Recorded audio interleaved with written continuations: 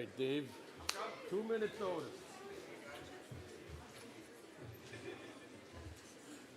You got a tent outside? Say again? You got a merch tent outside?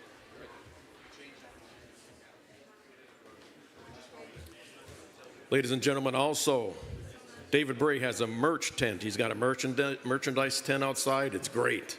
He's got some great shirts, got some great CDs. So hit David Bray up. He's right outside. Well, his booth is outside. He doesn't carry everything with him, although he might have a backpack that he could do that with. Okay, T-minus 1 minute, T-minus 1 minute. Everybody ready with the cameras, with the sound? I got the thumbs up from the guys in the back. All right. Check 1, 2. Is everybody ready? Rod of Iron Freedom Festival. I'm going to ask it one more time. Is everybody ready?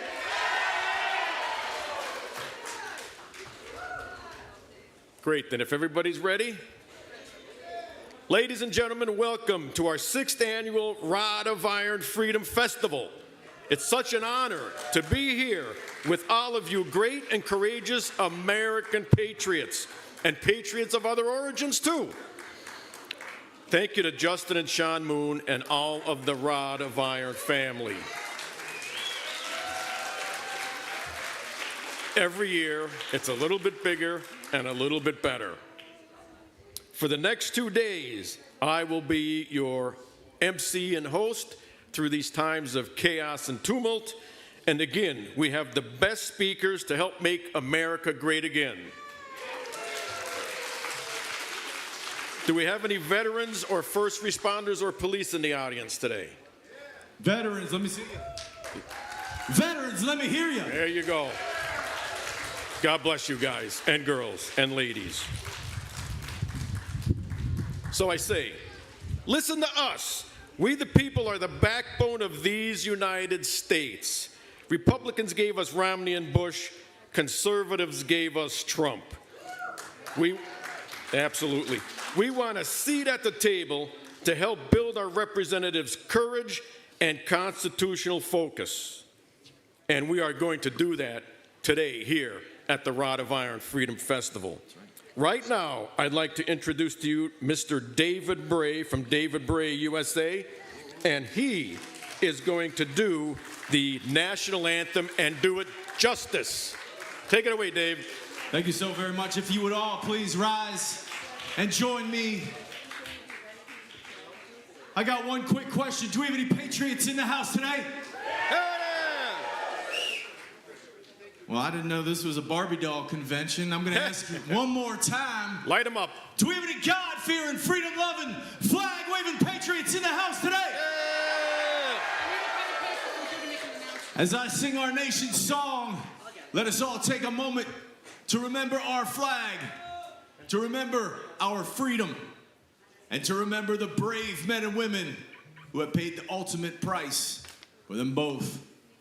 My name is Dave Bray, USA, and this is our national anthem.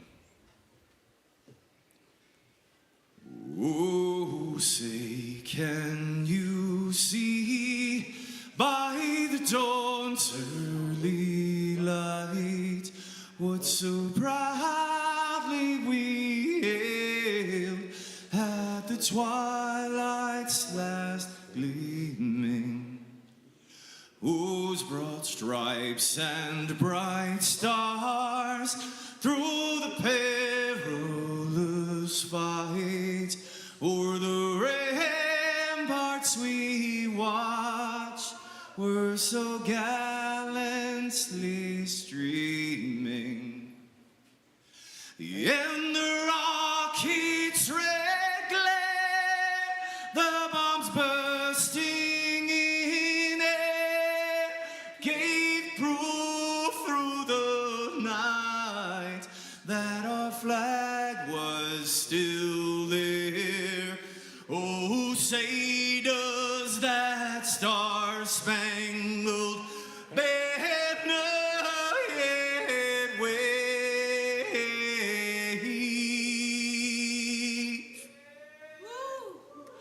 o'er the land of the free and the home of the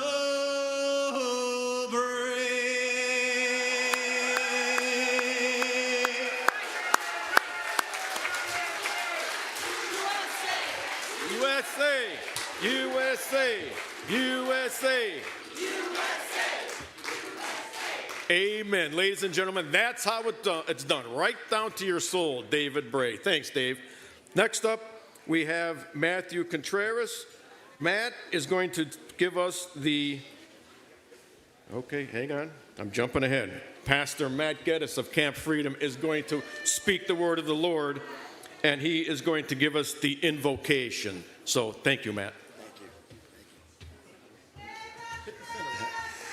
Let's take a moment and let's go before our holy God, because he is the one that is going to deliver this nation from where we currently stand.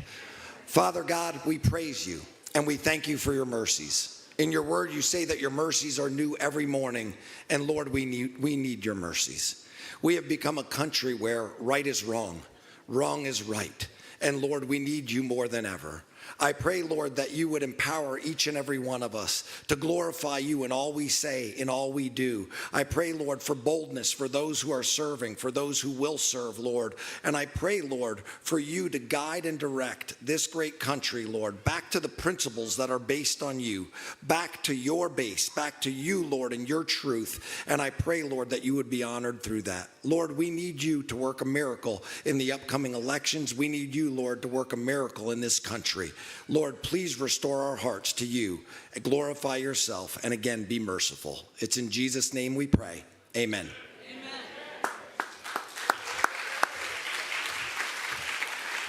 You know, our country, God was on our side, because there's so many issues throughout history where when George Washington was crossing the Delaware, that fog just happened to roll in and conceal him when we were about to attack the British. So God, asking God and praying to God is pretty solid. So, okay, now we're going to move into the Pledge of Allegiance with Matt Contreras.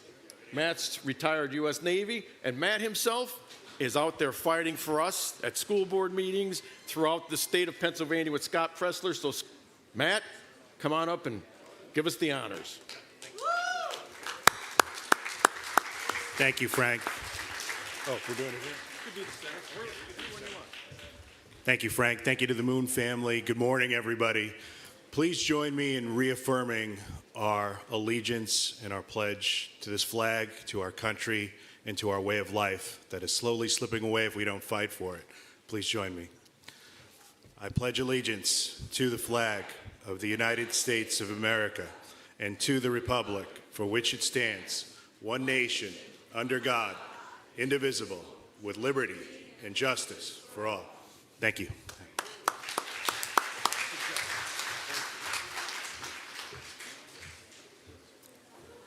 Matt's right about renewing our sacred vows and the pledge to this republic for which it stands, one nation under God, with liberty and justice for all. As Joe Biden would say, you know the thing. So, amen. Just an announcement, the shooting range, the rifle range is open from noon to 4 today. You could register at the booth in the parking lot. And a shuttle leaves every 30 minutes, so get over there and have some fun. We're about to move into the heavy hitters of the program, and we're right on time. I'm going to bring up Mr. Justin Moon. Justin is instrumental. Justin, his brother Sean, his family, instrumental in what we have going on here. Justin is the CEO of Car Arms, which I'm a proud owner of a Car Arms pistol. So,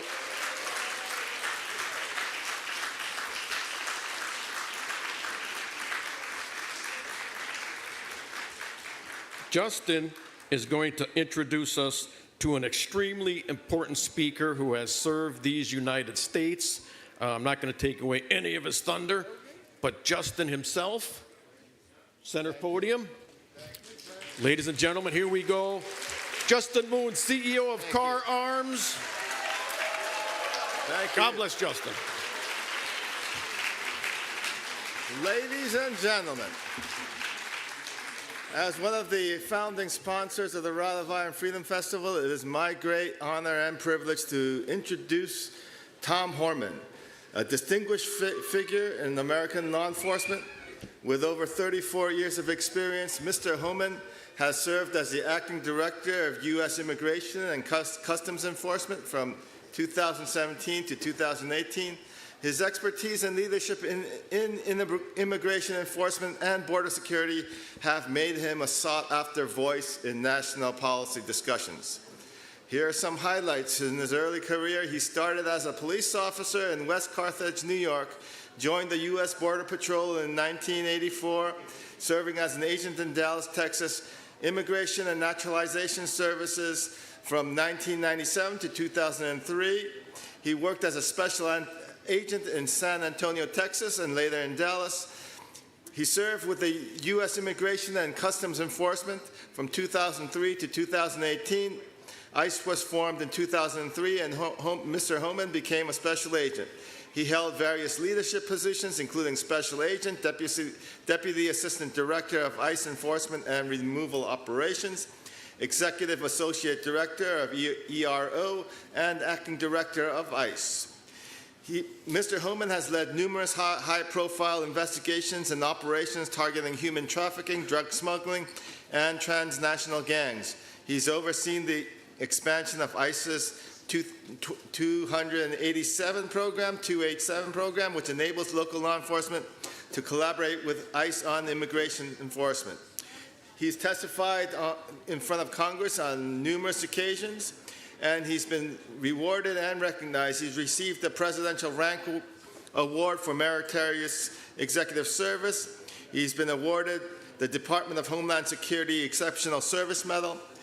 After his government career, he's had extensive post-government career as a Fox News contributor, and he testifies frequently in congressional committees.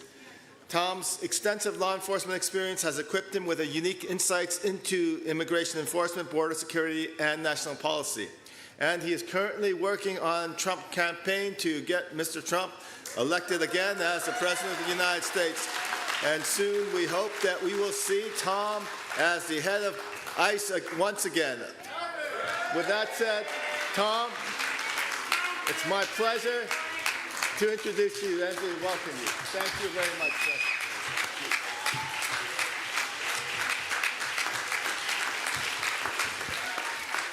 sir. All right, so how y'all doing?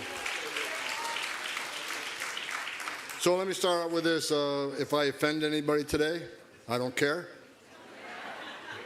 I don't care. For the media in the room, if I say it, print it. I'm not afraid of that either. So let's talk about the greatest president of my lifetime, Donald Trump. There's a lot of things being said right now. So let me talk about one thing right off the bat. Biggest deportation operation in history of the United States. Of course, the left and a lot of the media is saying it's racist, it's xenophobic, it's threatening the immigrant community, it's a terrible racist thing to do. Look, when you're on the heels of the most historic illegal immigration crisis in the history of this nation, where millions of people have crossed the border illegally, been released into the United States, and here's what you need to know. If you look at the 10 years of data in immigration court, nearly 9 out of 10 people who claim asylum at the border will end up with order removal because they simply don't qualify for asylum. They commit asylum fraud and they claim asylum, and they will lose their case in court. So here's what has to happen. You can't demand due process. You can't demand to see a judge. You can't demand play in the legal system, and I agree with them. They have a right to see a judge. They have a right to claim asylum. However, that due process doesn't mean anything unless the decision of the federal court at the end of this due process is carried out. That means that 9 out of 10 get order removal, they got to go home. That's what the law says. And people say, how dare he threaten that? What is the answer? Let them stay, even though after all this due process of billions of dollars of taxpayer expense, give them due process. They get order removed by a federal judge, and your answer is let them stay anyway? Because if you do, you're never going to fix the border. And if you do that, women and children are continuing to be assaulted on the southern border. People are continuing to die. And here's what President Trump understands. When you create a crisis this big, well, we got 10.5 million encounters on the border that we know of. We got 2.2 million gotaways. When you add those type of numbers, overruns the Border Patrol. They're overwhelmed. Where a vast majority of Border Patrol agents are no longer patrolling the border. They're changing diapers and making baby formula. They're making sandwiches. They're making airport runs. They're making hospital runs. They're doing the humanitarian part of their job, which is taking care of these people that come across. A lot of them are in bad shape. So when you take the majority of those uniforms off the border, what happens? That's when the fentanyl comes across that killed a 250,000 Americans. That's when the sex trafficking of women and children skyrocket to 600%. That's when the number of people on the terrorist watch list stick across the border, because Border Patrol agents are no longer on the line 100% vigilant. So I don't care what your opinion is on illegal immigration. When you cause a crisis this big that overwhelms the Border Patrol, that's when all the other bad stuff happens. And that's why we need President Trump to get in there and lock this border down once again and protect this country. You can still, if you got a true asylum claim and you really want to claim asylum, then put the Remain in Mexico back in play. You can claim asylum, but you're going to wait in Mexico. So that 9 out of 10 that lose their case, we don't got to look for them. That makes sense. And let me tell you something about the Remain in Mexico program. That was a game changer for the Trump administration, because after about 3 months, they stopped coming. Why was that? Because most of them know they don't qualify for asylum. They weren't going to give their life savings to a criminal cartel and not be able to enter the United States and be released. They stopped coming. And what happens when they stop coming? Doctors Without Borders did a study. They said 31% of women who get smuggled by the criminal cartels get sexually assaulted. They get raped. Not once, numerous times. If 31% of women admitted that, how many actually get sexually assaulted? Right? So let me ask you a question. When President Trump had illegal immigration down 83% to 90%, depending on what time frame you look at, when 90% less people were coming, like during the Remain in Mexico, how many women weren't being raped? How many children didn't drown in that river? How many aliens didn't die crossing this border? How many billions of dollars did the cartels not make because the border was locked down? How many women and children weren't sex trafficked into the United States? How many no-inspected terrorists didn't get into the country because the Border Patrol was 100% on the line, vigilant, doing their job? President Trump's policies, to include the wall, now they want to attack the wall. The wall saves lives. Why do I say that? Because women and children can't get over that wall, which means they're going to a place where there's not a wall. And what's waiting on them? The patriots wearing that green uniform, men and women of the United States Border Patrol, who are going to take care of their health needs, make sure the sick ones are dealt with first. So the wall saves lives. So let's be clear. President Trump's policies, they can call them racist, they can call them xenophobe, call it what you want. It's all bullshit. Well, call it what you want. But he saved lives by the thousands. Thousands. Well, let's look at since Joe Biden's been president. The humane policies, as they call it in the Biden presidency. Sex trafficking up 600% of women and children. Over 500,000 children have been smuggled in this country on the hands of criminal cartels, separated from their families, put in the hands of criminal cartels to be smuggled in the United States. 500,000. They've released 148,000 to so-called sponsors. They can't find them. They can't find them. They can't find the sponsors. Yeah, that's humane. We got 387 people on terrorist watch list arrested coming across the southwest border. Historic record. Again, here's the historic record from Biden. Historic illegal immigration, historic sex trafficking of women and children, historic number of no-inspected terrorists crossing the border, historic amount of money the criminal cartels are making, historic amount of fentanyl that comes across that killed half a million people. I mean, excuse me, 250,000 people. Historic number of illegal aliens that died crossing this border, over 2,800 counting. His policies are killing Americans by record numbers, they're killing aliens by record numbers. You tell me what's humane about that. There's nothing humane about that. That's why we need President Trump back in power to save lives.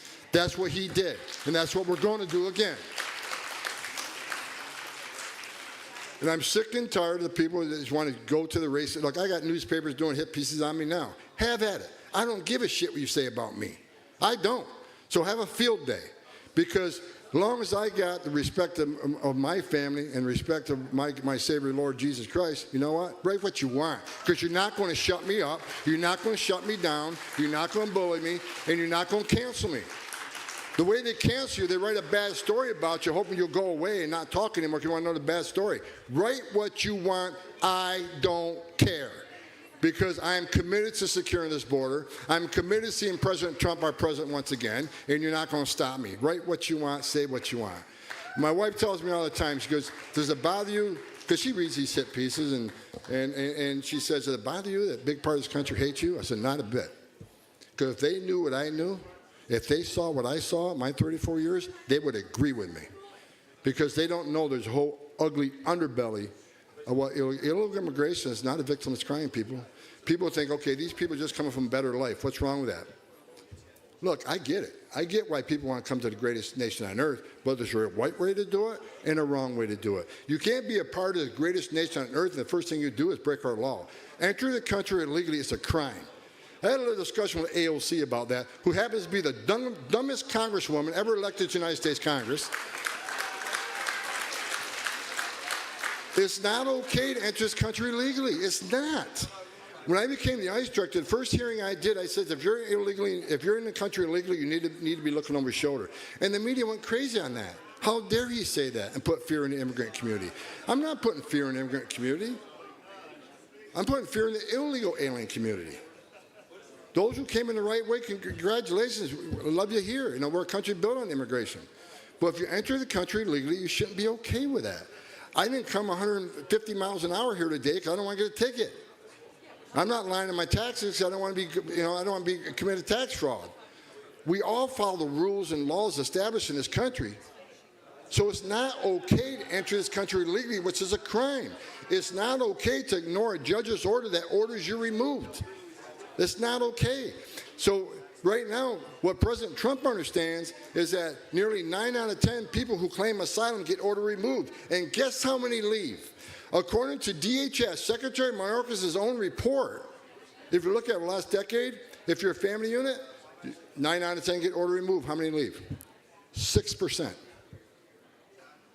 6%. So a historic deportation operation is necessary according to the rule of law and according to what's right and what's wrong.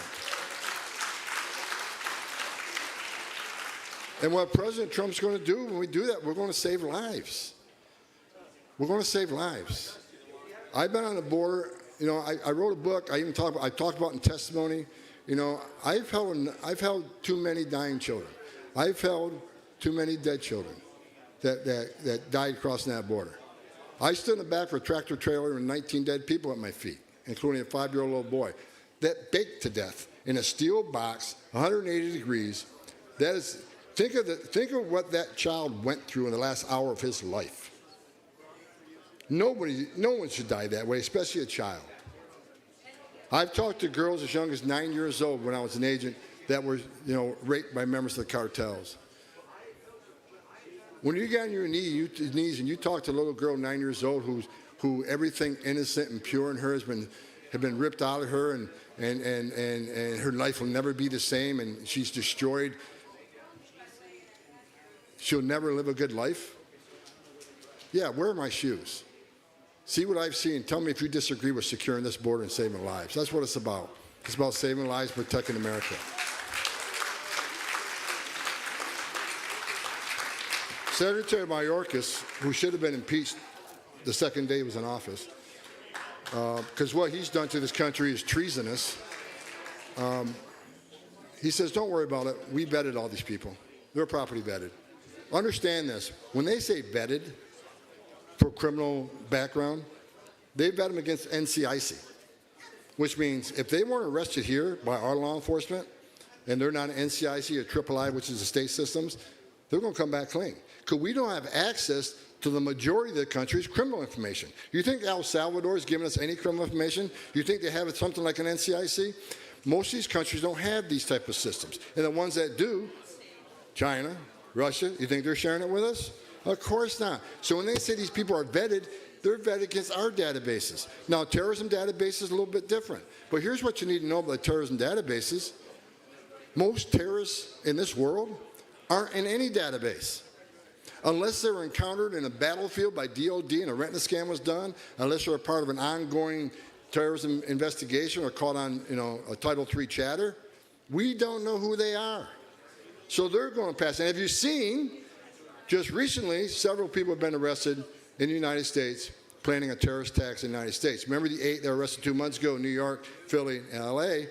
They were vetted, and they were planning a Russian-type terrorist event here in the United States. Luckily, the intelligence community caught them because they caught them on chatter. But we all know the intelligence community is not perfect. They missed Afghanistan. They missed 9/11. I mean, they're not perfect. God help us what's coming next. But here's what I'll tell you. If you look at the terrorists, the people on terrorist watches who've been arrested is 300. I think the last number is 387 last I looked. Just short of 400. That's who they arrested. That's who got caught. And which means they're morons because terrorists are trained how to evade law enforcement, not get arrested. So they got arrested. We got 2.2 million gotaways. And here's what you need to know. The scariest thing about what's happening on the border is that's the biggest national security vulnerability I've ever seen in this nation. Worse than 9/11. Let me tell you why. If they've arrested 387, how many didn't they arrest? Why did 2.2 million people pay more to get away? Because you pay the criminal cartels one amount of information, get you to the border, turn yourself in a green uniform, their job ends at the border. But if you want to get away, you got to pay a hell of a lot more. If you're a Chinese national and wants to get away, you're looking at $35,000. So why would 2.2 million people pay more to get away?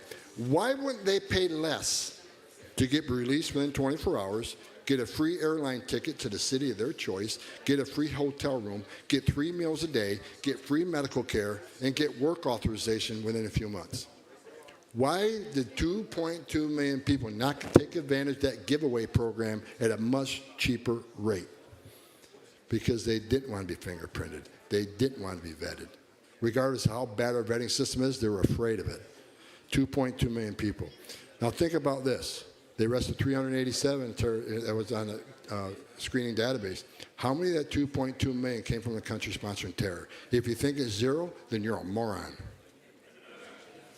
That's just a stone cold fact. After 9/11, we created all these databases. We didn't want someone else coming with a visa and blowing a building up and taking a plane ride into the United States with a visa and stay here and train to fly planes and crash them. So we created the TSA no-fly list. We created the FBI screening database. There's the DOD intel database. There's the visa security program, which I used to run. And what we did background investigations and looked for derogatory information on anybody that applied for a visa to come to this country. That program has prevented thousands of people from getting a visa to come to this country because we found derogatory information in our background. Now, those databases all worked pretty good the last 25 years. But what terrorists today is going to apply for a plane ticket or apply for a visa when they know there's a vetting procedure in place, regardless of how weak it is, when they can simply go to Mexico, pay the cartels some extra money, and be a getaway. That's just scared the shit out of you because it does me. And I've done this for a long time. I don't respect the FBI director much, but we agree on one thing. The southwest border is a major national security vulnerability, and I agree with him. Something's coming. There's too many red flags. He said he sees more red flags now than any time. If you don't think these cells are here, then you're ignorant to the facts. Something's coming. And when that something comes, I want Donald Trump in the Oval Office. Because I'll repeat what I said at the RNC. I got on stage at the RNC and I made a couple, of course they give you 4 minutes to talk, right? I said 4 minutes. Then you got to give me your notes and you got to read from the teleprompter. I said I don't like teleprompters. I never used one before. And 4 minutes, I don't need to give you my speech for 4 minutes. I can just talk off the cuff. No, you got to write it down, every word. What I said at the RNC was 2 things. I said, for those millions of people that have been released in the United States illegally by this administration, you better start packing now, right?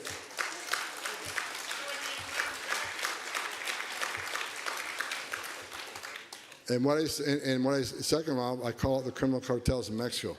I said this because I mean it, and President Trump means it. The criminal cartels of Mexico who killed 250,000 Americans in this country, poisoned them with fentanyl, with the assistance of China. The criminal cartels in Mexico have killed more Americans than every terrorist organization in the world combined.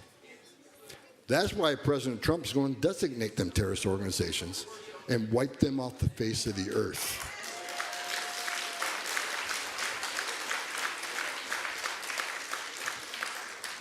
Of course, the hate came from that. I got called out for that too. Keep calling me out. I worked for 6 presidents, starting with Ronald Reagan. I've seen policies come and go. I know policies that worked and policies that didn't. President Trump's policies. President Trump was a badass president, and his policies worked. And you can't take that from him. You can hate him. You can call him names. But anybody go to cbp.gov and look at the government's own data. Unprecedented success.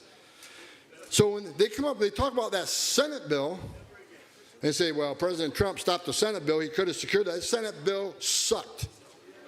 I told Senator Langford it was a terrible bill before he even put it on the floor. Because he had me and several experts look at it and say, what are you talking about?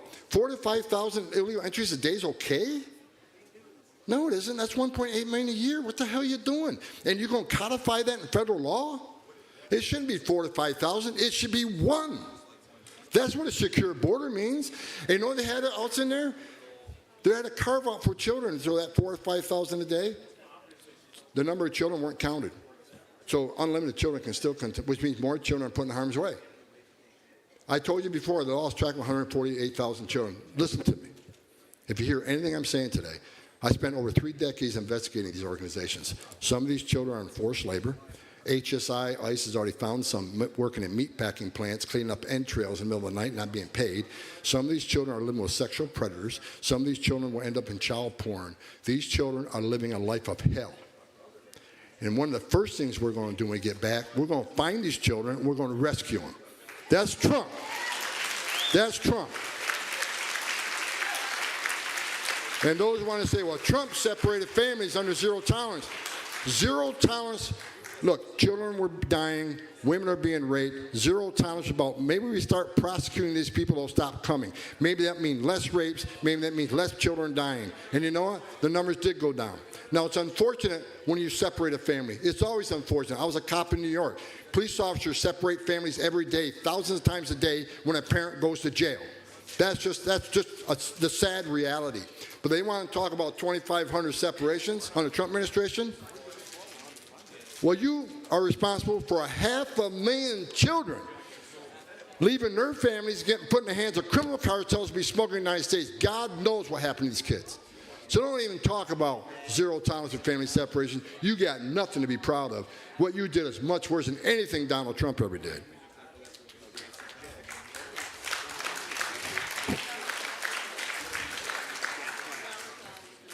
Let me say it again. I worked for 6 presidents starting with Ronald Reagan. Every president I worked for took steps to secure the border. Even Obama did. Even Clinton did. They took steps to secure the border. No one did more than President Trump. What he did was just unprecedented, badass stuff.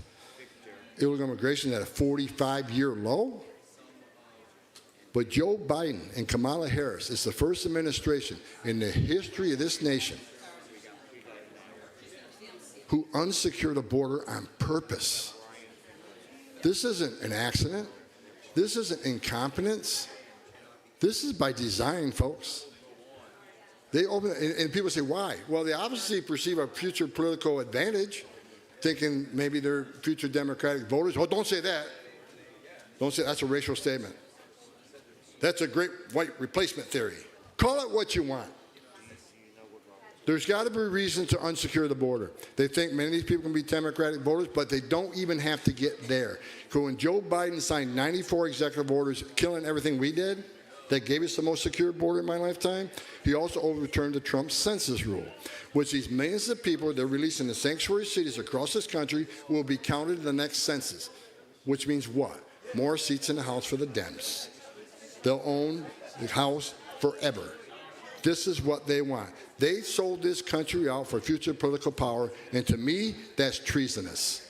There's no other excuse for it.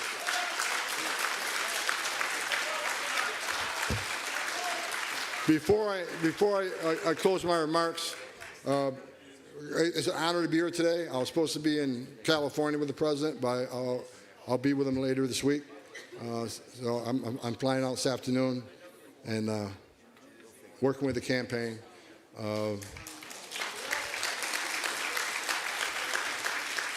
Let me be clear. I don't work for the campaign. I haven't taken a dollar from the campaign. Tom Homan's doing it because I think he's the greatest president of my lifetime. I want to see him back in the White House. Show me says Tom Homan's working for the campaign. Tom Homan is working for the campaign. Tom Homan's working in the interest of the campaign. Tom Homan is employed by the campaign. I'm doing it because Tom Homan, retired ICE director, the guy spent 3.5 decades doing his job. I want him to be president. I'll do what I can to help him. That's what it is. Before I end, I want to introduce somebody real quick. Victor Avila. Come up front and center real quick, Victor. Victor Avila is an American hero. Victor worked for me. He was a special agent assigned to Mexico. He worked on attachés in Mexico. Victor and his partner got ambushed by the criminal cartels in Mexico. Victor's partner was brutally executed. Victor was shot several times but survived. Victor, you are my hero. Thank you for being here today. And let me end with this. I'll say it like I said it 100 times. Trump comes back, I come back.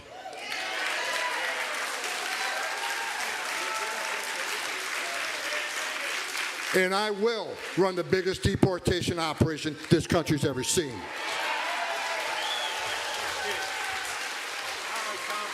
out right here because we got an award to give you. How about that for somebody that knows what's going on inside the borders of these United States? Tom Homan, what a grace and honor it is to have you here. We got a special something for Tom, and I'm going to call Justin Moon and Sean Moon up for this great privilege, especially having Tom here. So guys, what we're giving Tom Homan right now is the National Freedom Award. And God, could we use Tom again and the team?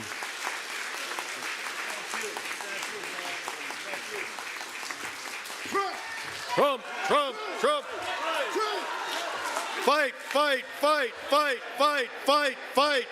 Fight. Man, that's great. That is great. All right. Well, we have another special guest that's coming up, and he's got a worldwide premiere book launch that he has right here at the Rod of Iron Freedom Festival. So you guys are the first to see it. So Justin, your guest is? Jack Posobiec. Okay. Hold on a second. Ladies and gentlemen, it is my great pleasure to be able to introduce to you Jack Posobiec, a renowned American journalist and political commentator. As correspondent for One American News and as a popular voice on social media, Jack has built a reputation for fearless reporting and incisive analysis on the most pressing issues of our time. For investigative journalism, he is well known for exposing Antifa violence and the coverage of the 2020 U.S. presidential election irregularities. He's a documentarian. He's produced and directed the Antifa documentary, and he's an author of 4 different books: The Antifa Story from Inside the Counterculture, The Great Reset, Global Elites and the Permanent Lockdown, Unhuman, The Secrets of the Communist Revolution, and his latest book, Bulletproof, The Truth About the Assassination Attempt on Donald Trump. You all need to get this book. Jack is a social media, has a large social media following in which he has over 2 million followers on Twitter and is known for his provocative commentary. His YouTube channel is featured, and he was recently featured with Tucker Carlson in Tucker Carlson's presentations throughout the state. Jack has uncovered the Trump train controversy, is well known for that scoop and for exposing deep state leaks. With that said, it is my great pleasure and honor to introduce to you Jack Posobiec.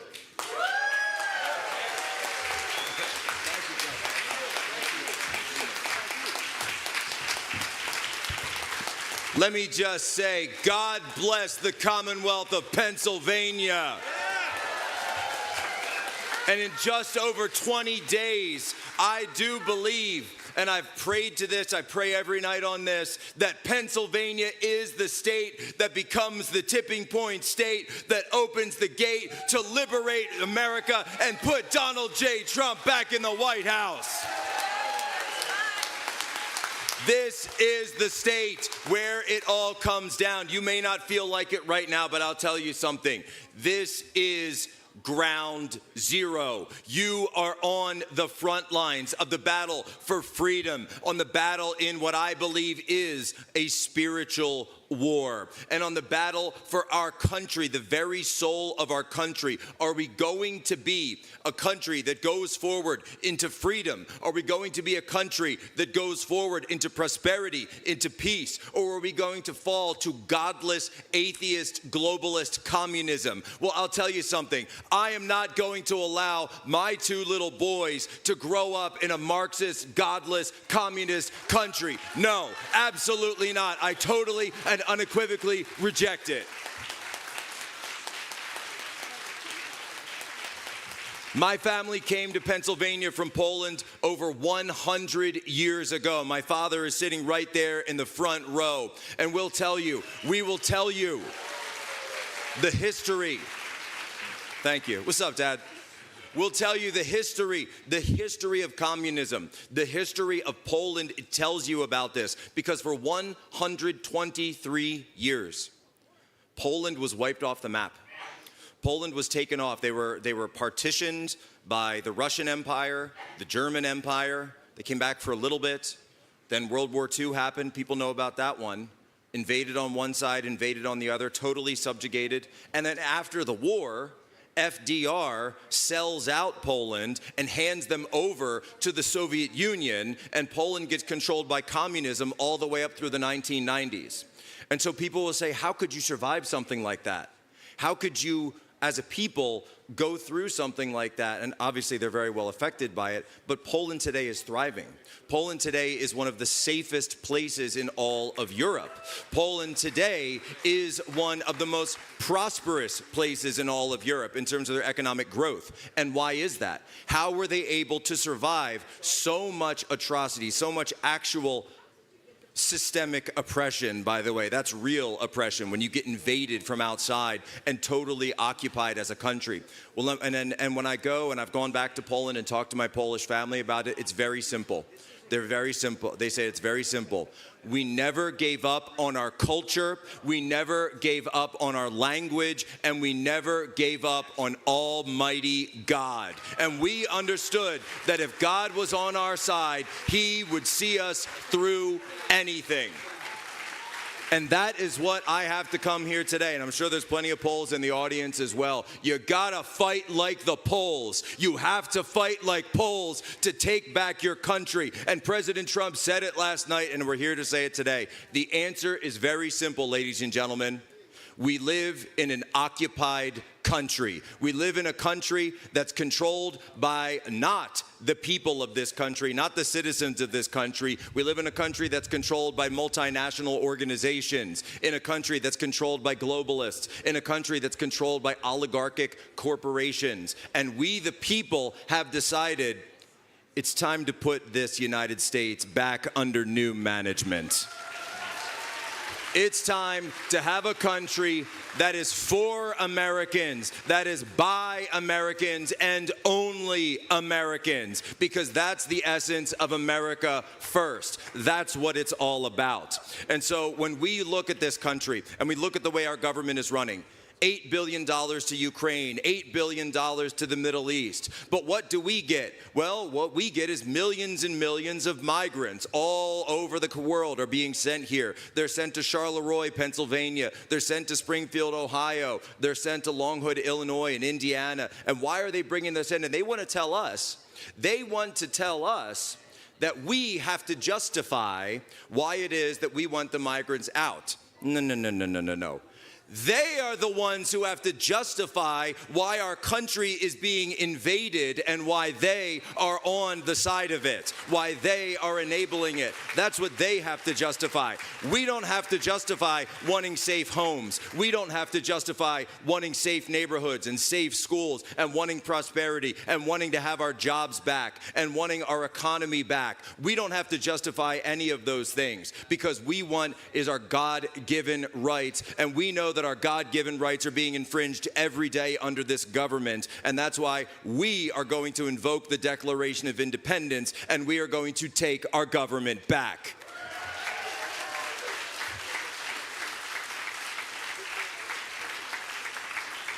And I know we're all here today. Of course, we're at the great Tommy Gun warehouse. Just shout out to Tommy Gun, by the way, and the family here. I love my rooftop Koreans. Don't we love our rooftop Koreans, folks? We have the best rooftop Koreans. Look, it's very simple. The Second Amendment is fundamental to all other rights because the Second Amendment is the positive expression of our rights. We saw what happened in Katrina. We saw what happened in many instances where the government has tried to come in all around the world and take away people's rights. And that is why the Second Amendment under the next Trump administration will never be infringed. It will be preserved and it will be extended for all time.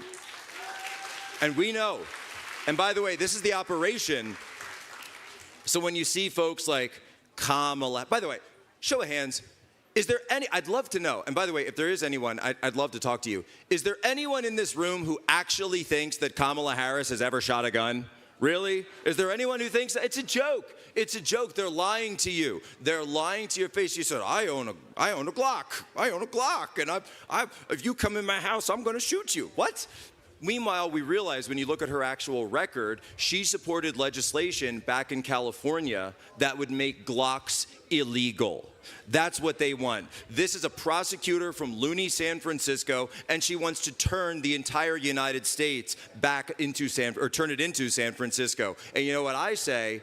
I want to take Kamala Harris and send her back to San Francisco. That's where she belongs. She can go clean that up. She can go clean up the streets and live in the, and I've got two little kids, and I say, you know what? You got to live in the mess you made. You got to clean up your mess first. I'm not cleaning it up for you. That's what she has done.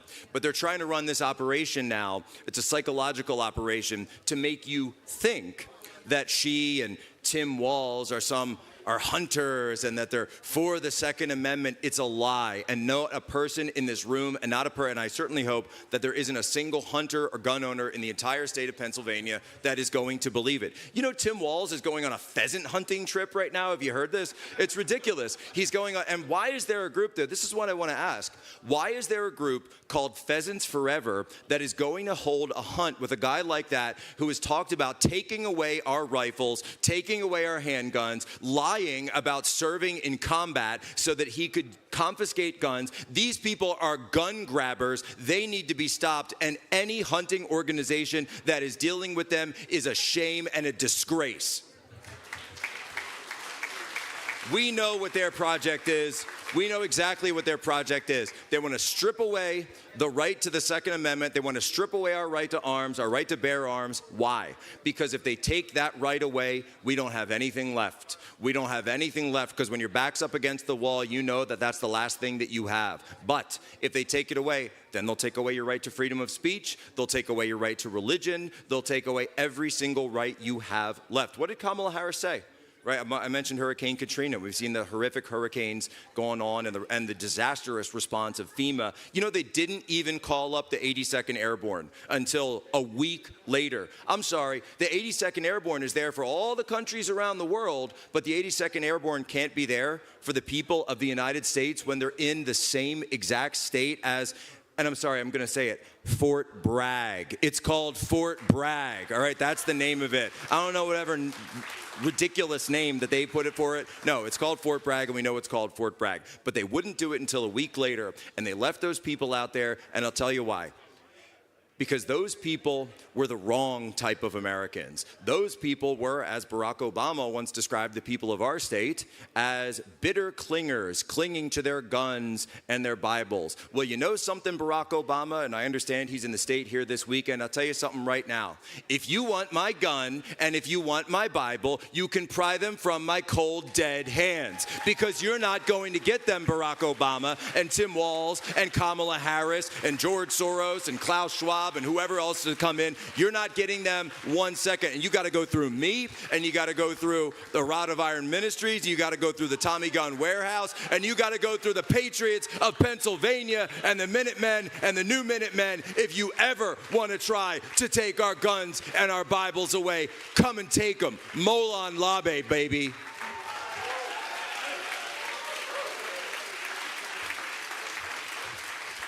Try it. Try it. I had some coffee this morning, can you tell? I love waking up in Pennsylvania. I love the Poconos in the fall, too. When we have a beautiful state, we have one of the most beautiful states in the entire country. Pennsylvania doesn't always get its due for that, but it's absolutely... Pennsylvania in fall, can you beat it? You can't. You can't beat Pennsylvania in fall. It's impossible. Absolutely impossible. But let me tell you something. We've got 23 days left. 23 days. And so what's incredible is, and I've spoken, and I have spoken, because we now live, and I talked about communism.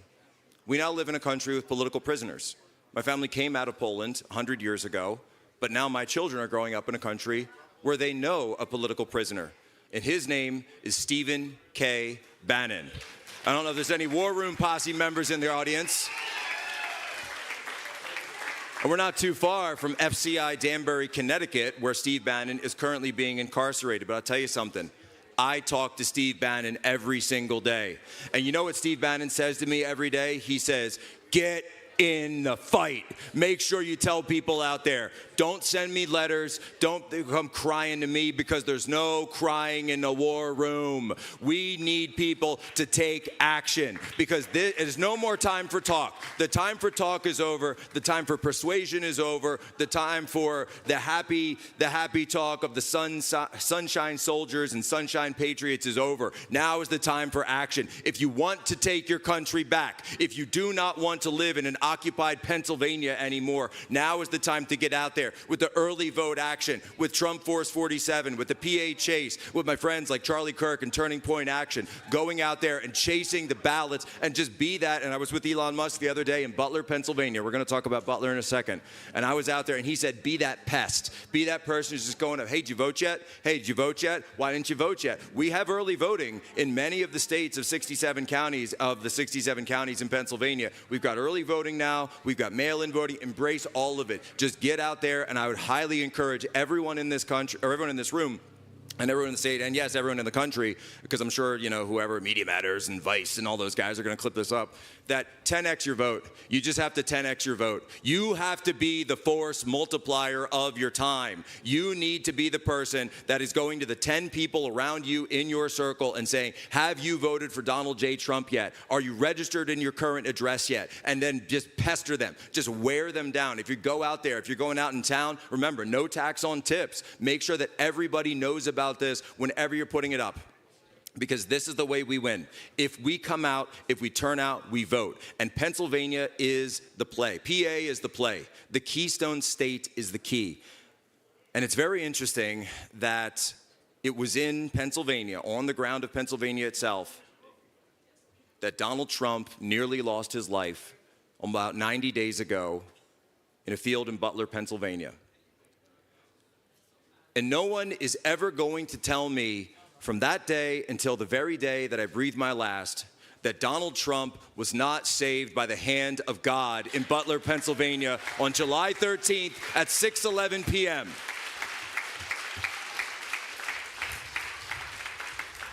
And I said, no one's talking about this story, and we now have a situation where President Trump, I don't know if you've heard this yet because the media isn't reporting it as much as they should, he's still under active assassination threat. They're talking about 5 teams that are running around the country trying to kill him and trying to kill J.D. Vance. I understand that the polls are looking good right now, and as wonderful as that is, we have the momentum at our back. We've got incredible groups like the Patriots of yourselves here assembled in Pennsylvania, but the danger is Can he make it? Can J.D. Vance make it to Election Day? By the way, after that debate that J.D. Vance had with Tim Walz, I said, boy, they got to up J.D. Vance's Secret Service detail, because that guy just mopped the floor with Tim Walz. He's got to be worried. And he did. Here's up for J.D. Vance.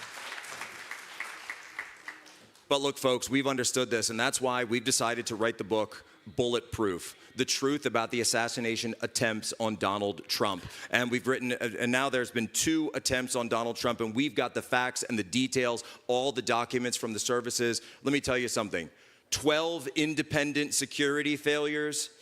And I was just talking to Sean backstage. The very building that was directly within eyesight of the stage at Butler, Pennsylvania, was left uncovered. Now, you don't need to be a member of the Tommy Gun Warehouse to know that that is the exact building where a sniper with malicious intent would choose to take a shot and kill Donald Trump. Let me tell you something, folks. This was not an accident. This was intentional negligence. And we are asking the questions that need to be asked about the highest levels of our government. Were they negligent, or were they complicit in allowing an assassination attempt and multiple assassination attempts take place on Donald J. Trump? We demand answers, and we deserve answers, because Butler, PA is not going away.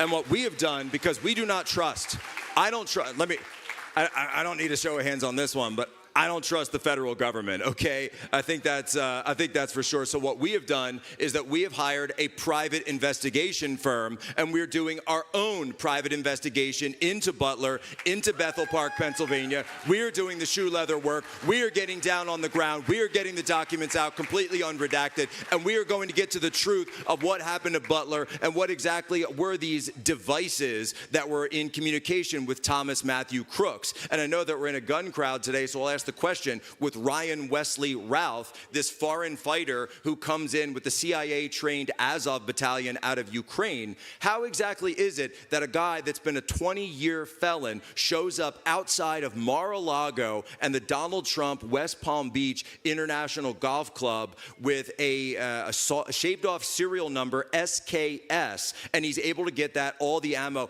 and he's out there for 12 hours, ladies and gentlemen? 12 hours? No. Well, guess what? We've got all the documents tying him directly back to Ukraine, to the Azov battalion, to the foreign fighters, and everything that the national security state is using over there. This was a blowback operation, and we've seen this firsthand. We've seen it firsthand, and we're not going to let them get away with it. That's why President Trump, and this is serious. You can Google it right now.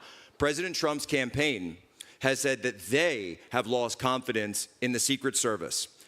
And they've announced that they are now requesting from the Biden administration a full military escort for President Trump, military aircraft and military vehicles. They want the United States military to get involved to protect him and to do whatever they can to make sure that he stays safe, and so that he and J.D. Vance and all the children and everything that's going on are able to get forward. And that is why, and I brought this book up.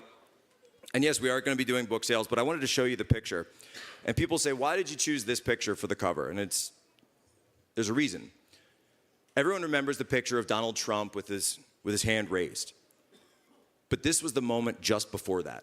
This was the moment just before that.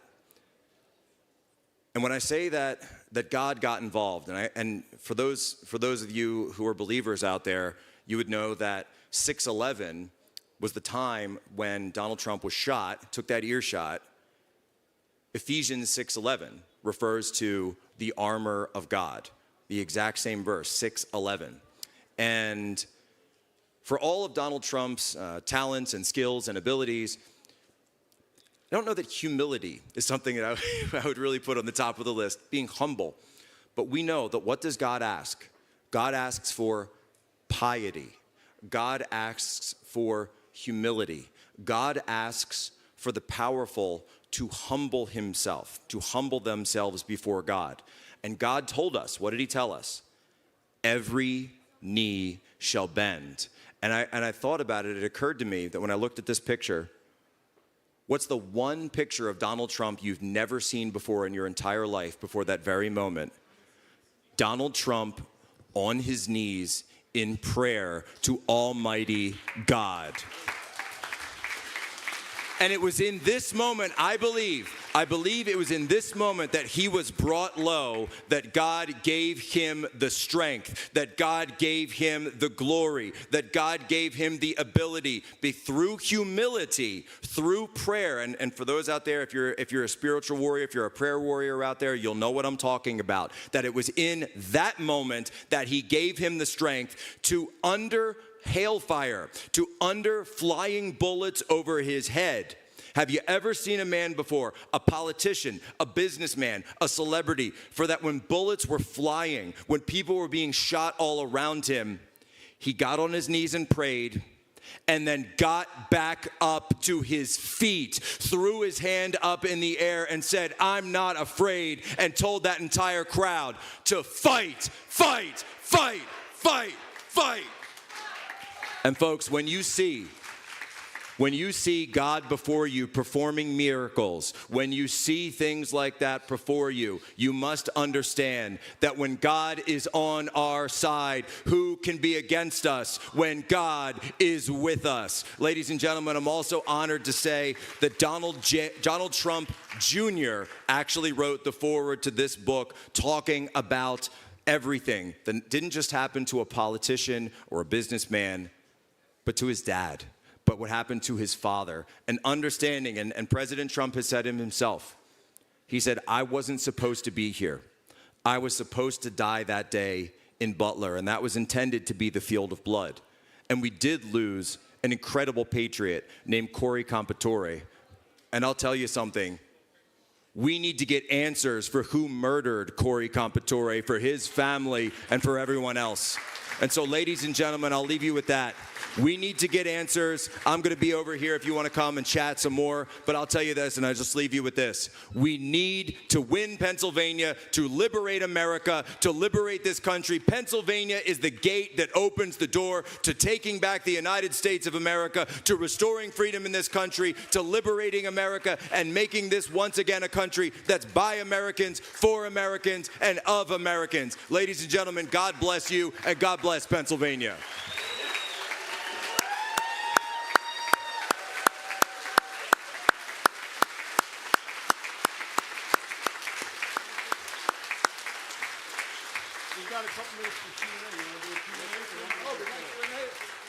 They're asking, all right. Well, I'm game if you're game. They're saying I have some time for Q&A. I don't know. Do we have a microphone? Do we have a setup? Will somebody have a microphone out in the crowd? I'll do Q&A. I'm game. By the way, if there's any disagreeers, I love disagreeers. Charlie Kirk taught me that. He said if someone's disagreeing, put them in the front, because that's what goes viral. What can I say? Charlie's good at this stuff. Ladies and gentlemen, you heard it here first at the Rod of Iron Freedom Festival. Jack Posobiec for president. No. And I will say, though, for the book, this book isn't even out yet, actually. So we were working really hard to get this out before the election.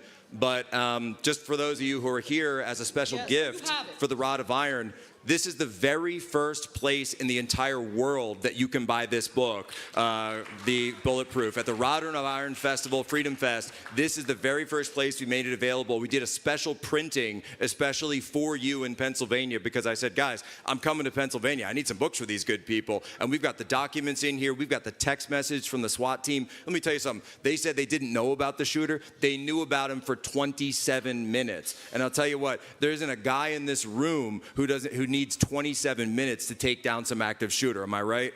Amen. We do it on our own, Jack. You know it. Do it on our own, yeah. And I'll never forget those videos. And people remember the videos that came out of who was it that was screaming their heads off. It was the Patriots. It was Trump supporters that came out and said, there's a guy on the roof with a gun, and they were screaming at the officers, do something, stop him. And the officers just stood there. And the officers just stood there. And you mean to tell me that wasn't some kind of operation? I don't know.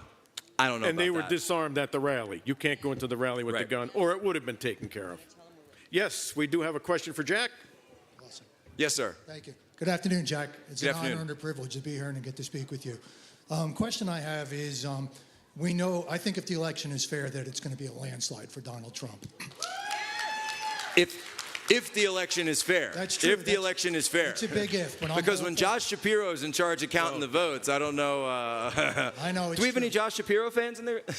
But assuming that President Trump wins, and I truly believe the left is never going to stop. And in the remaining 2 months or so that they have in power, they're going to do everything they can to deny the peaceful transfer of power, including maybe even trying to charge him and fast track some type of conviction to say that he's unsuitable to serve. Do you have any thoughts on what Donald Trump could do and how he could best prepare himself for what's going to come when he wins the election?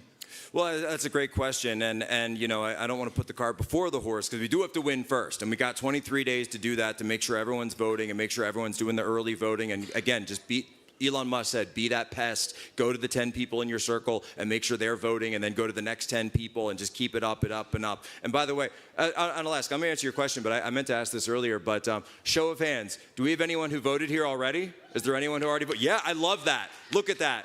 People have done, that is great. That is incredible. And you did, and Scott Pressler, right? Can we talk about Scott? I'm going to see Scott later today, and I have an event with Scott and Tim Pool tomorrow in down in Bucks County.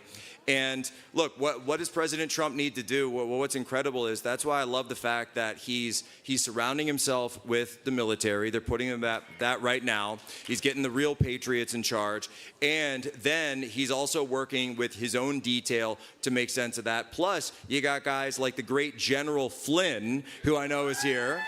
And of course, great patriots like Tom Homan, wherever Tom's at, that we've got people in place now that I think are going to be prepared for that in ways that, look, we knew 2020 was going to happen. Or correction, we saw 2020 happen. We saw it before our eyes. We've all lived through that. And I actually used to disagree with Steve Bannon. He and I used to get arguments about this in the war room.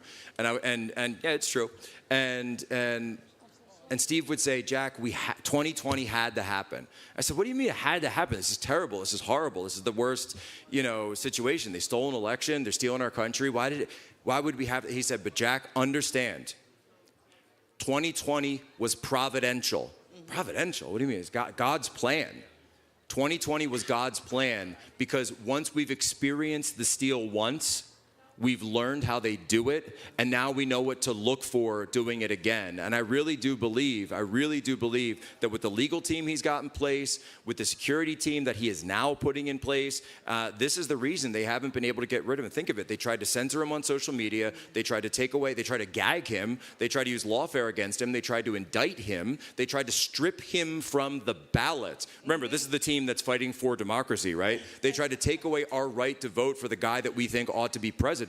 And then, after all of that, 2 people now have tried to blow his head off. And I'm told, and we talk about in the book, there are even other assassination attempts that haven't even been made public yet. So put it this way, they wouldn't be trying to kill him if they thought they could stop him any other way. So it's going to be a fight. And all the patriots out there, we got to stand our ground and peacefully, but forcefully make sure that the votes are counted properly. Thank you for the question. That was great. Do we have any more? I think we're good, Jack. We'd love to have you all day, but we do have a couple of the guys coming up. So. All right. Well, folks, I'm going to be backstage or wherever they're going to send me, and we've got the books available. I'd love to meet every single one of you and take a selfie, and this is going to be great. Thank you so much for being here, and what can I say? When they called me up and said, do you want to come speak in Pennsylvania? I said, are you kidding? There's nowhere in the world I'd rather be. Amen. Thank you, Jack. God bless. That's the best, man. I'm going to announce about 1:15 to do some signings.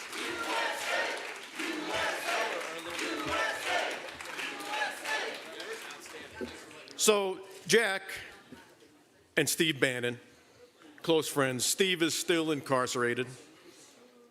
But remember, yeah, that's a big boo. But remember what Steve Bannon says, and I'm going to repeat it twice so we take it to heart. If there are no conspiracies, as they say, if there are no conspiracies, then there are no coincidences. It's a coincidence that the roof was sloped and wasn't secured. If there are no conspiracies, then by to God, there are no coincidences. That's a powerful statement. That is extremely powerful. Jack is going to be available just about 1 o'clock, 1:15. to take a picture, to sign that international worldwide release of his book. But right now, we have a special guest, Mark Walters. Mark Walters is tireless with his 2A Second Amendment radio broadcast, the Armed American Radio. He's also a board member of the Citizens Committee for the Right to Keep and Bear Arms, which I'm a member, NRA, Firearm Owners Against Crime, CCRKBA, GOA, Gun Owners of America. So you need to be active in all these organizations. Mark Walters is also an author. So Mark is going to give you a quick, high-energy rant. So Mark, come on up. Thank you. Shock 'em, my friend. You're welcome. How's everybody doing? So I'm not sure how I got to follow Tom Homan and Jack Posobiec, but I'm going to do the best I can for you. Guys, I specifically didn't wear my jacket up here today because I wanted to show you my new tattoo. And my wife didn't like it. My son said, I love it. What are you getting on the other arm? Molal Nabe goes on that next week because I'm just going to keep doing it. That's the Second Amendment right there. We live it, we speak it. Ladies and gentlemen, I get to follow Tom Homan. I get to follow Jack Posobiec. Not sure how that happened, but I'm going to disagree with Tom Homan, believe it or not. Tom Homan, did Tom Homan not say AOC was the dumbest politician ever elected in Washington? I think it's Kamala Harris. Because let me tell you what you don't want to hear on November 6th when you wake up. We did it, Tim. We did it, Tim. Because if that happens, you may have to fight. And I'm saying the quiet part out loud today, and I'm not afraid to say that. This country, when we hear people talk about this country might not survive this election, yes, it will. How do Americans win? We fight. What did Donald Trump tell us to do? Fight, fight, fight. And he made that very clear. How bad is the gaslight? How does it feel to be lied to every single day of your life, every morning when you wake up? Who's still stupid enough to wake up and turn on Fox and Friends in the morning? Why would you start your day with that? I've got some advice for you. Turn on Bewitched and watch the little Tabitha turn herself into a cookie to hide from her parents so you can start your day with a grin, because you're going to be lied to throughout the day. Now, Fox is about the best we have out there, but even that's taken a dead spin. Who still looks at the drug report? Anybody? No, because it's left-wing garbage. Every single day we're being lied to. So the other day on my radio program, I didn't know how I was going to open the show. I was doing some research, and I got 2 text messages, alerts on my phone. And they were so funny, I had to grab a screen grab. One was from Fox News, one was from CNN. These are the actual breaking news alerts. You can't see them out there, but the first one is breaking news. Fox News, 48 minutes ago, inflation rises more than expected in September. Right below it, 12 minutes later, CNN, breaking news. Price increases slowed last month. New inflation data shows, marking a considerable downshift. Same story, same bullshit. Who do you believe? You know who you believe. Inflation went up 2.4%, right? Slowing down the increase is not downsizing. What do your neighbors see? What do your neighbors hear? What are they reading? This is why you've got to get out and talk to them. Now, ladies and gentlemen, 2 weeks ago I was emceeing the Gun Rights Policy Conference in San Diego, California. And I had the opportunity as MC during the day to sit down in a fireside chat with former chairman of the Judiciary Committee, ranking member now, Darrell Issa. And during that conversation, I said to Darrell Issa in front of the crowd, Kamala Harris told us her values have not changed. And everybody hear that? My values haven't changed. You know what that was? A wink and a nod to her left-wing base and the Obama crew running the show. My values haven't changed. I'm lying to America, but to those of you who know me, I'm still going to do what I said I was going to do. Now, let me go back to guns on that, because Kamala Harris has made multiple statements. I played multiple montages on my show over the last year. Well, excuse me, over the last 2 months, because she hasn't been around for a year. Of her screaming about wanting to confiscate your guns. Anybody disagree with that? She wants your guns? She's made it clear? No, she's changed her mind. The media's put her on Vogue, put her on Time, given her... She's changed her mind. But then she throws out that my values haven't changed. So I'm going to leave you with this, ladies and gentlemen. I've only got a couple minutes here. But for many years, I've closed out my show. If the Democrats continue this nonsense, if the Democrats keep doing what they're doing, and they're now on steroids, we're going to have to fight our way out of this. I used to tell my audience all the time, every single day, good, hardworking, decent Americans, if the Democrats keep this up, if they keep it up, and they are, every single day, good, decent, hardworking Americans like you, like me, like my family, like everybody out here is going to have to make a decision that they never thought they would have to make as an American in their lifetimes. Ladies and gentlemen, that time is upon us. What is it I'm talking about? Anybody care to foster a guess when I say that? I had left-wing media attack me and say I was calling for civil war. I was not. Anybody care? What am I talking about? Anybody? Because if you live in California, you're already in that position. If you live in New York, you're already in that position. If you live in Massachusetts, you're already in that position. Do I comply with the law now, right? Do I comply with this law? The answer to that is, well, it's up to you. That's the decision you have to make as a hardworking American. What do you think is going to happen when you wake up on November 6th and Kamala Harris is the president? Do we lay down? Do we fight? How do we fight? That's the quiet part nobody wants to talk about. I don't know the answer to that question yet, but I will tell you one thing. That the Americans I know, the family that I have, the friends that I have, and I know the people in this room understand that if they have to fight, they will fight. How many people in this room want to live under communist rule? No. Who wants to live under a devout Marxist? No. So the right thing has to happen. Now, I told Darrell Ice in front of the stage the other day, I'll leave you with this. Trump plus 312 electoral votes. That's my guess if he takes Pennsylvania, Michigan, wins Wisconsin, takes Arizona, takes Nevada, takes Georgia as well. Minnesota, foregone conclusion. But the fact of the matter is, Issa told me I was wrong in front of the crowd. He said I was too optimistic. Trump plus 277 electoral votes. I'll take that, won't you? Ladies and gentlemen, thank you. I appreciate you giving me some time today. Get to follow Tom Homan and Jack Pasabic. Thanks for everything you do.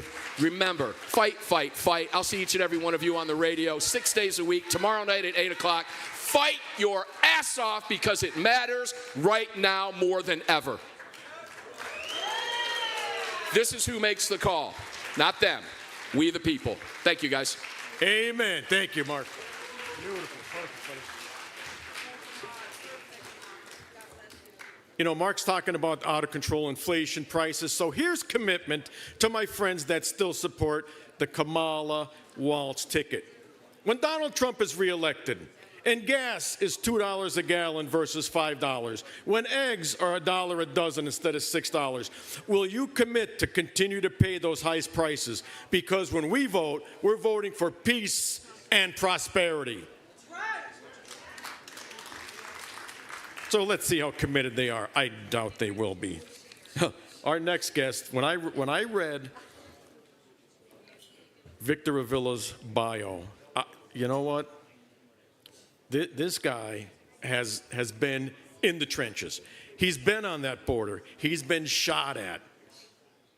But the only thing is when he shoots back, Victor holds the record for the farthest handgun shot ever. So when you're shooting at Vic and he shoots back, that's probably the last shot you took at Vic because he's going to get you. But Vic is former Homeland Security Special Agent. He also was a member of Border 9/11. He's an author of Agent Under Fire, A Murder and Manifesto.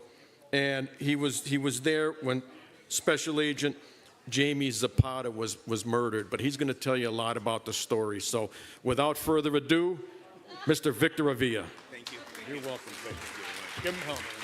You're welcome. He's the best. Thank you so much. Let's, what I want to do is we're going to show you, I have a little slideshow presentation, and I just want to show you pictures of every time that I've been down to the border. And what I want to give you is kind of, like I mentioned before, we all know the problem, but I really want to tell you where we are today, especially when it comes to the southern border, northern border, and what's going on in Mexico. Now, after me, you're going to get a really good briefing on the cartels by cartel expert Jason Jones. So I'm not going to talk so much about the cartels, but in my career, you know, I saw the evil in their eyes when they ambushed us in 2011. Agent Zapata and I, they shot over 100 rounds at us.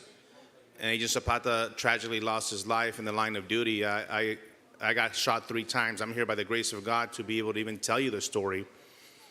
So my whole life, I've been in public service. I've worked at the state level, county level, federal level, and at the international level as a U.S. diplomat in Mexico and in Europe.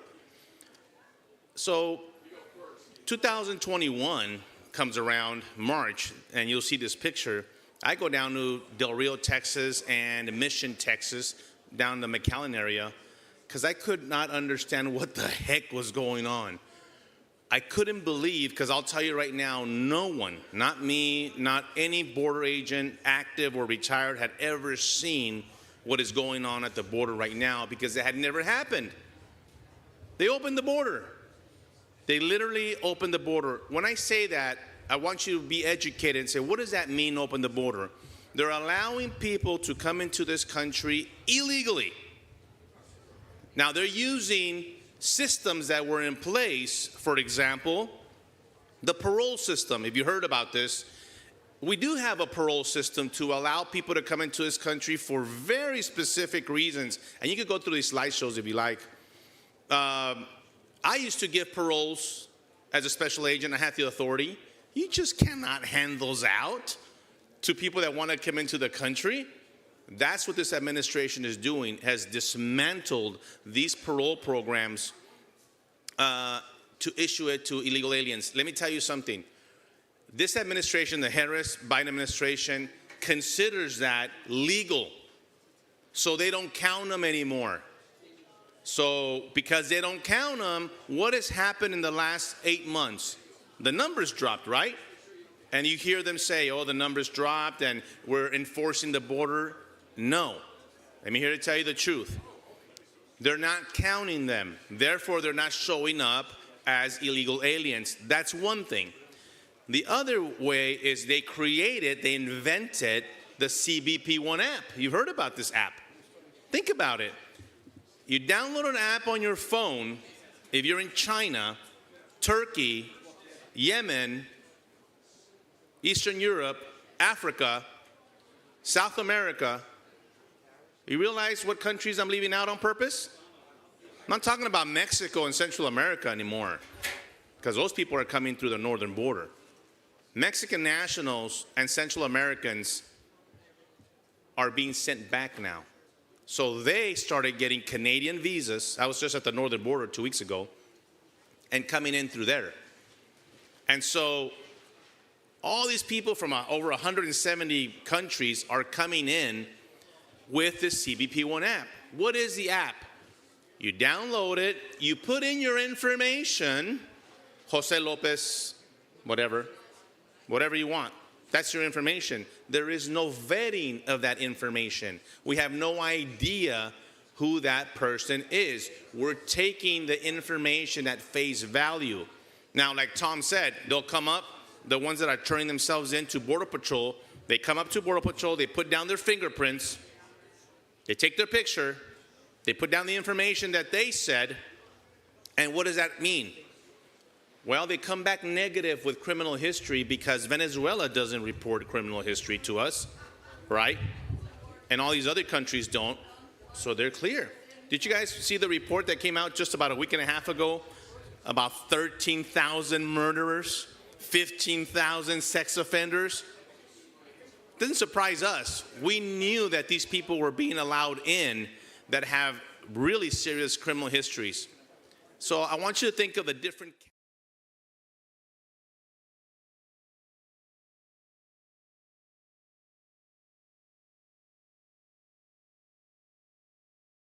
Then you have the ones with the criminal history, the bad ones. Then you have the ones that said, wait a minute. The border is open. I really don't have to leave Colombia. I'm a business owner. I have a house. But since they're letting me in, I'm going to sell everything, and I'm going to make my way to the United States. That's another category. Then you have the people that have come into this country smuggled, like the pictures that you see. Smuggling is at an all-time high right now. Why? Let me tell you what's going on. The Biden-Harris administration made a deal with Mexico last December, January this year. It was a secret deal. They didn't tell you or me what that deal is about, but they made a deal. And we sent people over there, Mayorkas, Blinken went to Mexico, Mexico came to DC, and they came to an agreement of help me, help you. Mexico went through presidential elections. Their president just got elected in June and took office just on October 1st. Claudia Sheinbaum is a communist. But she's not a communist in a country 6,000 miles away. She's a communist in a country attached to us. Think about that. So they made a deal that said, slow down the traffic so it could help you get elected in Mexico, and it could help the Biden-Harris administration get it reelected. And so you saw some of those numbers drop. The way, by bringing them through the app, by bringing them through the port of entry, by flying them directly into airports, by busing them directly into cities all over the country. So what happens?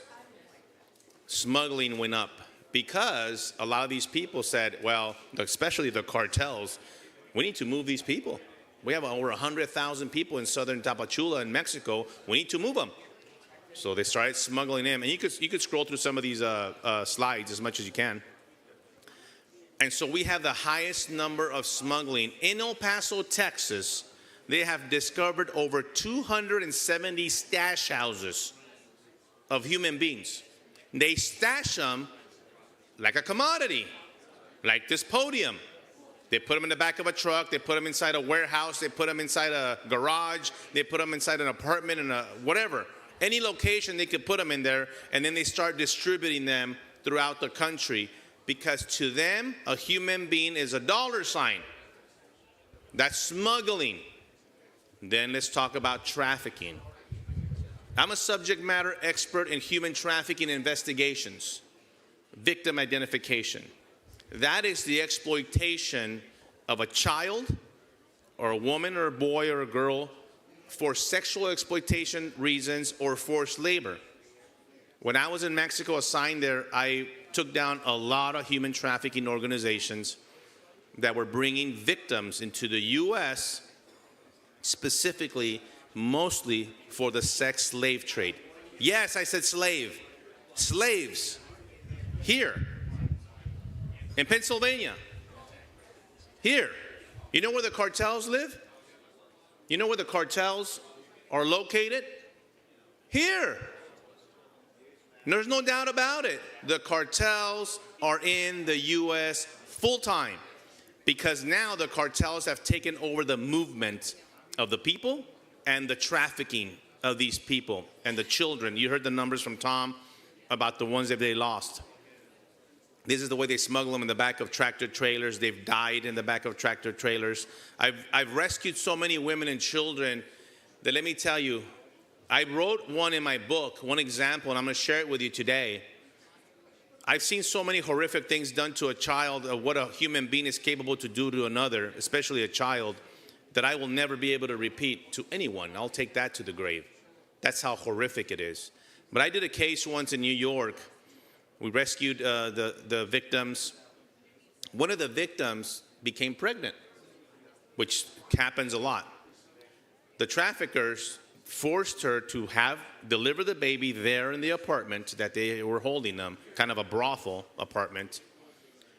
And when the baby was delivered, they put the baby in a bucket and filled it with cement.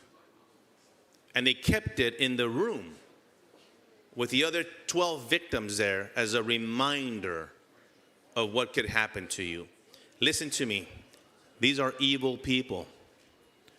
They break down these victims physically, emotionally. It is horrific. And then, of course, you have the children that can't speak.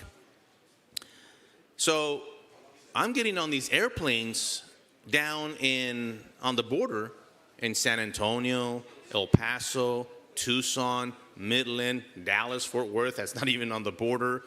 And I see all these illegal aliens getting on airplanes without any ID. No one here, I repeat to you, no one here can get on an airplane without identification. Raise your hand if you can. Because you can't. I tried. But if you're an illegal alien, you can get on an airplane in this United States of America without an identification. Think about that. And I've confronted TSA. I've asked them, why in the world, I've been behind, and you'll see some of these videos, illegal aliens in Del Rio, Texas, getting on the same airplane that I'm getting on, and they don't get checked. They do go through screening, but no ID, no visa, no passport. So I tried to get on one time. And I scanned my boarding pass, and I just continue walking. And the TSA agent says, what are you doing? I said, I'm walking in. And he says, you can't. I need to see your ID. I says, I'll show you my ID as soon as those people show you their ID. They were from Uganda. Uganda, Africa. And it was very disturbing to me that this is happening it's been happening since 2021. And I told them, have you forgotten 9/11? I mean, this is this national security risk and the public safety risk that we're facing. So what is the ripple effect of all this stuff that's happening in Mexico and the cartels? And Jason's going to tell you a lot about it. Because it matters. The cartels are running wild with the fentanyl and the trafficking and everything else that they're involved in. The money laundering, don't forget about it. They live for the power and money.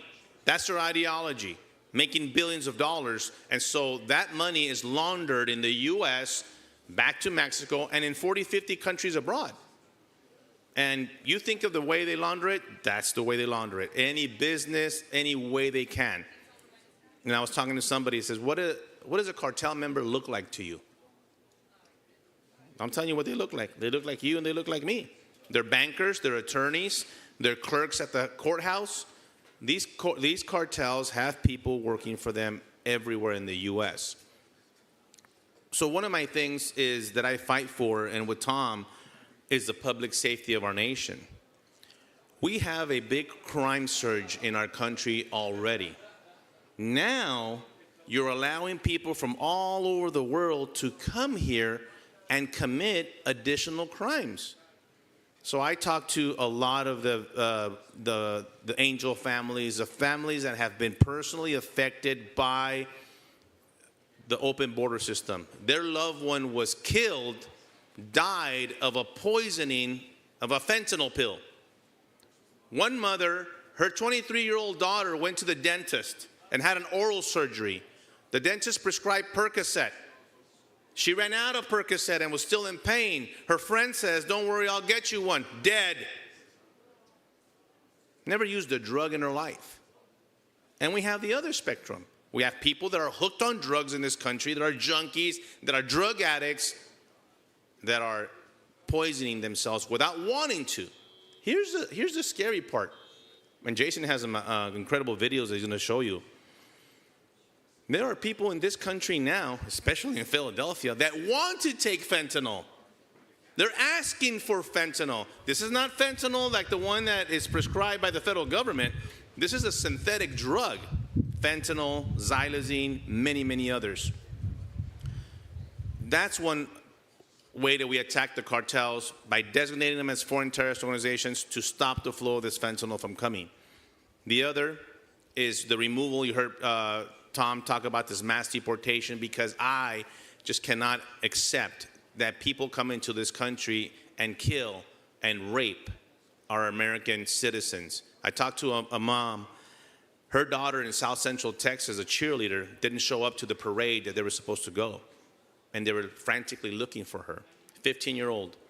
They found her in her own house, in her bathtub, bludgeoned to death by an illegal alien from Guatemala. Lisbeth Medina is her name. And I talked to these family members, and when the left says, oh, no, the illegals don't commit as many crimes as the U.S. citizens, well, I don't accept that. I don't accept that argument, because one crime is one too many.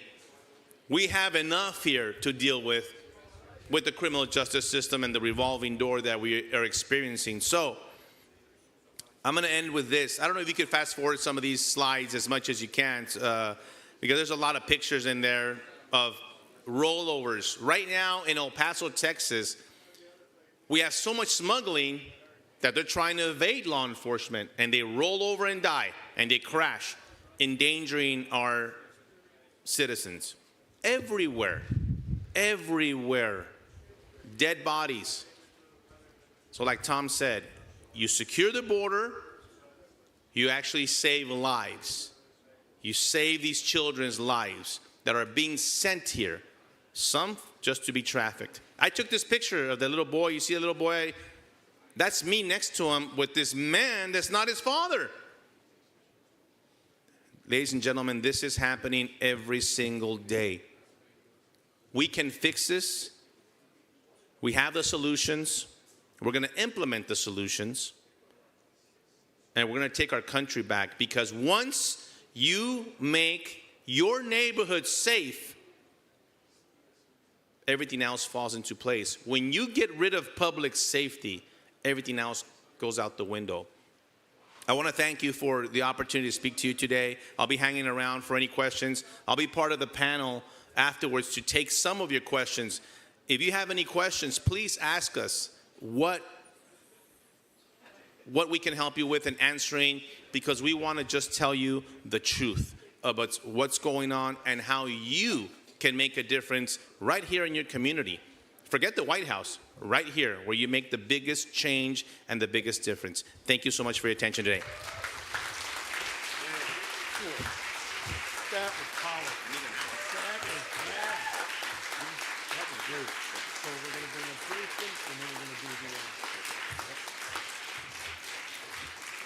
Well, I think Vic needs an hour. But you know what? Here's a thread that's going on. Those people that either A, don't vote, or B, vote for the other side, they're allowing America to become evil.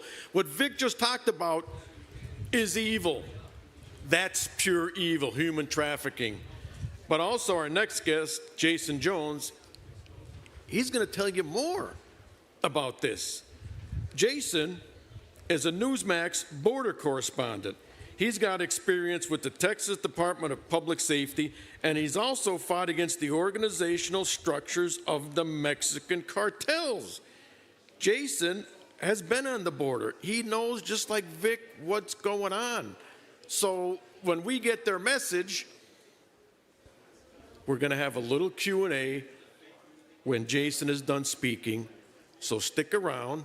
But without further ado, Mr. Jason Jones of Newsmax border correspondent. Thank you, Jason.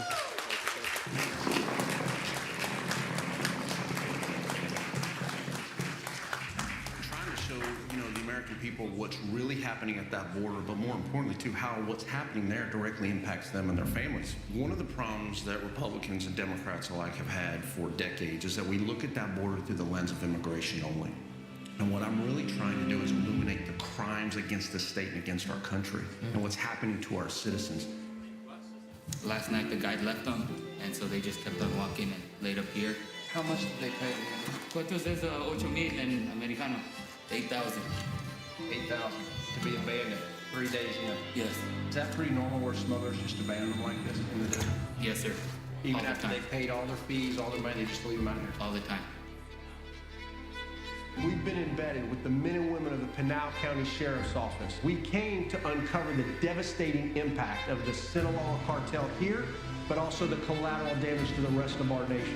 Chief, what's the major change in tactics you're seeing in this area? The big shift being over the last year from drugs to bodies as the main commodity. So they're getting more money smuggling humans than they are for anything else.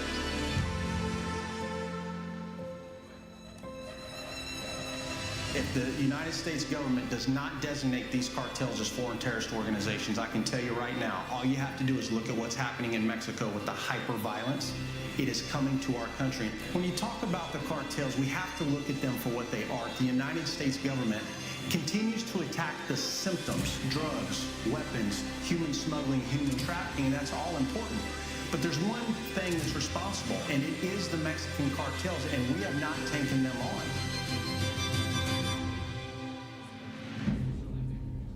Ladies and gentlemen, it's great to be with you today. Thank you for the opportunity to be here and say a few words about what is impacting all of our families, because this discussion that I'm going to have with you in the next 20 minutes about the threat that we all face from the Mexican cartels is unprecedented. And I want you to ask yourself, why in the hell haven't you been told from the United States government what has been taking place? But I want to start real quick with a story.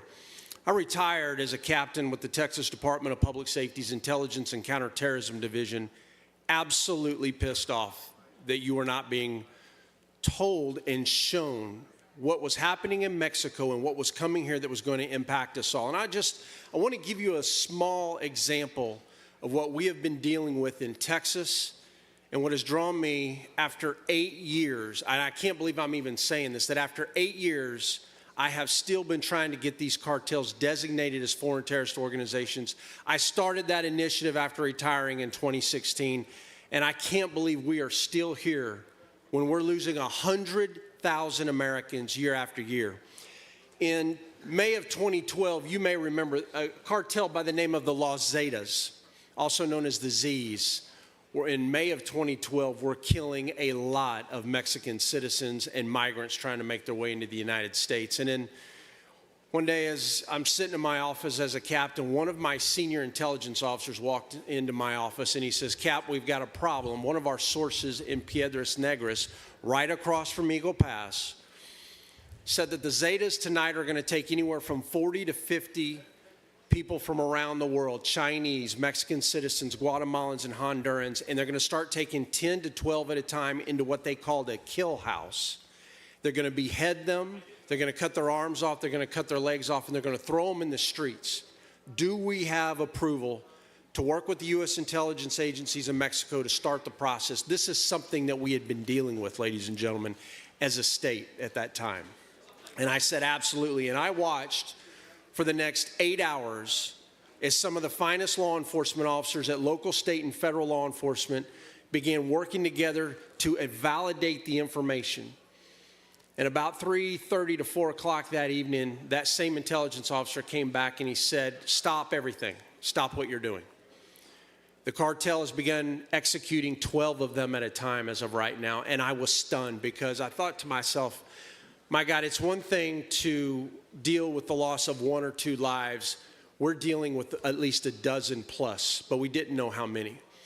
And so I sent everybody home, and I watched these senior intelligence officers just break down in front of me, analysts, many of them right out of college who had never even seen a dead body in their life. And I went home that night as a captain, and I thought to myself, how the hell do you lift people up from this? How do I bring them back? This isn't a sexual assault, a burglary that more normal cops in the nation are dealing with. How do I do this tomorrow?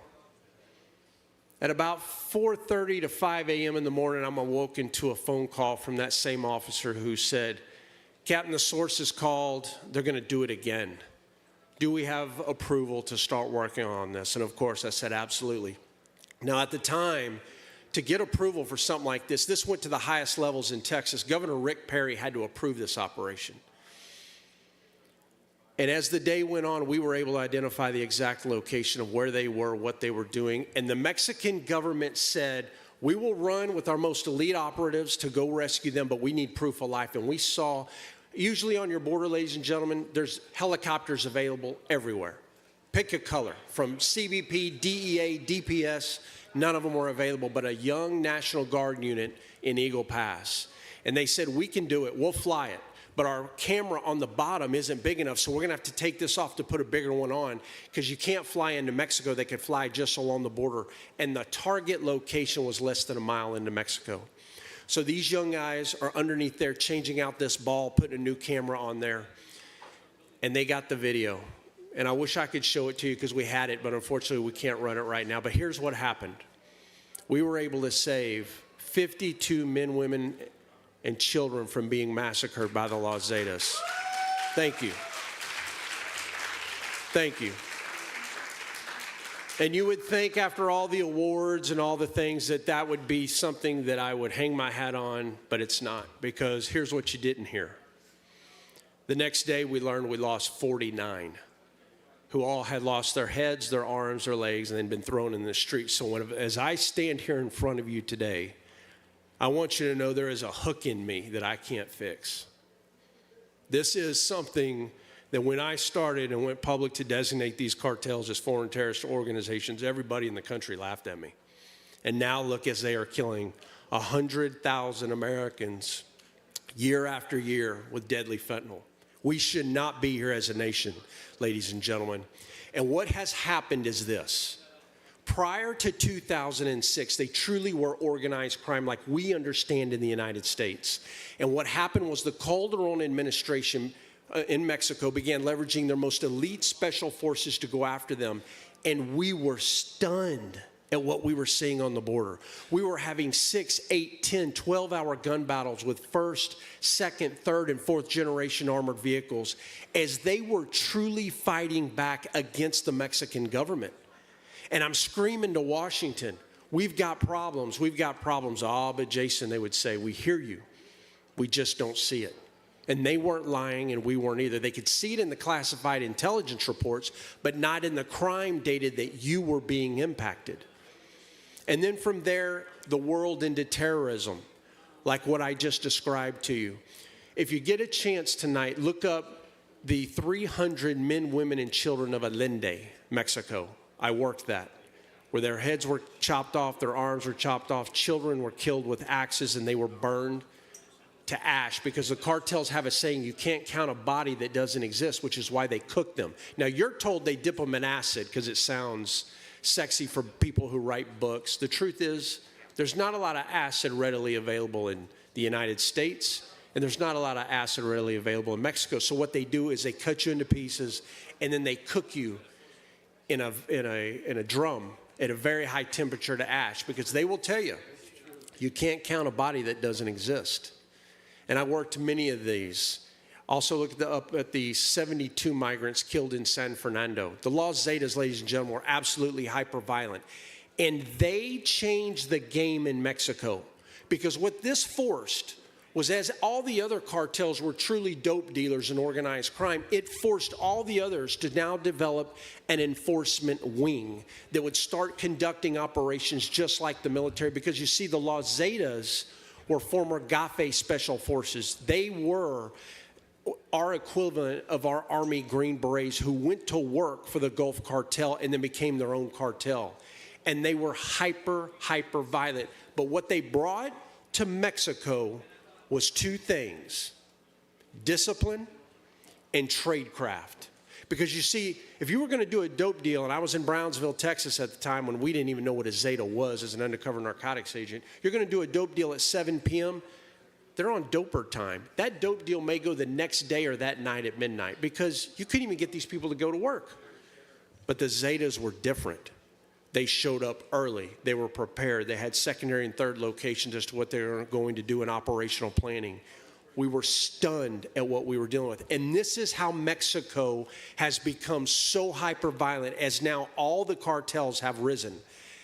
And you see these horrible videos where they're cutting people's heads off. That's the propaganda. Guys, do we have one of those videos that I brought that I could show the folks? Just want to see. This is the Los Zetas, known as CDN, in 2020.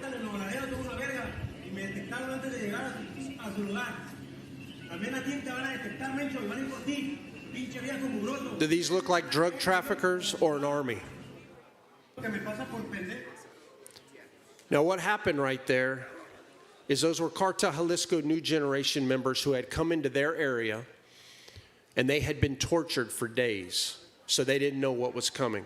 At the end of that video, that cartel member takes that fillet knife, fillets him open, cuts through him. You see him bleed out. He then cuts through the bone. The body drops, and he drops the head. Now, that's in Nuevo Laredo, across from Laredo, Texas. I have been arresting those people for many, many years, because what you're not told is that many of them live on our side. Remember, the cartels have money.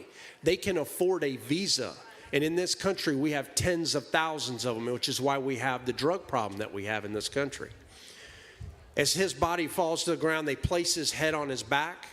And then the other individual, you may have noticed, his head was down. He was bald-headed. They come up with a sledgehammer and bash his brains into the ground in the cement. Now, this is happening, please understand, every day in Mexico. Country is at war. And this has impacted us in unbelievable ways. Here's why. Ask yourself something. How did we get fentanyl into this country? We didn't have a fentanyl problem because from their standpoint, and here's another thing you're not told, as they are at war, they are not concerned about you. They are not concerned about the United States government, and they are not concerned about the Mexican government. What they are concerned with, and whether we agree with it or not, it matters, is their rival. This is how they introduced fentanyl, parafentanyl, serafentanyl, xylazine, netazine, and a whole list of other fentanyl drugs that are coming online. Why? Because they cannot afford for a rival to develop a capability that they don't have because they can make more money and then from that build a bigger army for like what I just showed you, and then they can come in and take them over. That is their concern. And this is why last year I was speaking before Congress and I said, you've got to listen. If you don't take action against these cartels in Mexico, they can't stop. This is why you've seen them go from car bombs to first generation armored vehicles, light anti-tank weapons, surface to air missiles, and as we truly see them in Mexico today as a parallel government, they won't stop because they can't. Let me show you what they look like. Guys, do you have the next video of all the armored vehicles? Take a look at this. This is Cartel Jalisco New Generation's enforcement wing known as the Elite Group. Just look at the capability here.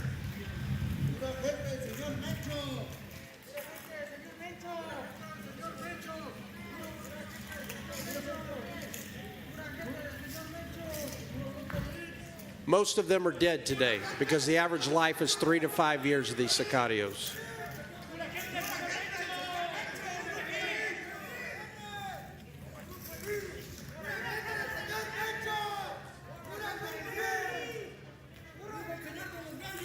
Okay, that's good. See the on top of this one, you see the on top, you can see where they've got that ability to take that 50 caliber belt-fed machine gun and rotate it. That's 4th generation armored vehicles.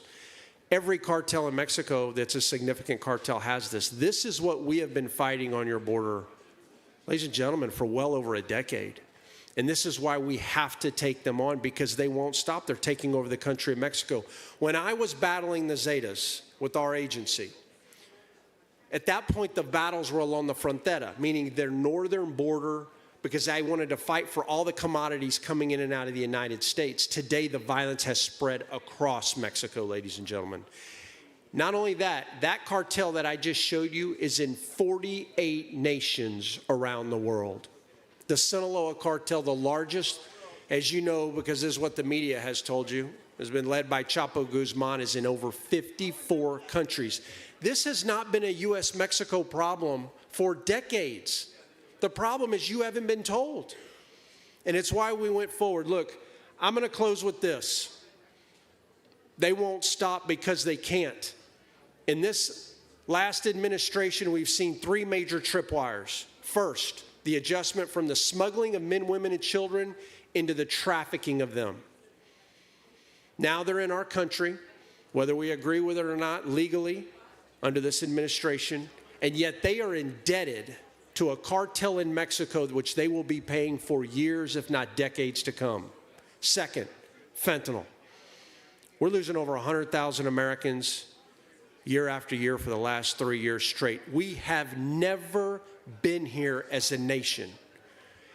And third and final, and that is that what has happened from this administration's border policies is atrocious to the public safety of this nation. And here's what I mean by that. And I want you to remember that a guy from Texas came up here and said this. This is a new era. When you hear from pundits on national TV that the problem that we're facing is a national security crisis, no. That is a preventative model to prevent the problem from walking among you and the people you love the most in the world. Now we have allowed millions of problem children from all over the world, from terrorists to Tren de Aragua, from spies, at unprecedented levels in this country. And it is now among you, the American people. And I promise you this, I've been at it for 8 years now. We will get the cartels designated as foreign terrorist organizations. And to the families who have lost your loved ones here today, I need you to hear me. We can't bring your loved ones back, but we can damn sure go after those who have hurt them. And I promise you, we're going to get it done. God bless you. We're going to get these cartels designated, and we're coming for the bastards. Thank you very much, ladies and gentlemen. Great to be here. Thank you very much.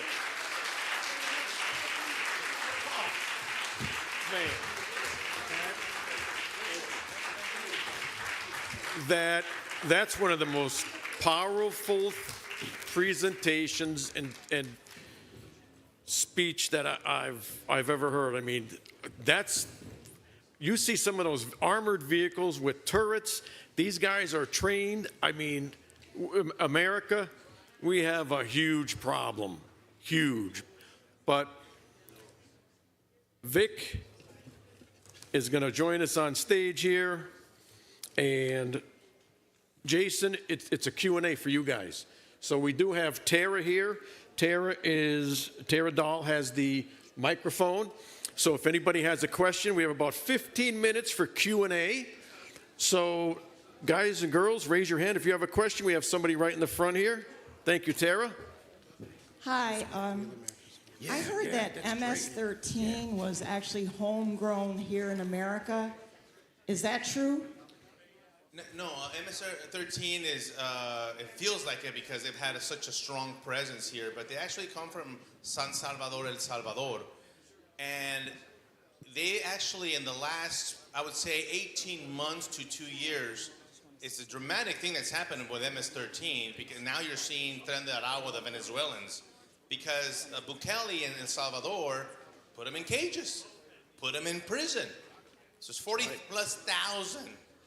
Sarah Carter, that's part of Board 911, has just come back from earlier this year, and she interviewed some of these guys. That's where they belong, because they come with a different ideology, and they're very heavily concentrated all over the U.S., Atlanta, Texas, but heavily in the northeast part of the country. They're still here, and they're also infiltrated in not in the local gangs, but in the prison system as well. So there's still something they're not completely gone, but they have kind of been a little bit dismantled. Do you agree?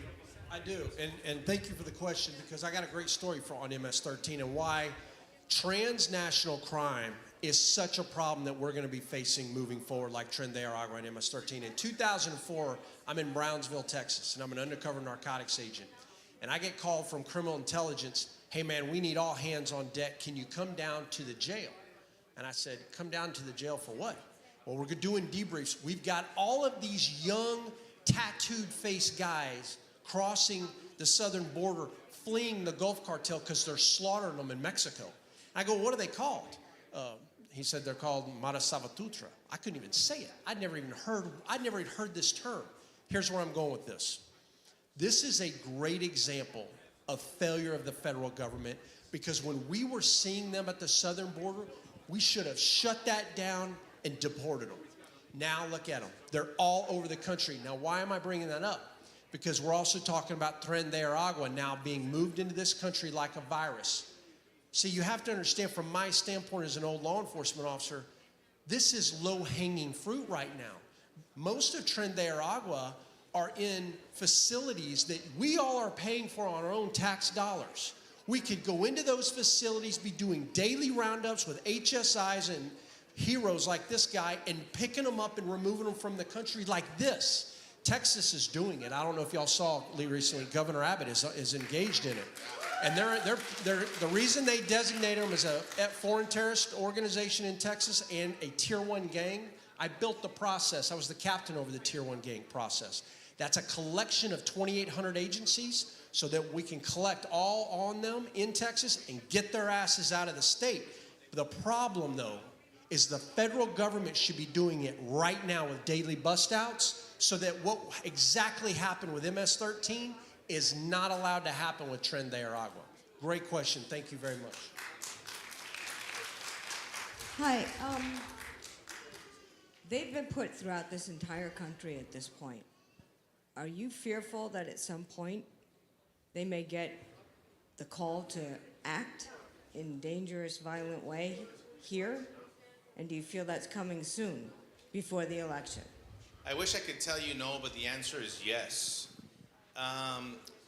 The recent movement of these Tren de Aragua, the Venezuelans, and many others are not coming here with any other intention than the one that they were instructed to come here. And that's the scary part. What is that instruction? What is that agenda? Is it to hurt us? Is it to team up with a cell that already exists in the U.S.? We know they're here. There's no doubt about it. They're here. And I'm talking about terrorism. I'm talking about terrorist cells, individuals, lone wolves. Tren de Aragua has connections to Hezbollah, has connections to the Mexican cartels. These guys are not individuals, hey, let's go take over an apartment complex and see what happens. No. These are highly sophisticated, armed, trained individuals that a lot of them were in the military and incarcerated in their country. We saw one in Eagle Pass, Texas, and the way he stood in front of the line, with our training, we're like, either this guy has been institutionalized or he's a soldier. One or the other. But the way his demeanor was. So I go talk to him, and he finally says, yeah, I'm a special forces guy from Venezuela. What the heck? And my instinct is that he was a criminal. So we're not vetting. We talked about the vetting. We're not vetting them properly, and they are making their way in here. And sadly, the answer is that we have to expect it. I think we have to be prepared for that because these guys, they don't care about you and me. They don't care about the American way. They don't care about assimilating like my parents did. They don't care about that. They don't want to be Americans. They don't want the American dream. They want to bring their socialist, communist view here and flip our fabric of our country around, and that's the real threat. Yeah, I agree with him 100% on that, too. We know that they're here from debriefs to conduct disruption operations in the country. And the reason it's a concern is because of exactly what he was saying. Their connection to the cartels all the way down to South America. The leadership right now of TDA is in South America in hiding. And that relationship and that synergy between the Mexican cartels and the alien smuggling organizations and all the dark networks, it's extremely important that we go after them and disrupt them now, because if we wait, then they will find their place here. They will settle in with most likely Serranos and MS-13, when you agree? And then from there, they'll all collaborate, find their own way, and start working against us here. I have a question in regards to President Trump when he was in office. Did he make a deal with the President of Mexico not to designate them as a terrorist organization? Jason and this is one of our subjects that hits home because we're on board with designating the cartels as FTOs. As a matter of fact, President Trump got very close to doing it. The way I understand the way it went down is President Trump threatened, for a lack of a better word, Mexico with the designation of these cartels as FTOs if they wouldn't slow down the illegal immigration. Plus, on top of that, the 25% tariffs. Remember, billions of dollars come through that border every single day. These chairs probably were in the back of a tractor trailer at one point. And so this is the impact, the economic impact that a lot of times I think our elected officials get warped and they don't see clearly. I'm more concerned with the public safety, they're more concerned with the money. And so Mexico basically begged President Trump, please don't designate him. Can you imagine Mexico being the host of 5, 4, or any 3 terrorist organizations like ISIS, Al Qaeda, or the Taliban in Mexico, it would destroy their economy. It would just, no one's going to go do business there. But we are at a very different time now. We're not going to ask them anymore. And I'm going to tell you something that sometimes people, when they see me, like, how dare you say this, Victor? But Mexico is not our friend. Mexico is not our partner. This is where our elected officials need to start thinking that way. Just because we're attached at the hip doesn't mean anything. They are complicit in what's going on. All these people that are illegal coming into our country are also illegal in Mexico. And let me tell you, I worked in Mexico. They could deport them. Their immigration laws are way stricter than ours. Why aren't they deporting them? Why aren't they enforcing the law? Because I've seen Mexico open their law books. And when they open the law book, you're screwed. You better pay somebody. Because those laws are very strict. We need to hold them accountable. He's absolutely right. Do y'all remember Lou Dobbs, Fox News? Great guy. Was on CNN before that, and then he moved over. I used to go on Lou Dobbs to talk about designating them as, at the time, nobody would listen to him, like no one. And Lou was one of the only guys who would let me get on national television and talk about it. And when in 2019, when La Línea was the cartel that executed the family down there and all the children, that's when President Trump said, we're going to designate them, 2019. Lou had me come on and said, man, congratulations, you did it. The next day it shifted. And the background to that is exactly what he said. From the Mexican standpoint, at the highest levels, they fear that because you got to remember, they're on the payroll. What you've not been told is that the highest levels of the Mexican government are all on the peso. They're on the tax. So that is something they are fighting consistently. The second thing is they are our #2 trading partner. So it doesn't look good that our #2 trading partner is responsible for 100,000 American deaths a year. And yet we will not fix this. So that's some of the background that I got information on as well. And then at the same time, if you remember, our border was having some problems, and AMLO, the president of Mexico, had agreed to, I think, move, what was it, about 1,500 or 2,000 National Guard to the border. So that was with some of the relations and agreements that were made, unfortunately. Because it should have been done there. We could have saved hundreds of thousands of lives. Good afternoon, Heather Gerhold. Can you please comment, actually, no, it sounds like news, scratch that. Can you please just clarify the rumors when it comes to FEMA having distributed funds to the illegal immigrants to help them for housing and such? And additionally, can you just comment or let us know about the clarification of when illegals come over here prior to being bused or flown to sanctuary state, are they given cash? Because I was told it was somewhere around $1,200 to $2,000 before they're sent on their way. Yeah. I can't discuss the FEMA stuff because I don't cover that. I am border and cartels. I can't even keep up with that. But I have seen the reports. And look, it's a no-brainer, though. I'm going to be very frank with you. And the reason, the federal government didn't have in their budget the kind of money they've needed to send these people all over the country. It's extremely expensive. And to fly them in by the millions. So I can absolutely see where that's the case, but I don't have any data where I'm a big guy where I'll give you the data and the details. Now, on the other question, though, here's the thing that I will tell you, that when I'm on the border, here's how it really works. The Gulf Cartel, and I'm just going to go to South Texas, for example, where you've seen those long lines of hundreds of people. The Gulf Cartel has been put them in stash house after stash house, passed off from each of them. By the time they hit the river, you may see they now have that wristband on. They then cross into the United States. The only thing I've seen on their person, beyond the fact that they are absolutely exhausted usually, is a cell phone. That cell phone, see, this is the other part you're not told. They don't even usually have a penny on them, nothing, because the cartels have taken everything. And then from there, that cell phone, though, is what allows the cartel to know who their family is in the country of origin and where they're coming here, and validate it so that they can make the agreement for the human trafficking where they're going to be paying that debt back. Now, from there, though, They are then passed off to U.S. Border Patrol. From the cartel's hands, directly to Border Patrol agents. That's all they have on them. You need to know that at this point. From there, they're then passed over to Health and Human Services, and boom. It is different from what I've learned over the years in different states. Sometimes they're receiving money before they're shipped. Over time, though, what we've now learned is they're receiving it on the receiving end, and each state is a little different. So I can't tell you what it is today versus what it was 2 weeks ago or a month ago, because they've changed this repeatedly. Now, I was in New York about a month and a half ago, and I was talking with the NYPD officer.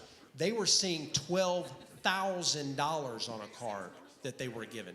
That was directly from NYPD, okay? So I just want to give you an example, because it's not one and done. It's different everywhere from what I've seen. I'll answer this way. Is it a rumor? You said it was a rumor. If FEMA, it's not a rumor. FEMA, this is the way they protect themselves. FEMA's not giving the money to illegal aliens. So technically, they're right. FEMA reimburses the NGOs. The NGOs are the ones that facilitate putting them in the facilities and moving them, buses, airlines, the escorts, all that. And so I saw one NGO in Eagle Pass, Texas, basically double dipping. The NGO was charging the illegal alien $50 to get on a bus. Guess who owned the bus system? The NGO. So as soon as they come in, Border Patrol releases them to the NGO. The NGO says, you have $50? Yes, you go over here. You have $50? No. Get over there and get $50 somewhere from someone. And then all those $50 that they get paid, then they will then tell FEMA, I have processed so many illegal aliens, and then FEMA will reimburse them $2.5 million. That's kind of the way it's happening, and yes, they are getting the money. That's why we don't have money for hurricane victims. All right, we got time for one more question from me. Oh, sir, you got one? Okay.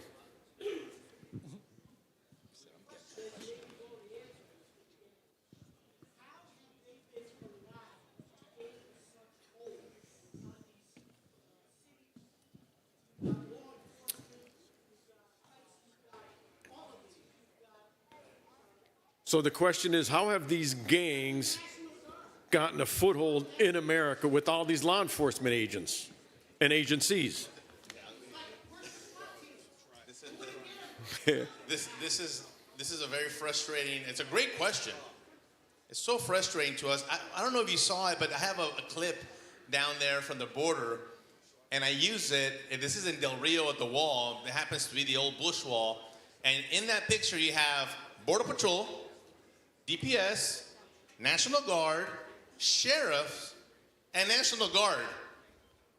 No one should come in. It's the policy, it's the order that is coming from the top. Believe me, it is such a frustrating thing that we deal with, because we have such good men and women trying to stop them, but when you tell them no, you can't, or else. And I'm going to give you an example. If the mayor of a city would tell their chief of police, you tell your police officers that you will pull everybody over that's drunk, and you're going to identify them as drunk and with a DUI. And you know what? Charge them with DUI. But as soon as you do that, you're going to let them go. Well, that's stupid, right? Well, why would you do that? They wouldn't do it to us. You would never do that. Why? Because you put public safety at risk. Because eventually somebody's going to die. What is the difference down at the line with the Border Patrol? They're a law enforcement agency. What's the difference? Because immigration has become politicized? This is the frustrating part that you might notice in my voice, that I talk to these guys on a daily basis. We have the record number of suicides of Border Patrol agents under this administration. You never hear anybody talk about that, because they have been demoralized. They have been stripped. Remember they said they were going to abolish ICE? Well, you know what they said? They couldn't take the money away. You know what they did? We'll take their authority away. And they took the authority away out of our border agents. A lot of this has spilled into the police department, sir, and the sheriffs as well. Absolutely. Absolutely. And it's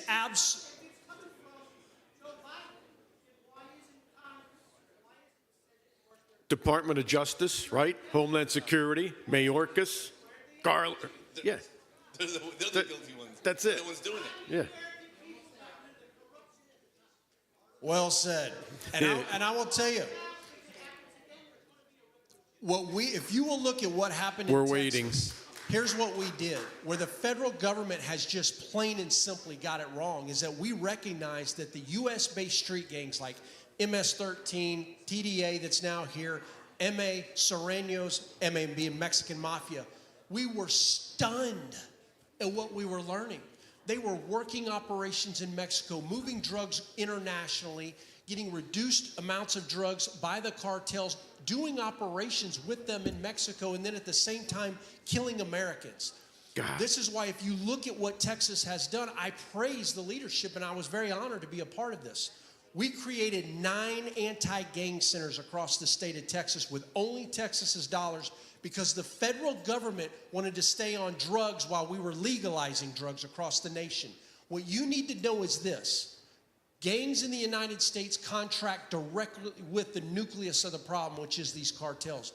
And that's why domestically, if we do not can change all the federal focus to the transnational threat, the drug problem you're facing, the human trafficking problem that's hitting us, the smuggling, they are the people who are doing the dirty work for the cartel. So domestically, we change the HIDAs, high-intensity drug trafficking areas, into this focus, into the TCO process, going after them. But globally, we go after the cartels, and I mean it. Get tough, America. Amen. Because these people are no joke. I've been fighting them for decades. If we don't get tough and back our law enforcement, we got a serious fight on our hands after what we've allowed to have happen. And here's what God we're going to bless do. With these two gentlemen, we have the Rod of Iron newsletter. Guys, I'm going to call you. And when Trump gets in, I'm going to ask you, what do we need to do? Visiting congressmen, senators, and more than visit, we're going to camp there because we're going to fight, and we're going to take back this country because we're the only ones that are going to do it because obviously it's not happening. So I really hope you enjoyed this presentation. I've seen so much. This was beyond. But guys, thank you for being who you are because, look, somebody else would say I'm done. These guys continue.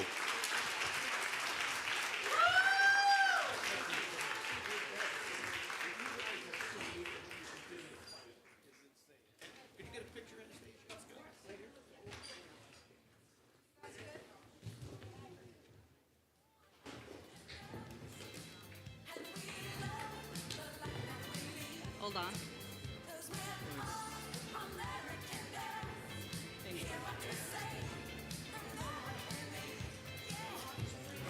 Hey guys, Jack Posobiec. Jack Posobiec has his international book release. He's right behind the tent. You can get an autograph, a picture, and you can get a great book. Right now we're going to continue as soon as the band sets up with Brian and Rosie Doherty, the acoustic duo. They're going to play some songs, and at the next schedule is 1:34. Ivan Rankin, how to ensure PA doesn't lose its electors to commies, to communists. So see you back here at 1:34. In the meantime, enjoy the music.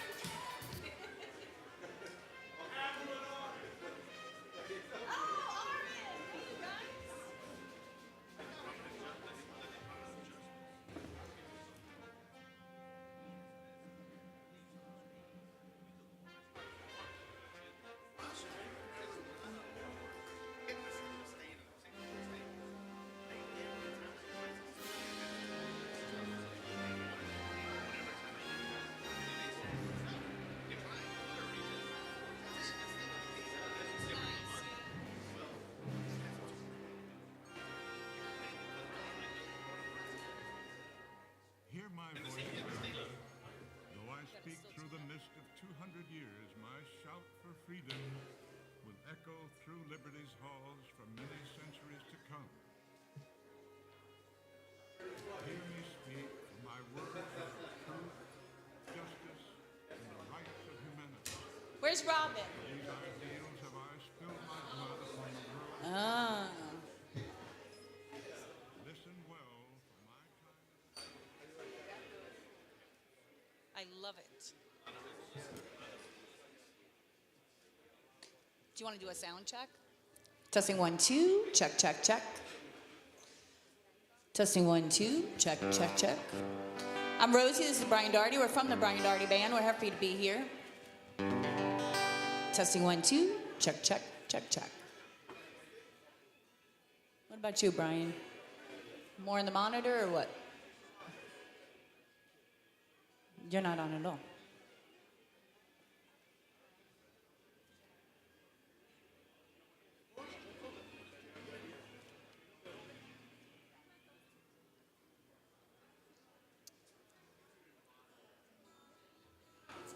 Testing 1, 2, check, check.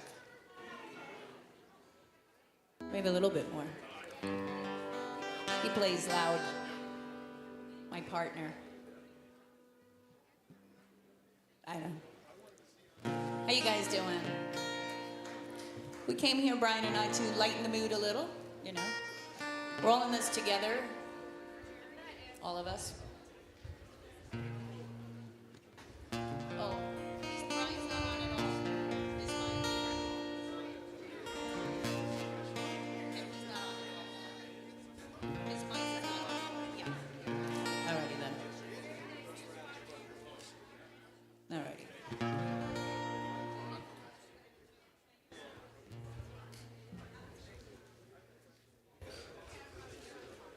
That is the fastest setup we ever had. That's okay. There's a lot going on here. Good now. Check 1, 2. That's the fastest setup we've ever had. Yeah? You guys are good? All right, Brian Doherty. Let's do this. Let's have a little bit of fun.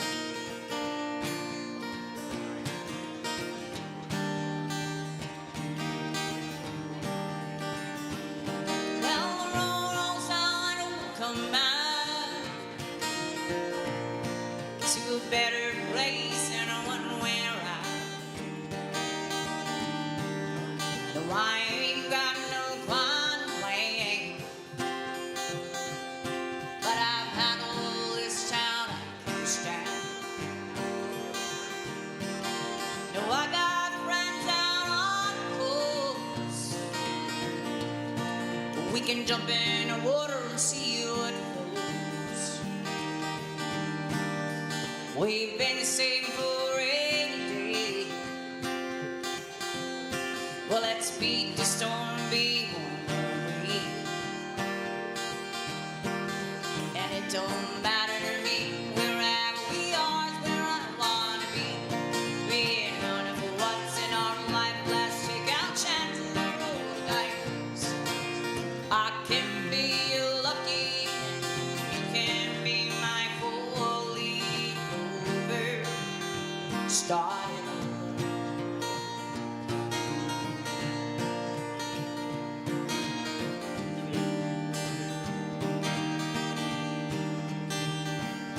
Well, this might not be an easy time, but there's mercy cross and hills climb. Someday we may fall apart, and some nights might feel cool and dark. But nobody wins afraid of losing, and the hard roads are the one we're choosing. Someday we'll look back and smile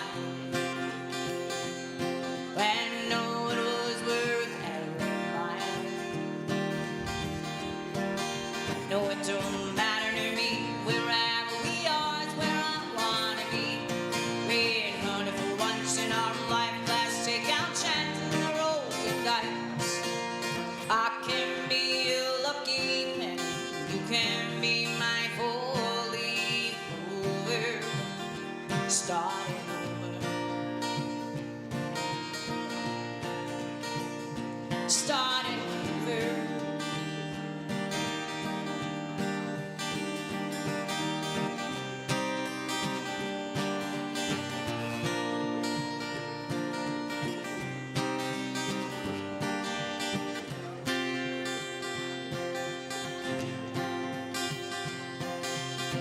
don't matter to me.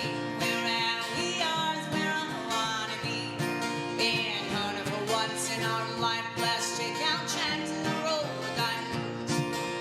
I can be your lucky. You can be my four-leaf star.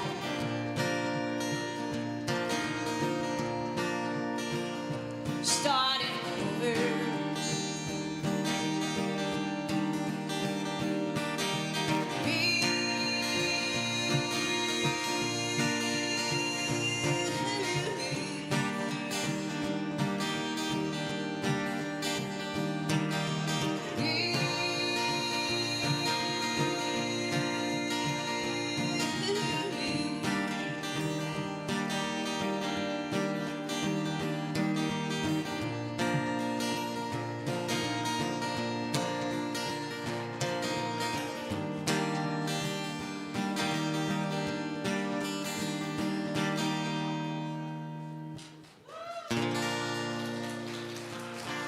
Thank you. I'm Rosie. This is Brian Doherty from the Brian Doherty Band. Thank you.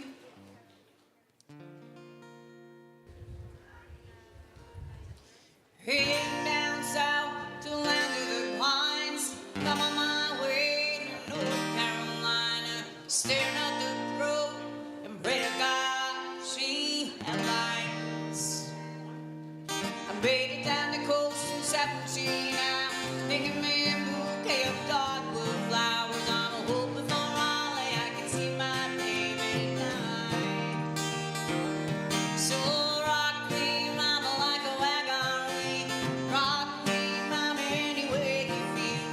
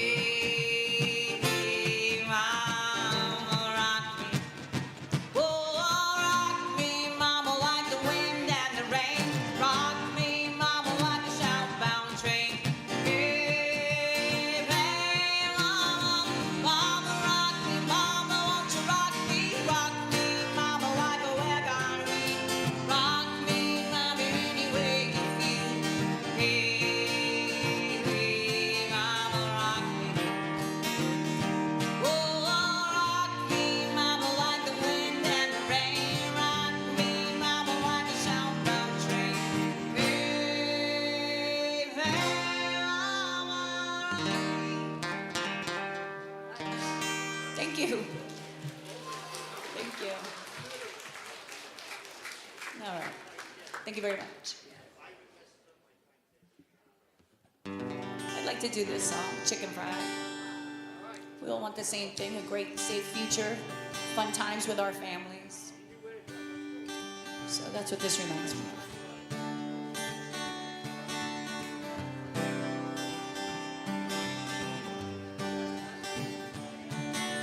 Funny how it's the little things in life that mean the most. Not where you live or what you drive or the price tag on your clothes. There's no dollar sign on a piece of mind. This I've come to know. So if you agree, have a drink with me. Raise your glasses for a toast to a little bit of chicken fried, a cold beer on a Friday night, a pair of jeans that fit just right, and the radio good. I like to see the sunrise, see the love in a woman's eyes, feel it's hard to persist, child, and your mother is there.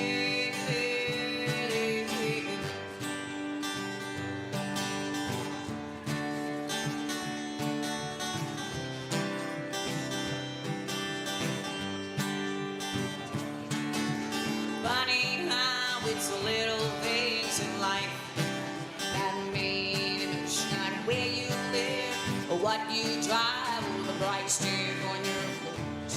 There's no dollar sign on a piece of mind. This I'm calling out. So if you agree, have a drink with me. Raise your glasses for a toast to a little bit of chicken fried and cold beer on Friday night. A pair of jeans that fit just right, and the radio good. I like to see the sunrise, see the love in a woman's eyes, feel it's hard to persist, child, your mother's there.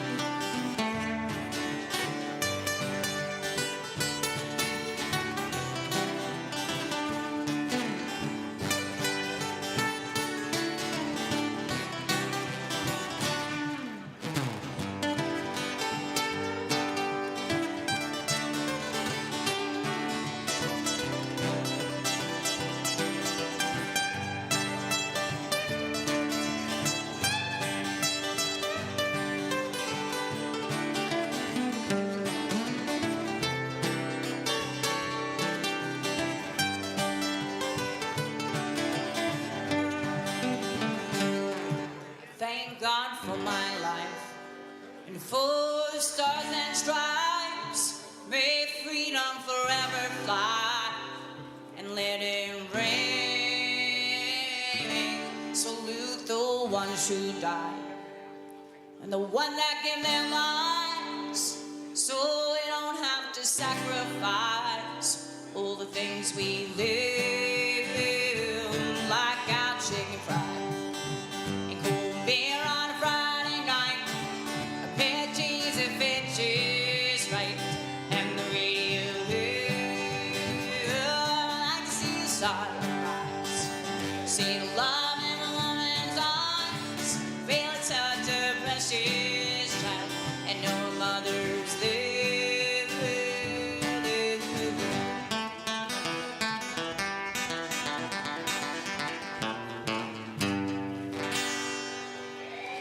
Thank you very much. Thank you. That's Brian Doherty. I'm Rosie. Thank you.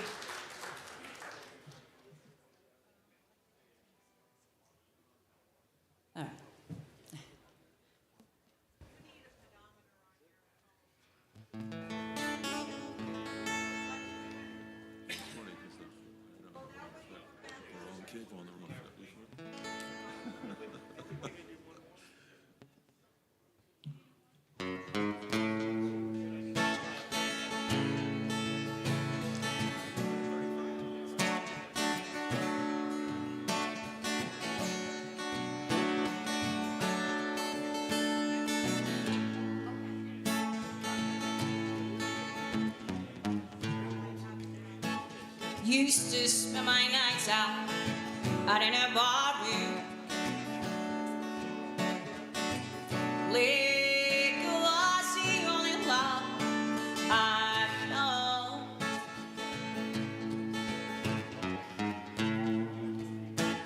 But you rescued me from reaching for the bottom and brought me back from being too far gone.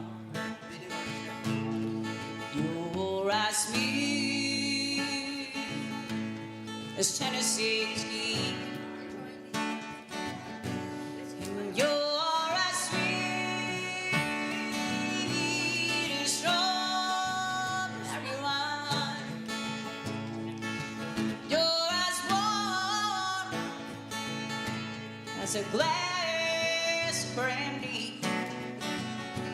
Honey, I stay stoned on your love all the time.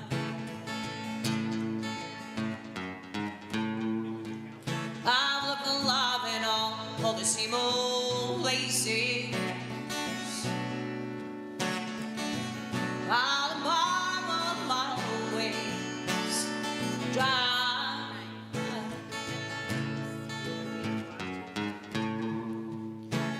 Oh, when you poured out your heart, I didn't waste it. 'Cause there's nothing like your love to get me sweet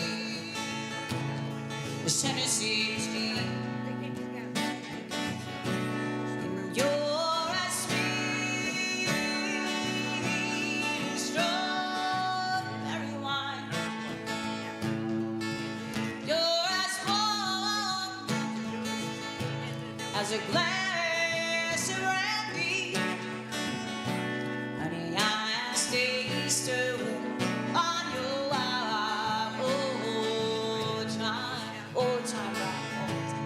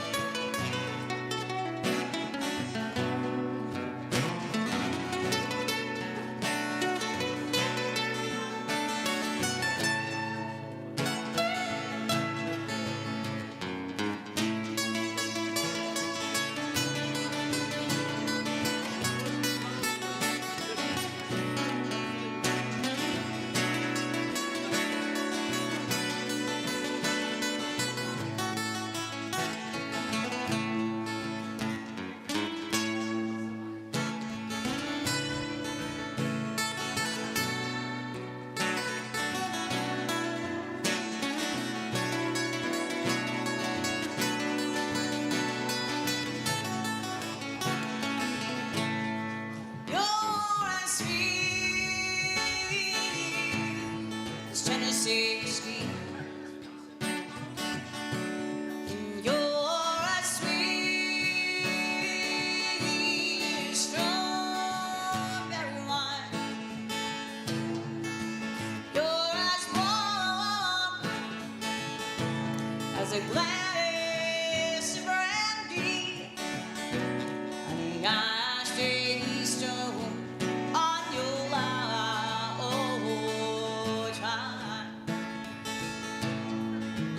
You're as sweet as Tennessee sweet. As Tennessee sweet. As Tennessee sweet.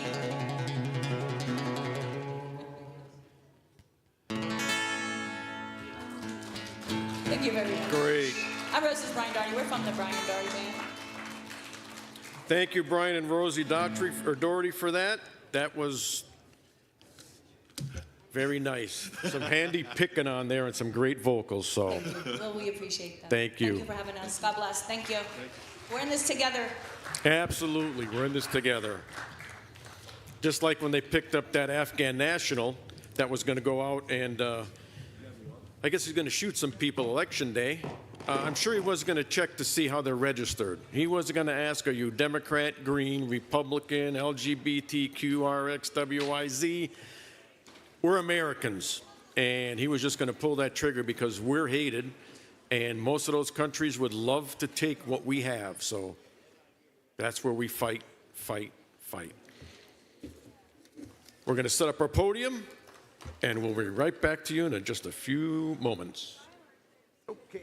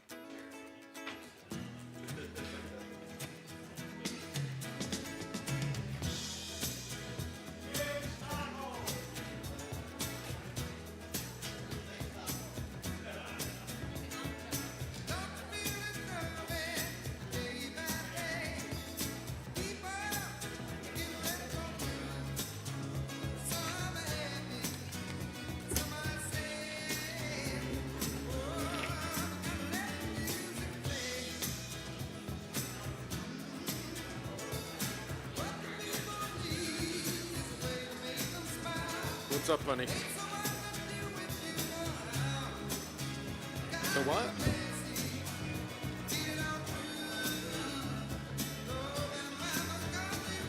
Oh, the cover just has to snap back on. Have Frankie snap it on, yeah. Okay.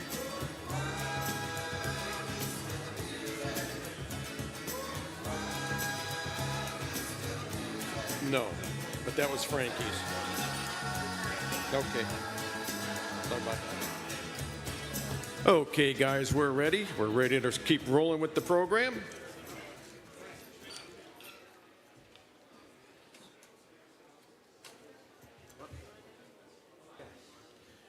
Hey, for everybody out in the Midway, everyone out in the Midway, the program is resuming, and we have one heck of a speaker. So make your way to the main tent. Our next speaker, retired Green Beret, a constitutional attorney, and he's also got a t-shirt on today that is saying he's a deep state marauder. So, Ivan Rankin is going to come up. First, he's going to start off with a video. You guys have that video ready to roll? So Ivan's going to show us a video.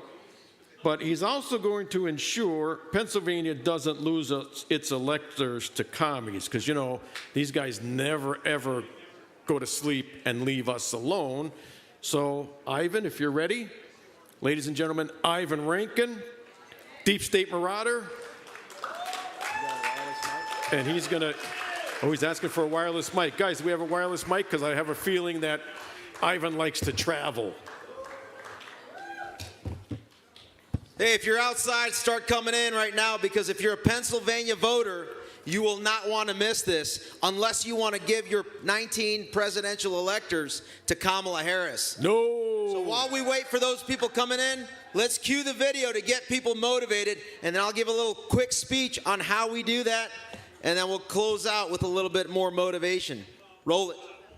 Donald Trump came to the Detroit Economic Club and stood there in front of the Ford Motor executives and said, if you close these factories as you're planning to do in Detroit and build them in Mexico, I'm going to put a 35% tariff on those cars when you send them back, and nobody's going to buy them. It was an amazing thing to see. No politician, Republican or Democrat, had ever said anything like that to these executives. And it was music to the ears of people in Michigan and Ohio and Pennsylvania and Wisconsin, the Brexit states. You live here in Ohio, you know what I'm talking about. Whether Trump means it or not is kind of irrelevant, because he's saying the things to people who are hurting. And it's why every beaten down, nameless, forgotten working stiff who used to be part of what was called the middle class loves Trump.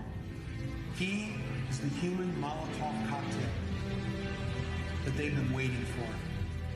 The human hand grenade that they can legally throw into the system that stole their lives from them. And on election day, although they lost their jobs, although they've been foreclosed on by the bank, next came the divorce, and now the wife and kids are gone, the car's been repoed, they haven't had a real vacation in years, they're stuck with the shitty Obamacare bronze plan where you can't even get a fucking Percocet. They've essentially lost everything they had, except one thing. The one thing that doesn't cost them a cent and is guaranteed to them by the American Constitution, the right to vote. They might be penniless, they might be homeless, they might be fucked over and fucked up. It doesn't matter, because it's equalized on that day. A millionaire has the same number of votes as the person without a job. One. And there's more of the former middle class than there are in the millionaire class. The dispossessed will walk into the voting booth, be handed a ballot, close the curtain, and take that lever, or felt pen or touchscreen, and put a big fucking X in the box by the name of the man who has threatened to upend and overturn the very system that has ruined their lives. Donald J. Trump. They see that the elites who ruined their lives hate Trump. Corporate America hates Trump. Wall Street hates Trump. The career politicians hate Trump. The media hates Trump. After they loved him and created him, and now hate him. Thank you, media. The enemy of my enemy is who I'm voting for. You, Joe Blow, Steve Blow, Bob Blow, Billy Bob Blow, all the blows get to go and blow up the whole goddamn system because it's your right. Trump's election is going to be the biggest fuck you ever recorded in human history. And it will feel good. What are you guys feeling right now? That's weak, but that's all right. By the end of this speech, I'm going to get you motivated to be able to take Pennsylvania and Pennsylvania's 19 electoral votes and at a minimum, guarantee that it does not go to the commies. All right, here's how it works. I like to walk around, move around. Let me just get off stage, because I like looking people in the face. So check this out. Today is October 12th, right? October 21 is in 9 days. We have 9 days to register as many people as possible to vote. Now I get it. Are they going to cheat? Absolutely. Are they going to conduct fraud? Absolutely. Are they going to try to steal it? Absolutely. But why can't we do everything to counter it? Number one, register to vote. Number two, get everybody that you know that's not registered to vote to register to vote. 9 days remaining. Scott Pressler is doing that right now throughout the entire Commonwealth of Pennsylvania, okay? What happens next? October 21st to November 5th, we have the final days of the election season. If you haven't volunteered to be a poll worker, observer, whatever it is here in Pennsylvania, and you've already voted, then that's your next thing. You register, you vote, and then you take over the electoral system by getting involved in that electoral system, because you are the eyes and ears. And as you document any shenanigans, then you get to use that evidence for the next phase after November 5th, when we prove to the entire world with Elon Musk's X now, without him censoring us, we will prove any fraud moving forward. Okay, so if you're not on X, that's your next task. You need to get on X so that you can put forth your free speech. Other places, Rumble, Getter, Telegram, Truth, got it. Next, November 6th to December 1st. If you still sense that there are shenanigans and that the election was completely illegitimate, belligerently stolen by your district attorney and his cronies in Philadelphia, what's his name? District Attorney Kratzner, okay? What do we do on December 1st? Well, I'll tell you. Who has heard of Harrisburg, Pennsylvania? Who knows that on December 1st is when your state legislature is then sworn in, the new one that you just will vote in on November 5th? Anybody know? Well, now you know. Article 2, Section 2 of your Pennsylvania Constitution. And here's where it works. Right now, we're standing at a Republican state Senate, a Democrat-controlled state House. If you look at Article 2, Section 1, Clause 2 of the United States Constitution, yes, I'm a constitutional lawyer, but let me just make some First Amendment sounds here. Article 2, Section 1, Clause 2 keeps the power to allocate a state's electors for president and vice president. That power rests with the state legislature. So, if it remains how it is right now, Republican Senate, Democrat House, then every single person listening to me here in Pennsylvania needs to be ready, willing, and able on December 1st. Go to Harrisburg, confront your state rep, confront your state senator, and say, guess what? Here's all the evidence of the illegitimate steal. It is now in your hands to make sure that those electors are not transmitted to Congress for the joint session January 6th certification, and instead exercise your Article 2, Section 1, Clause 2 powers to allocate those electors by voting in a joint session in Harrisburg. Guess what happens? If there's a stalemate, meaning a Republican Senate and a Democrat House, they can't agree on how to allocate those 19 electors, which means the Democrats don't steal it.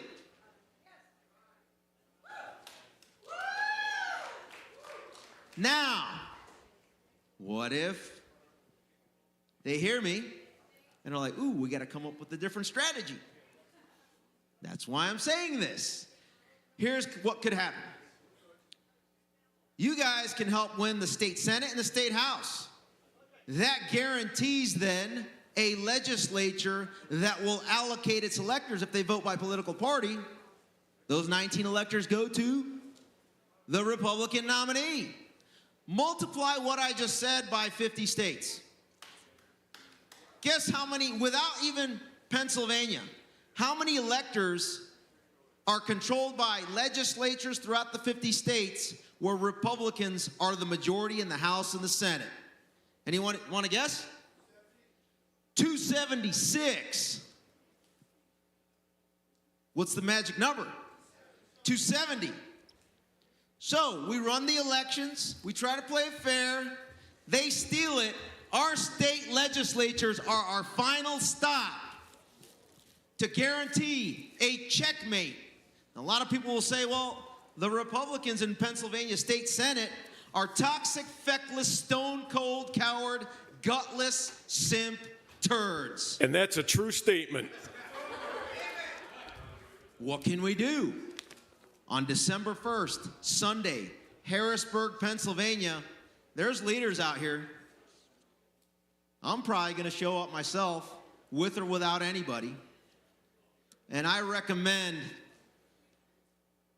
the most peaceful, patriotic, legal, moral, and ethical motivation of your state legislature to do the right thing. Large scale. Now, we may not have to exercise that. It depends on what they do from today through November 30th. So keep an eye out. And if you're in New York and you happen to get a state house or a state, who's here from New York? If you are from New York and you're able to flip your house from one of the bodies, one of the chambers, to Republican, on January 1st, that's when your legislature gets sworn in, which means they have 5 days till January 6th to do the exact same thing. And how do we motivate things? Well, Elon, if you're listening in, Elon Musk, you're sitting on the biggest trove of criminal evidence ever in the history of humanity of a private individual known as X. And all of their communications and direct messages and geotag location data. You can go ahead and say, hey, look at the communications that Kathy Bookvar did with the Deputy General Counsel of Twitter 1.0, who was the former FBI General Counsel. That was the one to authorize the illegal spying on General Flynn, Trump, Carter Page, Papadopoulos, Paul Manafort, etc. And what about us taking a look at the Twitter direct messages and communications, not only between Bookvar and Jim Baker, but also her staff and Jim Baker through that portal to censor folks and then to coordinate the 2020 electoral heist? And what about Kratzner? Doesn't he have a Twitter account? Why, yes, he does. And it goes back a ways. I want Elon Musk to release all that so that all of Pennsylvanians, independents, Democrats, Republicans are like, oh, wow, there was a 2020 electoral heist in Pennsylvania. And it's not a conspiracy theory. It is a conspiracy fact. And that will motivate more people to show up on December 1st to conduct an autocorrect if they happen to illegally conduct the election here in Pennsylvania. With that, I want to close with the video. If you want to find out more about me, I'm on Rumble, X, Substack. Let's play the video so that you guys know why I'm in this fight, and I'm not going to stop while I'm alive. You don't get that anywhere else but Rod of Iron. That was a fantastic game plan. 1 minute video. All right, roll tape. So my parents fled the Soviet Union in the 70s from communism. This one gets emotional. Yeah, you're welcome.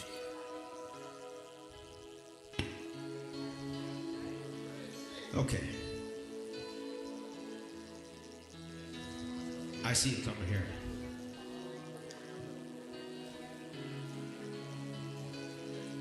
Not on my watch.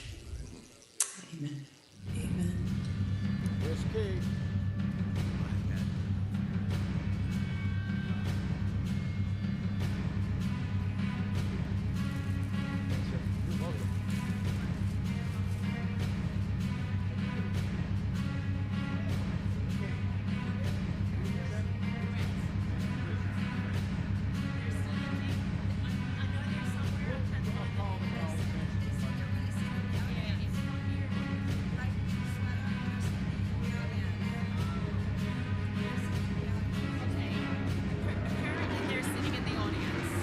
call them out.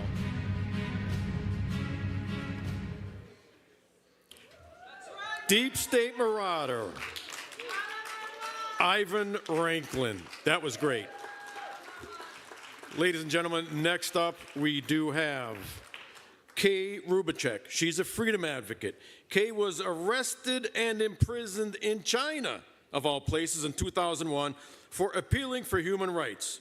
Her family has escaped communist regimes 3 times over 3 generations. First in Russia in the 20s, China in the 40s, and then Czechoslovakia in the 1980s when the wall fell down because of Ronald Reagan. So, Kay, come on up, take center stage, tell us exactly what you have going on. And we also have 2 special guests in the house. They're seated with you in the crowd. Daisy Lee is here from the Epoch Times, and so is Helen Lai from the Epoch Times. So Daisy and Helen, nice to see you guys. Thanks for attending. Kay, please take center stage. Thank you. You're welcome. Right there. Yep. Although you could stand here with me. All right. Thank you very much, and thank you all for being here. What a great event. I was here last year, and you know, I'm kind of local. I don't have to travel too far. I'm only over in New York, and gee, I love coming to Pennsylvania. Yeah, I know. Please don't hold that against me, okay? There's still some good people in New York. There's a lot of good people all across America. And that's why we're here, right? You guys are here to be able, the fact that you are here and speaking out, and you are the community that is driving a whole lot of other people in the world. Never forget that what is happening here, people are looking at all around America. So it's not just Pennsylvania, that's for sure. Now let me tell you, he just mentioned that I was arrested in China. It's true.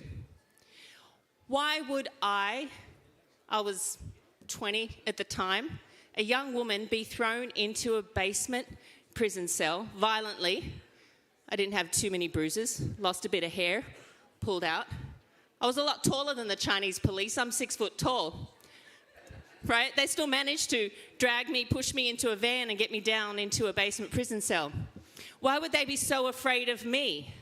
I can't say little on me because I'm not that little. Why were they so afraid of a 20-year-old girl? Tyranny is brittle. It is much more brittle than you imagine.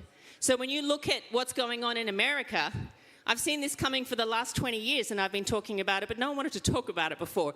And finally, more and more people are waking up to it, and they're talking about it. And I'm so pleased that you are here and willing to hear stories like mine. So thank you. Thank you all for being here. This is why this matters. It's because you are here. It's not just the speakers. Speakers can come and talk, but you guys make everything happen. Without you, there is no event. There will be no speakers. So when I was in China, what were they so afraid of? That within 30 seconds of me appearing on Tiananmen Square, I was brutally forced into a van and taken to the Tiananmen Square police station and locked up behind bars. They were so afraid of a banner I was holding. I held a word. Can you imagine what would scare this regime? You know how fearful people are of the Chinese Communist Party. They've killed more than 80 million of their own citizens during what they call peacetime. They weren't at war with other countries, yet they killed more than 80 million people over so many decades. 80 million people, that's like, what, a third of all Americans being murdered by a one-party state? I'm from Australia. That's equivalent to almost 3 times the population being killed over, most often brutally and almost always unnecessarily. The Communist Party kills. I've interviewed more than a few dozen Chinese Communist Party officials, and they've told me, you Americans, you're too kind. You cannot understand real evil. Maybe they're right, but I think people here are starting to understand. I think you guys understand. That's why you're here. So they take our kindness for granted, but our kindness is a strength. The word I held on Tiananmen Square was compassion. Compassion. I was thrown into a basement prison cell in China for holding the word compassion. And there were two other words on the banner, but I was actually holding the word compassion. And I saw the police, they surrounded me, and they took me down with that banner. That's exactly what I was holding, in Chinese and English. The other two words on the banner were truth. Truth. And the other one was tolerance. In China, I said, why am I arrested? I asked the police. And they said, the words you held on that banner are illegal in China. They told me that truth is illegal in China, that compassion is illegal in China, and that tolerance is illegal in China. That tells you what the Chinese Communist Party stands for. The opposite: lies, deceit, violence. So when anyone tells you, oh no, you can do business in China, oh no, you can do this and that, you can say, you know a girl who was arrested in China for holding the word compassion. Don't tell me that the Chinese Communist Party is okay, a one-party state. It's not. And it's not okay for them to be buying up the land here and to be taking over so many institutions here. One last point. Did you hear in Michigan, the township of Michigan, small township, green charter, kicked out their entire local government and replaced them just last week? Bet you didn't hear that on the news. Okay, a few people did. Yeah. Isn't that amazing? Now, why wasn't that front page news? Well, you know why. Because that shows the power of the people. That's like me holding a banner on Tiananmen Square saying compassion. These people, they knew the law. I knew I wasn't breaking any law. I didn't think they would kill me. I took a risk, but I didn't think they would kill me. Michigan, they took a risk, but they've been fighting this for a few years. In Michigan, the reason why they threw out their local government was because the local government was working with the Chinese Communist Party. Now, they didn't say they were working with the Chinese Communist Party, but an EV battery plant was coming in. And yes, it was going to bring jobs, but it was controlled, headquartered by China. And any company in China, especially big one with international ties, can guarantee you they have Communist Party members inside that company, and they pull the strings. They make the decisions. So follow the money. And what I want to leave you with is the power is within you. Like I said, if you were not here, there would be no speakers. This event wouldn't exist without you. The biggest communist party in the world was afraid of little old me with a tiny little sign that said compassion. Do you know what power that puts in the people? A small township of Michigan can kick out their local government and say, no thanks, we'll take it from here. We're following the Constitution. Wow. Exactly. Power to the people. And my last example is I've interviewed so many survivors from slave labor camps and torturous situations in China. And one woman, she told me how afraid the camp guards, slave labor prison camp guards, were of these prisoners, innocent people who had been locked up in China, like me, but they were Chinese, and they were locked up for years and tortured, just for holding banners like I did. They were so afraid that they might look at each other and make eye contact. And they were even more afraid that they might smile at each other. You know, the power of a smile is so contagious. Are you smiling right now? I've got a big smile on my face. I can talk about the evils of communism and I can smile because I know the power of a smile. When you're in the worst situation and you force yourself to smile, it's really difficult to be angry and negative. We've got to face the facts. But we can get through anything when we know and remember the power of ourselves, that each one of you here is a walking, talking miracle. There is someone much greater than any political party and any government that created all of us, that science cannot explain and cannot rationalize And we know, it doesn't matter what faith you have, I think most of us here probably know that there's something much greater than any government or political party. Exactly. Amen, right? When you understand your own power and that power comes from a creator, whatever God, whatever name you give to God, then you remember that the power of a smile has all these scientific things going on in your brain and your energy, and you can even survive, these women even survived these brutal conditions in slave labor prison camps in China and could tell me about it. So I just want to remind you, you can do more than vote. You can do a lot more. Once you leave here, don't just think that the speakers are going to go and change things and make things better. Everyone here in this room has a responsibility. You're out. You're here. You are leaders. You're leaders in your family. You're leaders in your community. You're leaders even if you live alone. You're making a choice to be here. I really appreciate you being here, and I want you to remember that your power is greater than anything, and that will do anything to make us think that we are not powerful and to make us forget that God has created us in His image and that we are so, so powerful. Please remember that. Thank you for being here. Thank you to the organizers. And remember what you can do even more than vote. Thank you. All right. Thank you, Kay. That was great. Thanks for your efforts. Wow, we just continue to line up these powerful speakers with their powerful experiences. Next, we have Dr. Val Fennell. He's retired U.S. Air Force, and he is the Pennsylvania State Director for one of the best gun organizations that I know of, Gun Owners of America. He's going to speak to us, but he's also going to receive the Rod of Iron Freedom Award for the state of Pennsylvania, and this is going to be awarded to Stephanie Borowitz, who is our state representative.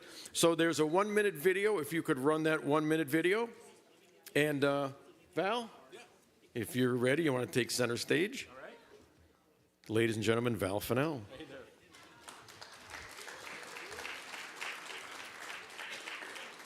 there. All right. Let's see if we have the video. Hello, gun owners of America. Yeah, there's two. The other one is for Stephanie. Hello, gun owners of America. I'm so proud of your work defending our constitutional rights, especially our always under siege Second Amendment. That's what it is. It's an under siege Second Amendment, but we're going to keep it strong. We're now running against the most radical gun grabber that has ever been nominated for President of the United States by far. Kamala Harris has supported gun confiscation schemes throughout her career, and she does it constantly, and that's what she wants, and she's looking for mandatory buybacks. We're not going to let that happen. But let's call it what it is, really. It is gun confiscation, and it's a violation of your constitutional rights. I've been fighting this for years, and we've never given up a thing, and we're not going to give it up now. That's really putting her right alongside some of the most dangerous dictators anywhere in history. If you think about what she's doing, it's terrible. We can never let it happen in our country. We're not going to let it happen in our country. As California Attorney General, she opposed concealed carry permits for law-abiding citizens unless they could demonstrate an extraordinary need to carry a gun beyond concern for personal safety. The need was so strong that practically nobody was able to get one. That's really a radical position, but in contrast, I will always defend your constitutional right to protect yourself. When I'm president, I will always listen to gun owners of America. I want to congratulate all of you because you've really come a long way in a short period of time. You're strong on guns, and that's the way we want it. Right now, I need every single gun owner to make a plan to go and vote. The one thing with gun owners, and I don't know why, maybe they're just have a certain way about them. Maybe they're rebellious, but they don't vote. They got to get out and vote. If the gun owners of this country voted just a small percentage of them, we would have a victory like you've never seen. So I ask all of the gun owners to get out. We're going to win the election. We're going to win it for all of us, and I hope that you will be there to help me get it done because we really have to get out. We have to vote. Remember, gun owners don't vote. I don't know why. But this election, you have to vote because this is the most important election in the history of our country, November 5th. The most important election. I think it'll be frankly, the most important day perhaps in the history of our country, because our country is really a nation in decline. We're now a nation in decline, and we're not going to take it. We're going to turn it around. We're going to make America great again. I want to thank all of you. Get out and vote, please. God bless you, and God bless the great patriots that are listening and seeing this message. Thank you very much. Thank you, President Trump. Since Stephanie Borowitz cannot make it to the event today, I'm going to call up Anastasia Theodoropoulos. She's going to present the award to Mr. Val Fennell on her behalf, on our behalf. So, Anastasia, there you go. Thank you very much. That's the State Award, Rod of Iron Freedom Award. Get your photos in. And now, yes, go ahead. I just want to say that the GOA has been the tip of the spear. We thank Dr. Fennell, but we also thank the GOA nationally for really fighting, especially the last couple of years when we have been under attack. So we thank you again. Hold on. And it is also a special day today, Anastasia's birthday. So we have this card that says, "You're a gem," and it's signed by almost everyone here, and we have a special presentation of the flowers and the cake for Anastasia. Happy birthday, Anastasia. There you go. 29 again. How about it? Thank you so much. Okay, thank you, Anastasia, for everything that you do with your lovely family. That is great. What? Happy birthday, you say? Yeah. Happy birthday to you. Happy birthday to you. Happy birthday, Anastasia. Happy birthday to you. There you go, dear. And thank you, because I couldn't spend it with better people than I'm spending it today with. God bless you all, you patriots. I love you all. All right, that was great. And now back to our regularly scheduled program. Val Fennell has definitely seen the battles that the GOA has fought. So Val, tell us what the developments are. All right. Hey, first, before I get started, I want to make sure that we just have one or two Second Amendment supporters out there. Could you please let me know if there's any in the audience? Anybody? Come on. Right. How about a little louder? How about a little louder, huh? Come on. Yeah, that's what I like to hear. All right, exactly. So you already heard the message from President Trump. I had it scheduled in my speech, but you heard it first. So I want to thank the Rod of Iron Ministries and the organizers of the Rod of Iron Freedom Festival for inviting me to speak on behalf of gun owners of America. As you know, I'm Dr. Val Fennell, your Pennsylvania State Director. I'm a retired Air Force colonel, and I've been involved in the gun rights movement since 1990. So, in the video you heard from President Trump, you heard him say this: remember, gun owners don't vote. Say it again. Remember, gun owners don't vote. And he's 100% on the mark. But do you know how many gun owners and hunters are not registered to vote? Well, according to Vote for America, there are 10 million hunters and gun owners who are not registered to vote. Let that sink in. 10 million people. But what are the numbers here in Pennsylvania? Well, there are 515,277 hunters not registered to vote. In 2020, Biden won by a mere 81,660 votes in Pennsylvania. So just think about this for a minute. If those hunters and sportsmen cared just a little bit, no amount of cheating could have given Biden the victory. The numbers are bleak in other states too. There are about 370,000 sportsmen each in Georgia, Michigan, Missouri, North Carolina, Virginia, and Wisconsin who are not registered to vote. I think you might have heard a few swing states in there, right? Right. Honestly, I am dumbfounded. How can you not be registered to vote as a hunter?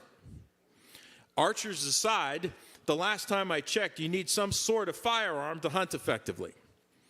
The problem is, a lot of hunters think their hunting rifles are safe.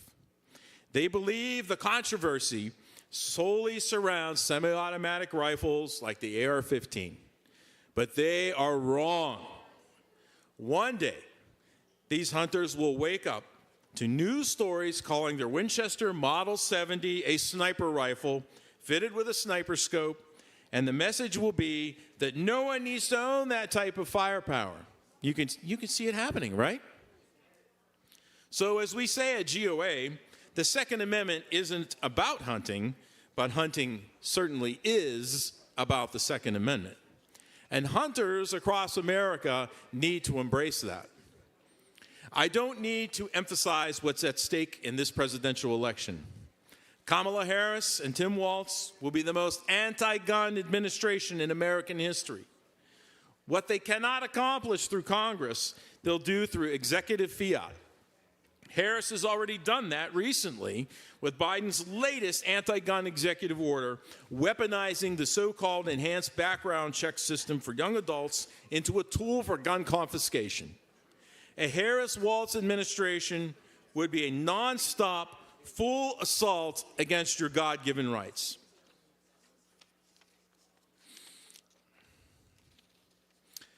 And with over 500,000 sportsmen not registered to vote, if the election is lost by a small margin, we know where to place the blame, right? With us. You say, with us? Yeah, that's right. Each of us needs to encourage our friends who hunt to register to vote and then get out to vote. Take some voter registration forms with you, put them in the glove box of your car, right? Be an evangelist for the Second Amendment. Oh, by the way, we have voter registration forms at GOA's table. So if you need to pick up some, we have some for you. You can do that. But time is running out. The last day to register to vote is October 21st, 2024, just end of next week. So we need to get out there now and make sure your friends and neighbors are with us, registered and then ready to vote. So the mail-in voting statistics are also a cause for concern. So in Pennsylvania, Democrats use mail-in voting 3 times as often as Republicans. Do you know what that means? And I'm not talking about cheating. I'm just talking about raw numbers. With a 3-to-1 ratio in favor of Democrats, that means the Democrats could have enough votes banked by the end of October to make voter turnout on November 5th irrelevant. And that's why I'm strongly suggesting you get a mail-in ballot and deliver it right away to your county board of elections. Don't have to mail it, you can drop it off. Let's face it, none of us knows the future. We could be sick, injured, responding to a family emergency. We could meet our own demise before the election. We just don't know.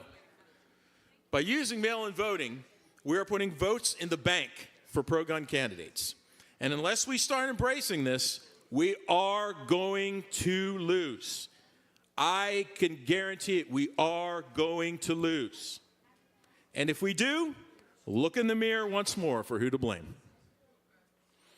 That's why with every election email that goes out from GOA, I include information right at the top on how to register to vote and how to get a mail-in ballot. When you get those emails, forward them to your pro-gun family and friends. If you belong to a gun club, then forward them to your club officers and fellow members, and let them know the dismal statistics about voter registration among sportsmen. Then persuade them to vote. And don't forget, even if you have already voted, be sure to offer a ride and take your friends to the polls. Nothing wrong with that. Carpool, get them there. Run a jitney all day long. Get those people to the polls. At the top of the ballot in Pennsylvania, we have GOA-endorsed candidate Dave Sunday for Attorney General. Let's hear it. Dave's great. Did a fantastic job on his debate against DePasquale on TV. He did a phenomenal job. So we've been laboring under anti-gun attorneys general for 6 years or more. When Governor Shapiro was Attorney General, he wrote an anti-gun opinion banning 80% lowers. Then he went after the largest gun show promoter in Pennsylvania for selling do-it-yourself gun kits. And if that wasn't enough, he unilaterally removed reciprocity with Virginia for concealed carry permits. So GOA is backing Dave Sunday, who has a distinguished record as a prosecutor in York, and he has promised to expand concealed carry reciprocity agreements, and I'm hoping we can get Virginia back on with Pennsylvania. That would be one of the things at the top of our list. And among the 50-plus endorsed candidates in the state legislature, we have identified key races that can flip the House back to a pro-gun majority. Now, we have been sending emails. You've probably seen our Facebook ads. We're doing text messages. We're doing robocalls. And we're even doing over-the-top television advertising in some of these districts. We're also defending pro-gun candidates who are being seriously challenged by the anti-gun left. But none of this would be possible without your support and your contributions. So I want to say very personally, thank you, thank you, thank you. Our members and supporters are the best. Thank you. We can't do anything without our dedicated members and supporters like you. It's impossible. GOA is a grassroots-driven organization. It's you who we represent in Harrisburg, and we'll never represent the politicians back to you. You won't catch me or any other GOA staff making backroom deals with legislators in smoke-filled rooms. We won't be covering for rhinos or making excuses for Republicans who vote against your constitutionally protected rights. GOA will always represent you, the gun owner. We will represent you to our elected officials, and we will never represent the elected officials back to our members. We hold them accountable, not the other way around. That's what we do. And you know, GOA is about action. You know it, 100%. And I need your action now. If you haven't joined GOA, then head on over to our table, and we can take care of that for you with a discount just for coming to the Rod of Iron event. They're so generous. They're so great people here at Rod of Iron. We love it. We're here every year. Read our email alerts. Read our candidate endorsements. But then take action. Share them by email and social media. Now imagine for a minute if just a small fraction of those 500,000 hunters started sharing our alerts on social media and forwarding those emails. Things would be different, wouldn't they?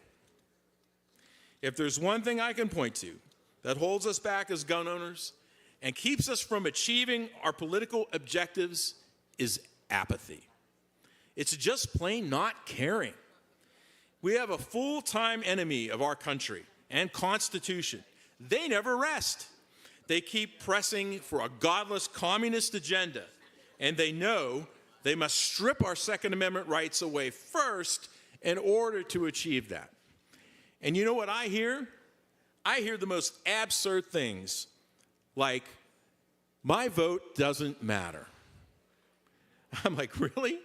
Tell that to Dave McCormick, who lost the Senate primary to Oz by some 900 votes. We have Jamie Walsh here, who won against Mike Cabell by 4 votes. Okay? It does matter. And those are just a couple examples. Well, how about this one? This is my favorite. I don't need to pay attention to gun laws because we have the Second Amendment. Good luck with that, buddy. Just try using that with a judge when you're up on charges. If you want to be a test case, that's fine, right? But why get there in the first place? Get involved now. The goal is this: prevent bad bills from becoming law and get good pro-gun bills passed. Doesn't that make more sense? And then you don't have to be worried about it, the rest of the stuff. It's all falling into place. But that involves taking action and not making excuses. So the solution is we're building a grassroots army, and we've been for some time here in this state and across the country at GOA. And you need to join that grassroots army. Then let's mobilize for our constitutional rights. Visit our table and let's get to work. Never rest. The price of liberty is eternal vigilance. And there's no more important time than now. So in conclusion, I want to read you something from American founding father, Pennsylvanian Tench Coxe. The militia of these free commonwealths, entitled and accustomed to their arms, when compared with any possible army, must be tremendous and irresistible. Who are the militia? Are they not ourselves? Is it feared then that we shall turn our arms each man against his own bosom? Congress has no power to disarm the militia. Their swords and every other terrible implement of the soldier are the birthright of an American. The unlimited power of the sword is not in the hands of either the federal or state governments, but where I trust in God, it will ever remain in the hands of the people. Let's keep firearms in the hands of the people, defeat the anti-gun grabbing evil forces that threaten our rights, and send Kamala Harris back to California where she belongs.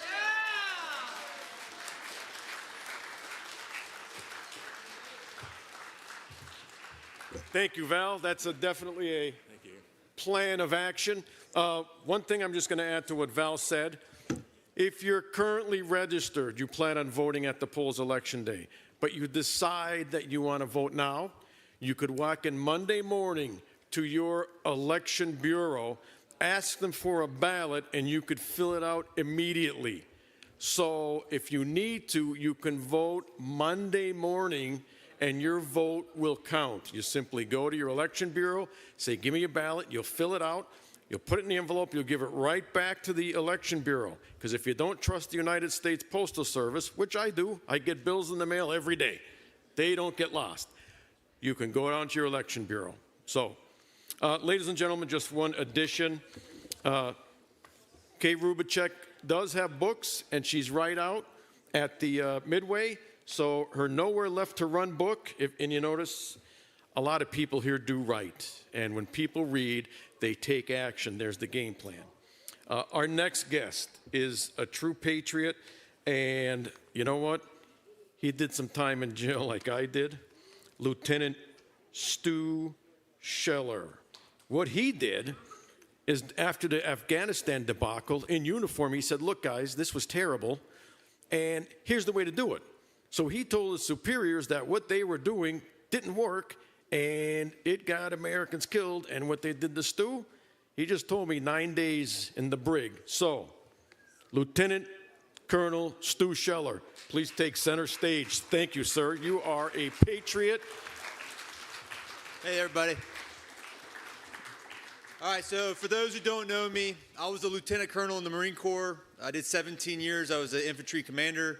I've got commendations for valor, Bronze Star, combat action. I went on and got a master's in military science. I've done over a year combat operations in Afghanistan, over 8 months in Iraq. I've done NEO operations in Lebanon, all through Africa. This has been my whole life, the last 2 decades of war. And so I am a reminder in this election, we don't normally vote on foreign policy, but I'm here as a reminder that the foreign policy under the current administration has really weakened the position of the United States military, and our standing in the world. And I got to a place on August 26, 2021, where I made a video where I essentially just pointed out a list of mistakes, and I just want to walk you through that because there's a lot of things that people don't understand, how bad these decisions that were made. And I, even as a 17-year guy who's been doing this, was able to quickly identify it. So I'm just going to walk you through this really quickly, 4 minutes or less. So President Biden took office 2021, and he went to General McKenzie. General McKenzie is the guy that's in charge of what we call CENTCOM, a combatant command. He's in charge of Afghanistan. President Biden says, I want to go from 2,500 troops down to 650 troops. Right at that moment, General McKenzie had the opportunity to say, that's not a good idea. The Taliban has what we call a spring fighting season because they go into the mountains of Taliban. We can easily conduct the withdrawal in the months of October to February, be completely uncontested. but we picked a arbitrary date of September 11th because the PR date of the 20 years, September 11th, was more important than American lives, American treasure. General McKenzie can't convince President Biden of this, and then General McKenzie doesn't resign. So in my opinion, at that point, General McKenzie is responsible for the plan. He later goes on and says he wasn't responsible because he advised against it, which I think we're at a place now where even our senior leaders can't hold themselves accountable. So then we go on, 3 months go by. So concurrently, General McKenzie is planning this withdrawal. He assigns a one-star general, General Sullivan, to plan with the State Department in D.C. for a be prepared to evacuation, separate mission, right? These evacuation planners plan on using Bagram Air Base because Bagram Air Base was the key piece of terrain we needed to conduct an evacuation. A lot of people talk about President Trump's plan and the Doha and how Biden was restrained by President Trump. Well, if you actually read President Trump's plan, the final base we were going to use was Bagram Air Base because it just made sense. So then at the end of June, General McKenzie, this has never come out in congressional testimony, so I don't know if Biden ordered him or if General McKenzie unilaterally made this decision, but he said, we're going to leave Bagram Air Base. And then in the middle of the night, weirdly, we leave Bagram Air Base. When we do, we leave 7,000 prisoners in the prison. All right, 7,000 prisoners is more than our entire force that later responded. That's not even counting the force of the Taliban. So the Taliban walks up in July. They release the 7,000 prisoners. Now their force is 10, 15,000 people strong. And then they walk up to Kabul. Now it's August. General McKenzie realizes a day late, $1 short, that this is going badly. And he throws 5,000 troops at the problem. So we went from 2,500, 650, back up to 5,000. So everyone's seen the videos of all the Afghanis holding onto the airplanes. What they don't really understand is what happened before that.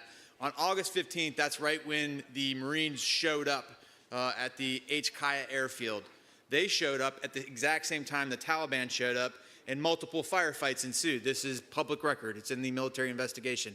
We killed multiple Taliban fighters. What the Taliban was using was all of those bystanders, all those local Afghanis as human shields and pushing them into the Marines. That's why the people freaked out. That's why they ran across the airfield to hang on to the airplanes. So then General McKenzie essentially negotiates our surrender. And then that night he tells the Marines that they have to use the Taliban, who they were just firing at, as their external security. I mean, I can't think of a more disgraceful way to do that. Obviously, the Taliban lets a suicide bomber through the checkpoint. They kill 13 service members, wound others, kill hundreds of civilians. And in response, we conduct a drone strike where we kill nothing but women and children. And then General Milley called it a righteous strike. It wasn't until a New York Times reporter on the ground uncovered that they were lying, that they had to come clean with that. And then they stand in front of the American people and talk about what an overwhelming non-combatant evacuation success it was. It wasn't until 2 years later, about a year ago, that General McKenzie, after he retired honorably and got his whole wing at University of Central Florida built for him, that he came out and said of the terrible mistakes that were made. And so there I was, a lieutenant colonel. You can see all these decisions as they're being made real time. And I essentially just made a video that said, hey, I don't understand why you didn't throw your rank on the table and not evacuate Bagram Air Base. And I think we as service members who have fought for the last 2 decades, all of our sacrifices, we deserve a senior leader to assume accountability. Well, it got real weird for me after that. I did it in uniform. I did it very intentionally to bring awareness to the situation. But I was fired immediately the next day. Still didn't know if I was pending legal action. And then I realized that the divide was probably too deep. So I submitted my resignation. And when I did that, they sent me to a mental health hospital to try to have me admitted by calling me crazy. And when you attack someone's mental health, it's weird because you're like, I'm not crazy. And they're like, that's what a crazy person would say. And then you have this like weird banter back and forth. Ultimately, I got the doctor to not admit me, but I was going through this information war. If anyone listened to General Flynn last night, where he was talking about they don't necessarily assassinate you, but they just try to assassinate your character. I mean, there was one time where I was talking to my command, and then the Marine Corps PR released a statement that, hey, we're aware of Lieutenant Colonel Scheller. We're trying to locate him to make sure he's not a threat to himself or to his family. When I was like talking to my command in complete communication. So I just felt like I was fighting a war in the media. And ultimately, they gave me a gag order. I violated that gag order and was put in solitary confinement. And so, I came out on the other side. This whole process didn't go quickly. It was like 6 months until I could resign. I ended up getting shuffled out of the Marine Corps 3 years short of my retirement, and went on. I didn't do a single interview during that process. Once I got out, I hit all the shows. I was on Tucker Carlson, Laura Ingraham, Megyn Kelly, PBD, Jocko's podcast, all the shows that tell my story, and then I went on a book tour. So this is all kind of transpired over the last 3 years. And when I was in it, this for me was supposed to be very apolitical. I thought senior military leaders being held accountable should be like one of the last political things we agreed upon.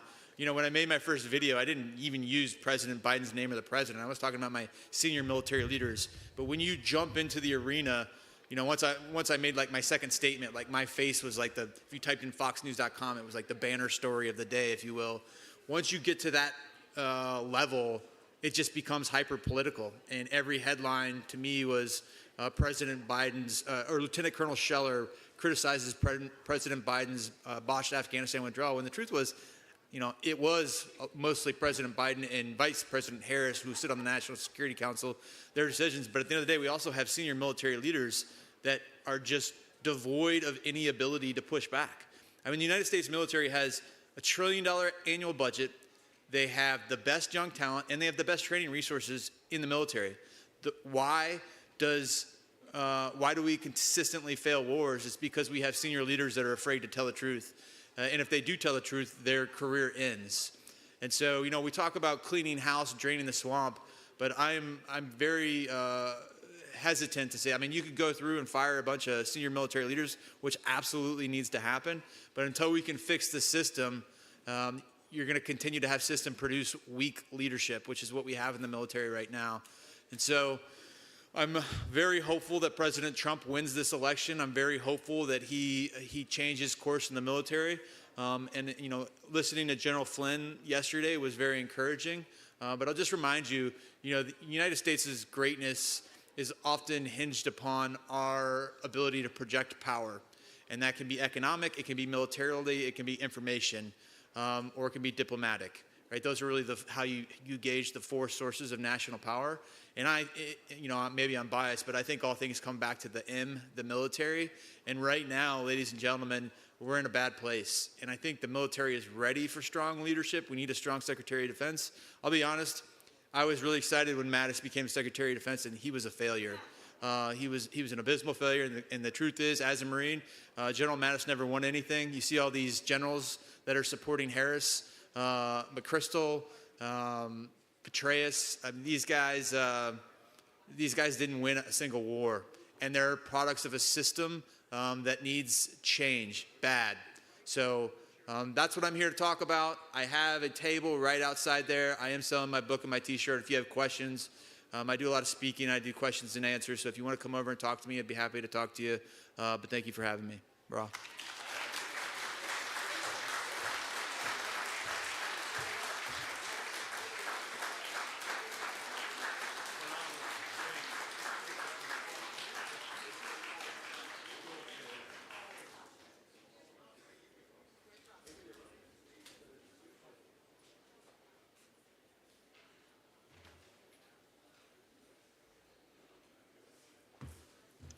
Good afternoon, everyone. Why, what a weekend, huh? The sun is out and everything, and it's a great day to be alive and be a patriot and know what your rights mean. Without further ado, I met Jamie Walsh almost 3 years ago at the height of COVID and the height of parental frustration that our children were being abused, neglected, and not learning. We had heard about this parental right group in Luzerne County called Citizens Advisory of Pennsylvania, and about one of the founders, who was also president, Mr. Jamie Walsh. We learned about information and resources that would help us fight on the school board to protect our children. A lot of things happened during that time of COVID, but what it also did was it unveiled the agenda of trying to sexualize our children. It also unveiled about the indoctrination that they were trying to do to our children instead of learning mathematics, reading, and phonics, and all the things that we grew up with. Jamie is a fighter for we the people. His strong passion for community led him to run for the Republican candidacy for the 117th Legislative District, which he ultimately, after a long battle in the courts and a lot of money out of his pocket, he ended up winning. Jamie's example of strength and courage to persevere and fight for what's right is an example to all of us. Therefore, today on this date, October 12th, we got a little something special for him. But first, let's get Jamie up.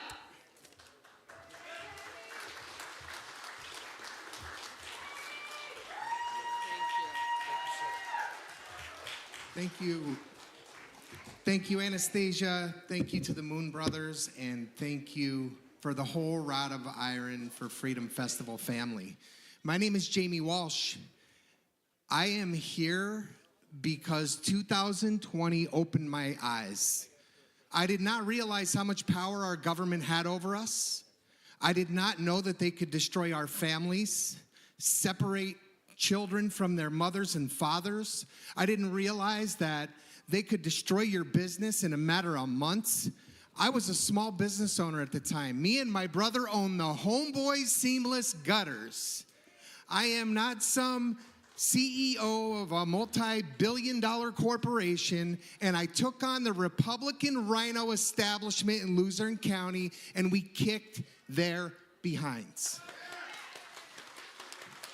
I want you to understand, when I realized the threat to our country, I decided to start Citizens Advisory of Pennsylvania, a parental rights organization.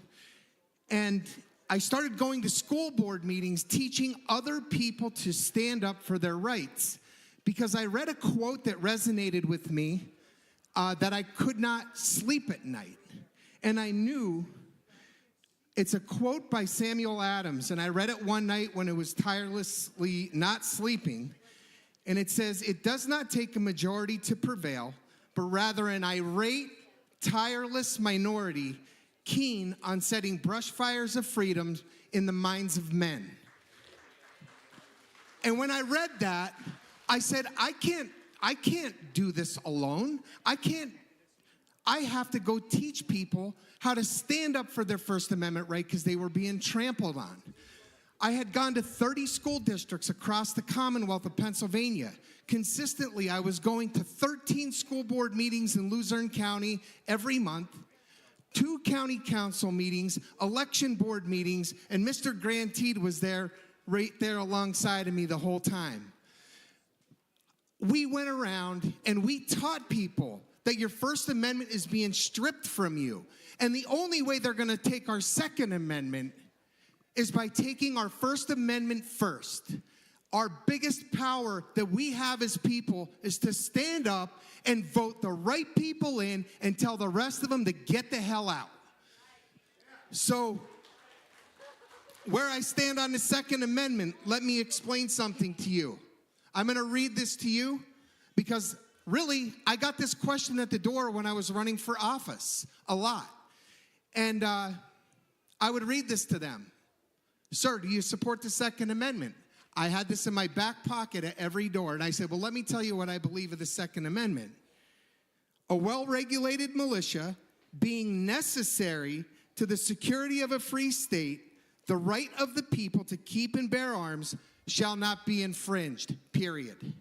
And that is it. The only background check you should need is checking with your wife to make sure you have enough money to buy that next firearm. So, I decided to run against a rhino in Luzerne County because he wouldn't help me defend my children in school districts. I ran with $39,000 in my pocket. He ran with about $200,000 to $300,000, destroyed my family through the mail, destroyed me through the mail. On election night, I was leading by 8 votes. It went into a 5-month court battle, and finally, after 5 months of litigation and $50,000 out of my pocket, I won 3 weeks ago by 4 votes.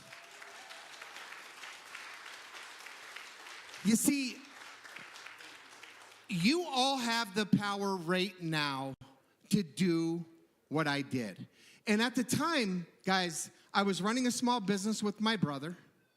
I was the president of a youth football and cheer club that my kids grew up in from out by Harvey's Lake, Luzerne County. I was the president of Citizens Advisory at the time, trying to run a family. I was sleeping between 2 to 3 hours a night, but I knew that they were after my daughter. My son was old enough. He had already kind of gone through.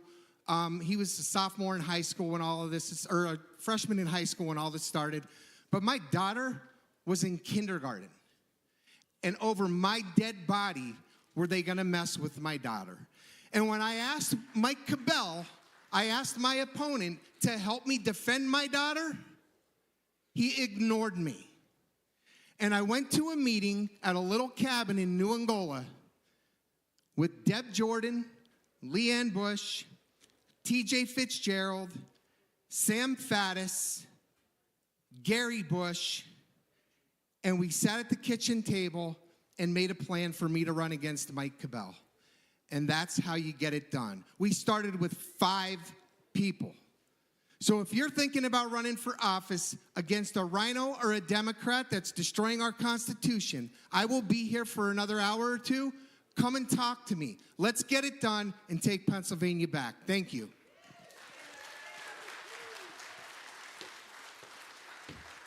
Thank you, sir. Thank you so much. You got it? Thank you. Where is it? Here it is. And Jamie Walsh, on behalf of the Rod of Iron Freedom Festival, we'd like to award you with the Northeastern PA Freedom Award, presented to you today.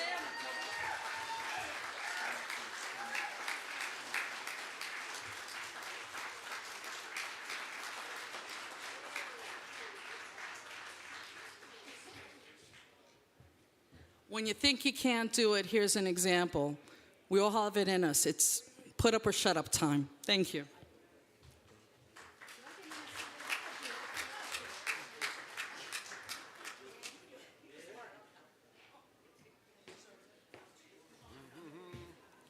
You know, Jamie didn't tell you that the 3 votes he won by, the 4 votes, he was working so hard that him and 2 of his workers didn't vote that day. And they went to vote at 10 to 8, and they said, what if I lose by 3 votes? Every vote counts. Amen, Jamie. And as for buying guns, buy the gun first, ask your wife second. Been there, done that. So, hey, we have 2 great special guests here. They're coming out of That Gun Talk Firearms Education Company and Gun Club, the National African American Gun Owners Philadelphia chapter. Our good friend Carice was here last year, and she's back. So let's welcome Carice Crew and Terrell Dorcius. And Terrell is also a gun instructor. So come on up, guys. Take center stage. You are welcome. Right there, yep. Well, welcome. Thank you so much for having us. I think I'm a little loud, right? Thank you so much for that story. It was really, really amazing. Like, I wish my husband was here today because I needed him to hear about that infringement on your wife should infringe with that, with the bank account money thing. Honey, if you're out there listening, I hope you heard that. So again, my name is Carice Allen Crew. I am the CEO and co-founder, along with my husband, of That Gun Talk in Philadelphia. We're located in Philadelphia, so we have really been doing a lot of work in the Philadelphia area. And I have Terrell Dorsey is here. He is one of our instructors, and I'm really happy that he has come here with us because in Philadelphia, we have had a lot of work to do, as you all may know. We have been talking to our community. We have been letting our gun club members know, hey, honor your Second Amendment right. We know this year is a very important year for our election.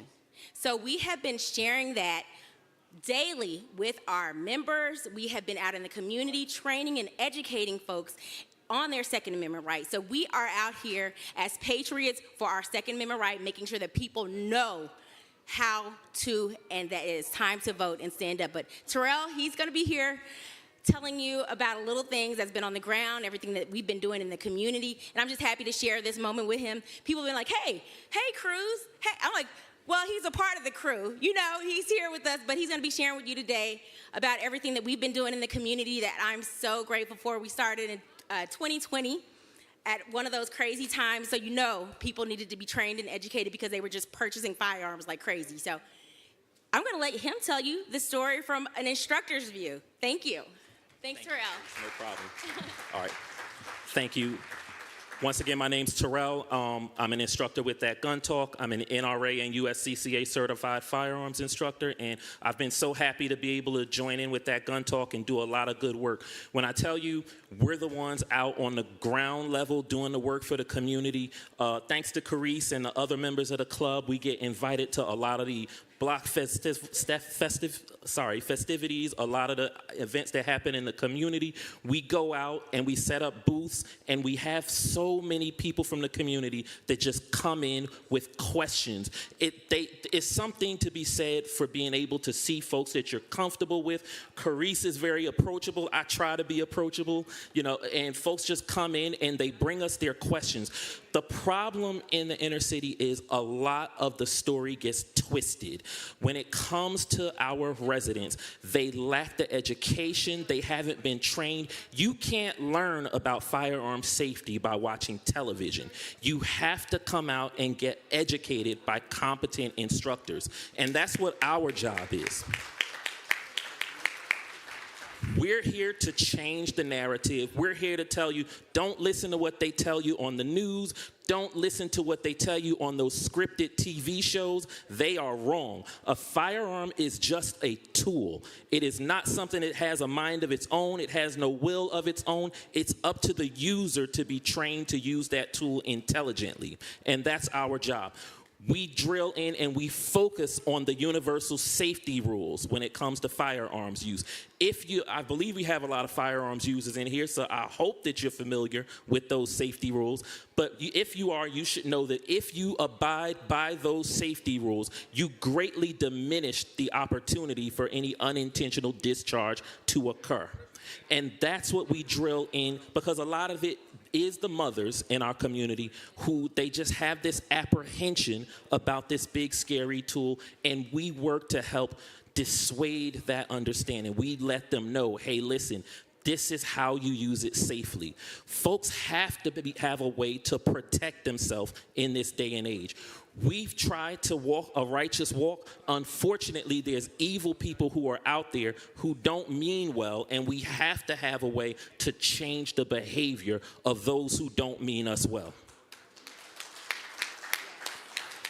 So, we believe this to be a constitutional republic, so we go by the guidelines of the Constitution. So when it says a well-regulated militia being necessary to the security of a free state, the right of the people to keep and bear arms shall not be infringed. That necessary part, a lot of folks want to skip over. It is necessary that we're able to arm ourselves as a peaceful community to keep the peace. That's all we want to do. We want to be left alone. And if the government would leave us alone and let us train our people in peace, we'll be a better nation, a better community, a better society because of it. Your regulations don't work. You've tried them. The places where they put in the most regulations are the places with the highest amount of crime and violence. Why is that? What the government won't do is recognize that their approach didn't work. It's failed. You put in all of these policies, and all you do is restrict the law-abiding citizens of the community from being able to protect themselves, because as you all know, criminals don't tend to read the laws very often. They don't. They don't read it. It's only us that look to make sure that we're following the laws, because we want to be peaceful and righteous citizens. I'll tell you, I'm originally from New Jersey. Fortunately, I got out of there. I'm on the Pennsylvania side right now. It's much better on this side, I admit it. I travel down to Delaware on a regular basis. You know, that's where my job is. And it's something about being in Pennsylvania. This is a free state. But guess what? You got to fight to keep that freedom. You got to work to keep that freedom. Hold your politicians accountable. We can't just go to the ballot and blindly vote. You have to know what you're voting for, know what that politician stands for, what do they represent, and hold them accountable. If they're not voting for your interests, and hopefully we're all pro-Second Amendment in here, if they're not pro-Second Amendment, they should not be getting your vote. Do not fall for the trick bag language that these politicians try and put out there. You'll hear terms, weapons of war, military style weapon, assault weapon. They can't tell you what it is, they just know they don't like it. They can't give you a definition. All they know is it's big, it's probably scary, and it more often than not tends to be black. That's all they can tell you. I feel like I've heard that one before, I'm not sure. So we're opposed to all new gun laws. We're opposed to all new restrictions. There's more than enough laws on the book as it stands. We need to push some of those laws back. In the state of Delaware on last year, they put in a 17-round magazine restriction. Why? Is the 18th one the one that's gonna kill everyone? Yeah, the 18th hole is this golf. Exactly, I love that. Well, where you at? Yeah. New Jersey has a 10-round magazine capacity restriction. Why? We don't believe that someone else that has their own armed security should be able to tell us how we should protect our family and our loved ones. I'll make that decision, because you're not going to be there. I hope I never have to, but should the time come up, you're not going to be there when I have to defend my family. So let me decide what tool I need for the job. No universal background checks. No universal background checks. All it is, we already have background checks. If you go out to buy a gun, you go through a background check already. Universal background checks are just the next step to having national registration, which is what we don't want, because you've all heard the phrase, registration leads to confiscation. All right? That's my time. Thank you all. Continue to support this event, support the festival, support Car Arms. Thank you. Man, phenomenal. Thank you very good. Super. Thank you. You know why they decided on 17 rounds per clip or 10 rounds per clip? Because the next time they decide it's going to be 15 rounds, then 13, then 10, then none. It's called incrementalism. Look at a pack of cigarettes. They were 50 cents. They're $6 or $7 now for the brand X. So, yeah, stand hard, stand fast. Our next speaker is Mr. Jim Stoker. Now, Jim is president of the Firearms Owners Against Crime. And I'm going to tell you something. When these guys vet a candidate and you get the survey for the Firearms Owners Against Crime, there's no wiggle room. You are either pro-Second Amendment or you're getting smoked out in your ratings. So, Mr. Stoker, please come up, tell us about your efforts. They've had some wins recently that have taken a long time to get to, but he's going to fill you on it. Thank you, Jim Stoker, President, FOAC, Firearms Owners Against Crime. Outstanding. So what does that mean, Firearms Owners Against Crime? Are you folks pissed off yet? Maybe just a little, right? I mean, you've heard speaker after speaker come up here and talk about the national election and what we have to do to secure our rights here in Pennsylvania. The problem is, how many of you are willing to do it? I travel this state religiously. I am back and forth from city to city trying to fill the shoes of a great man named Kim Stouffer that we lost in 2022. That is an impossible task for someone to fill that man's shoes. But when I go to a gun club or I go to a sporting event or talk to the gun owners in that area, a lot of them say, well, we want to be apolitical. We don't want to be in the dirt. We don't want to be in the mud. And I have to look at them and say, your gun club, you have gun in your name. You're political whether you want to be or not. And this becomes a problem. We have a disconnect in Pennsylvania. You heard Val come up and talk about 515,000 gun owners in Pennsylvania that are not registered. You heard Carice and Terrell come up from Philly saying, we're trying to break a cultural barrier here to explain to folks that it's not only safe to own a firearm, but it's in your best interest to own a firearm. And that's what we're up against in the state of Pennsylvania. I don't know about you, but I'm kind of pissed off about it. Because what we're running into is there's a movement out there. How many of you have ever heard the Pennsylvania Constitution? Did you learn it in school? Nobody learned it in school. It's never been taught in PA curriculum. Don't you think it's sort of important that we understand our own Constitution? Our Constitution says the right of the citizen to bear arms in defense of themselves and the state shall not be questioned, not infringed, questioned. What sounds stronger? Questioned by a long shot. So why do we have to talk about it so much? If it can't be questioned by constitutional right, why are we constantly coming back and forth to Rod of Iron or to Harrisburg to fight for these issues? These should be dead issues. But why aren't they? They're not, because there's a cloud out there. There's a mystique that floats among the moderate voter, right? Everybody in this room is on the same page. We're all God-loving, liberty-loving Americans. We love our Second Amendment right. But it's the folks out there between us and the opposition that don't listen. It's the folks out there in the middle that haven't made their mind up yet. Those are the ones that are choosing who the governor is, because we just told you the gun owners aren't registering in high enough numbers. They honestly believe that if they stay out of politics, that this will not come around to haunt them. Well, I don't know about you, but just because I didn't go fight the tax law doesn't mean I have to pay the tax law. They're coming to get you whether you agree with it or not. So get engaged in the fight. I'm a little irritated with this fact. Last year I stood up here on this stage and I talked about I'm conducting a new train. I retired after 30 years in law enforcement, 6 years in the military. I'm conducting a train all across this Commonwealth to say that we're not going to give in and let our gun rights be taken from us. But how many of you are willing to get on the train? This is what I need to know. So we can discuss what happens in Harrisburg. If you want to know about what's happening in the House, I'd gladly fill you in on the House. I can tell you how we were just talking about mandatory storage and some of the gun laws that are out there that are being proposed. And we can talk about why they're dead or why they're not going anywhere. And right now, the only purpose behind that is the Pennsylvania Senate. The Pennsylvania Senate is stopping this from happening. How many of you are aware that the anti-gun crowd just put forth a motion, 2 resolutions in the Senate, to force red flag laws and universal background checks, what Terrell just spoke about, on the floor of the Senate for a vote? Is there anybody in this room that believes Shapiro wouldn't sign those bills? No? Good, because if not, I got some swampland to sell you. The man's going to sign whatever gun control comes down the pike. And it's our responsibility, as other speakers have said, we've let this happen. How have we let this happen? And a lot of us are quick to say, well, it wasn't me. I vote. I do my part. Well, you vote. That's part of your part. Now's the hard part. I've got an ask for each of you. Those resolutions are stopped in the Senate because there are senators like Kim Ward and Joe Pittman who will not let them be spoken about on the floor. But what happens when those people aren't in power anymore? We are 3 senators away from becoming New Jersey, Maryland, Massachusetts, California.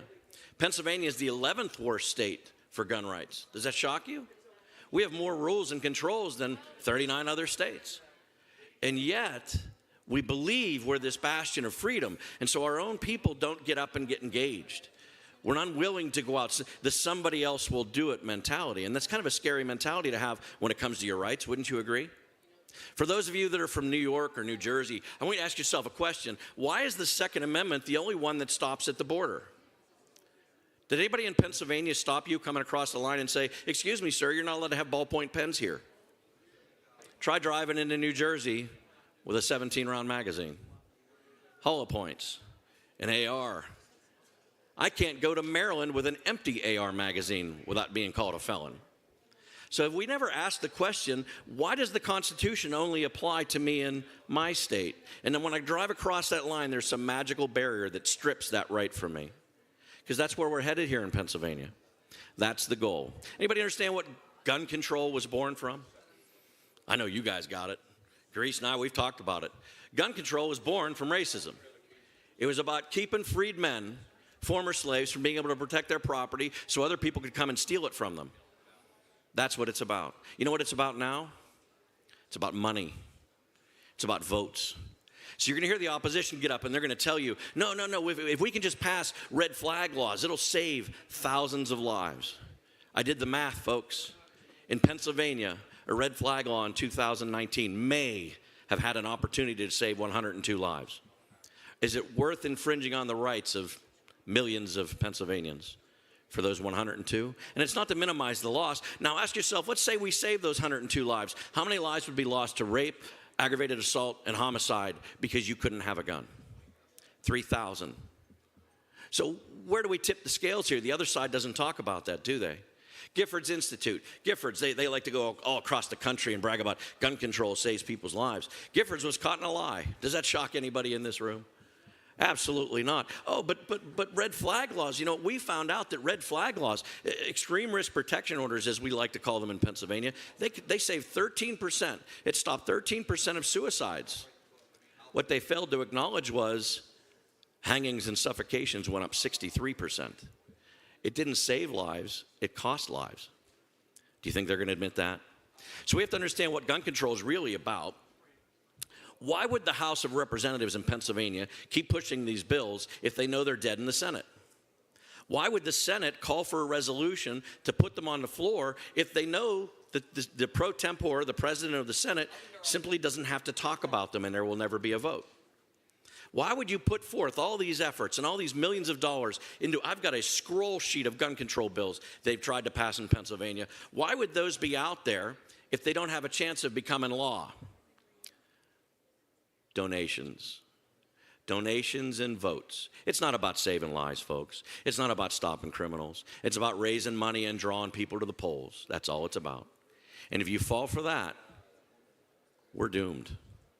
As a society, none of your other rights matter without the second, the first, the third. We can talk about quartering troops in your house. We can talk about your Fourth Amendment right for search and seizure, your ability to not incriminate yourself with law enforcement. How's that going to look when a mandatory storage act comes around and the police can come to your house and search it for firearms? Do you think the cops want to do that? 91% of the street cops in the United States believe that every law-abiding citizen should own at least one AR-15. Does that shock you? So what are we doing? Here's my ask for you. I talked about driving this train, right? I've been conducting this train for the past year, fighting every gun control bill we can as best way I know how. And we're doing the best we can in Harrisburg, and we've made a difference. We've stopped the Democrat-controlled House of Representatives from passing 4 of the last 6 gun bills. That's pretty good whenever you're outnumbered. We're doing good. The Senate is our bastion. But what can you do to help us with this train? Simple. Vote. And not just the vote that everybody here has been talking to you about. If each of us finds one person, one like-minded, conservative-minded, pro-liberty, gun-loving person, and we convince them to register, go see our booth right across the way here, Firearms Owners Against Crime, FOAC. We have registration sheets. We've got a QR code to get you online and get you registered. Get them registered and get them to the damn polls so we don't have to have this conversation every year. That's what I'm asking for. Are you angry enough yet? When I stood up here and I said, are you pissed? I didn't sound like, I don't think you were pissed. I don't think you were mad. Are you angry now?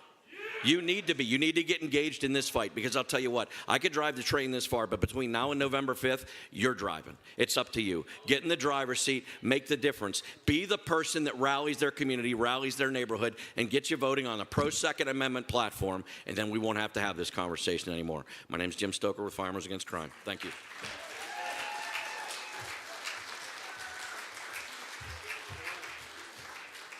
I yield to the master. Perfect. Thanks, Jim.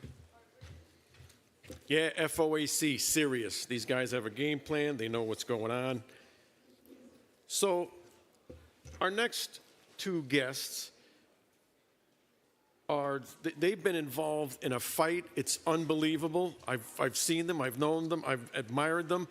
And they are just tenacious. They have not given up, and they will not give up. And when their cases make it into the judicial and court systems, you're going to see the logjam break. All these times that you hear you don't have standing, you can't bring it to court, well, Leah Hoops and Greg Strindstrom are going to tell you exactly why it's going to come to court and how they're going to do that, and what they're working on right now. So Leah and Greg, come on up, take center stage. Phenomenal. Thank you. Stay here or? Center stage. Yeah. All right, Greg's going to go first, and then Leah will be right behind him. Wow, very nice crowd. Thank you for coming. It's a pleasure to be here. We've been up here a few times. It's one of our favorite venues. My name is Gregory Stenstrom. I'm from Delaware County, Pennsylvania. Delaware County is southeast Pennsylvania. We're just south of Philadelphia, about 20 minutes from Delaware. We live in Biden land, and we're about 30 minutes north of Maryland. So in 2020, Leah Hoops recruited me to observe the election in Delaware County, Pennsylvania. My expertise is fraud. Spent 22 years in the Navy graduated from the Naval Academy. I was a surface warfare officer. I was a U.S. Navy diver. I was executive officer of Naval Special Warfare Unit 2, commanding officer of Explosive Outload Team 3. Served at sea for many years. And in my civilian career, I was a computer scientist, forensic scientist, and for about 20 years, I worked for various agencies in the federal government, state government, municipal governments, and I helped ferret out public corruption. My expertise is I put Sheriff of Philadelphia is still sitting in jail from one of my investigations. We've had U.S. congressmen and U.S. senators resigned. They didn't go to prison, but they did resign as a result of my investigations. I've recovered over $2 billion with a Bravo for the United States government, for states.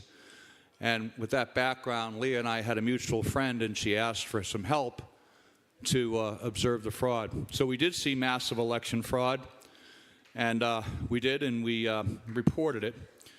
And I worked with U.S. Attorney William McSwain from the Eastern District of Pennsylvania. He's one of the 94 U.S. attorneys.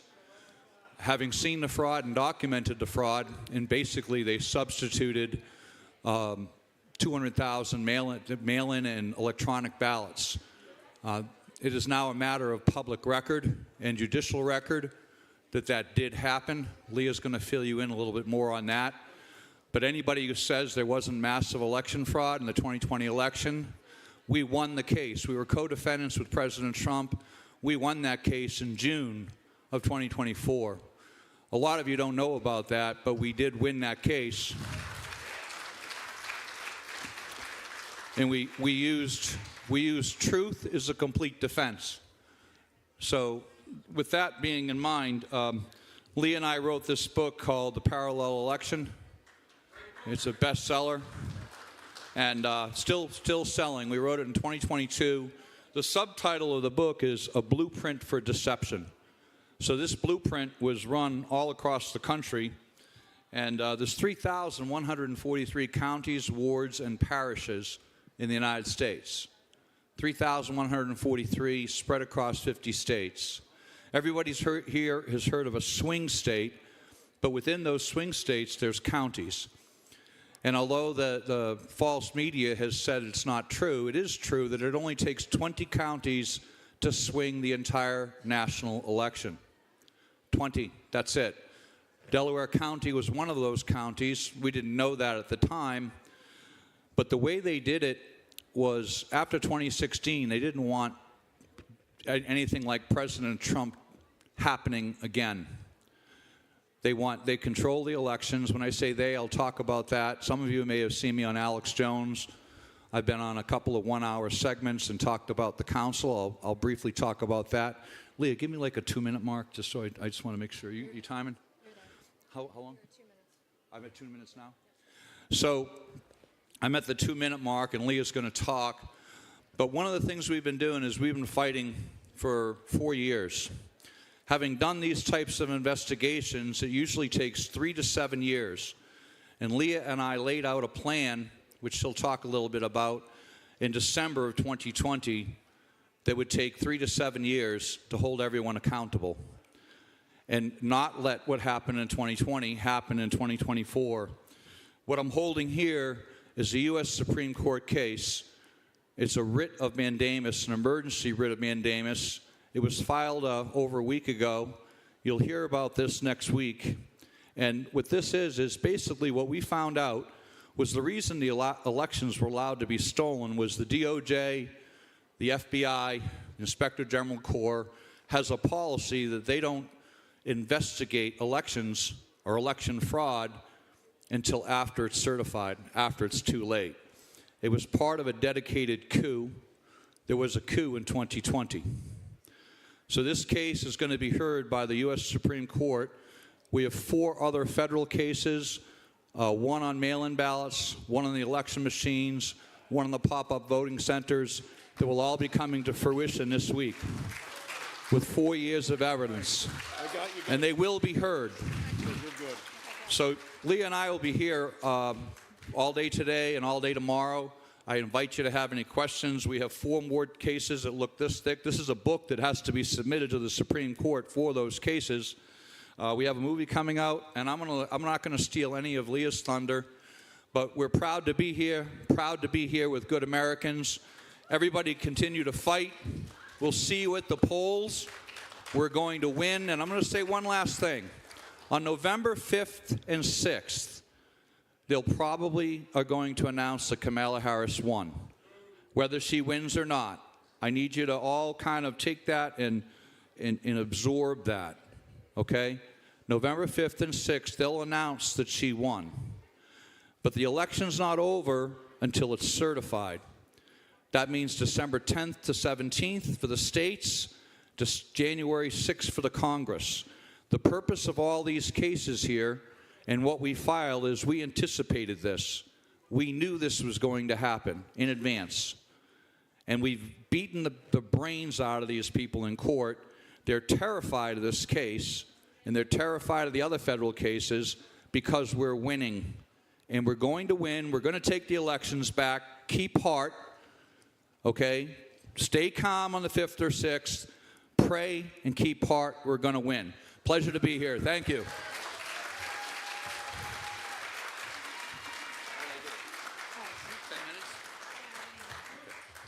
So my name is Leah Hoops, and I'm more of a fire breather. So I like to walk around a little bit. I like to kick ass and take names, and that's how I roll. That's my brother in arms right there. We have spent 4 years of going through absolute pure hell. And I want to say thank you so much to the Rod of Iron Ministries, to Lourdes, to Richard, to Anastasia, to Frank, to Sean and Justin, and to the people that have been supporting us through this absolute awful battle that we have to go through just in order to exercise our rights. And I want to talk about that because as a woman, I have the right to choose my firearm. And your Second Amendment is under attack, and it is the only amendment that protects the rest of them. And they've already gone after your First Amendment, okay? Right to petition and redress your government, right to speech, right to religion, right to assemble. They've gone after your Fifth Amendment, right to due process, the Eighth Amendment, okay, against cruel and unusual punishment. We have political prisoners sitting in a gulag right now.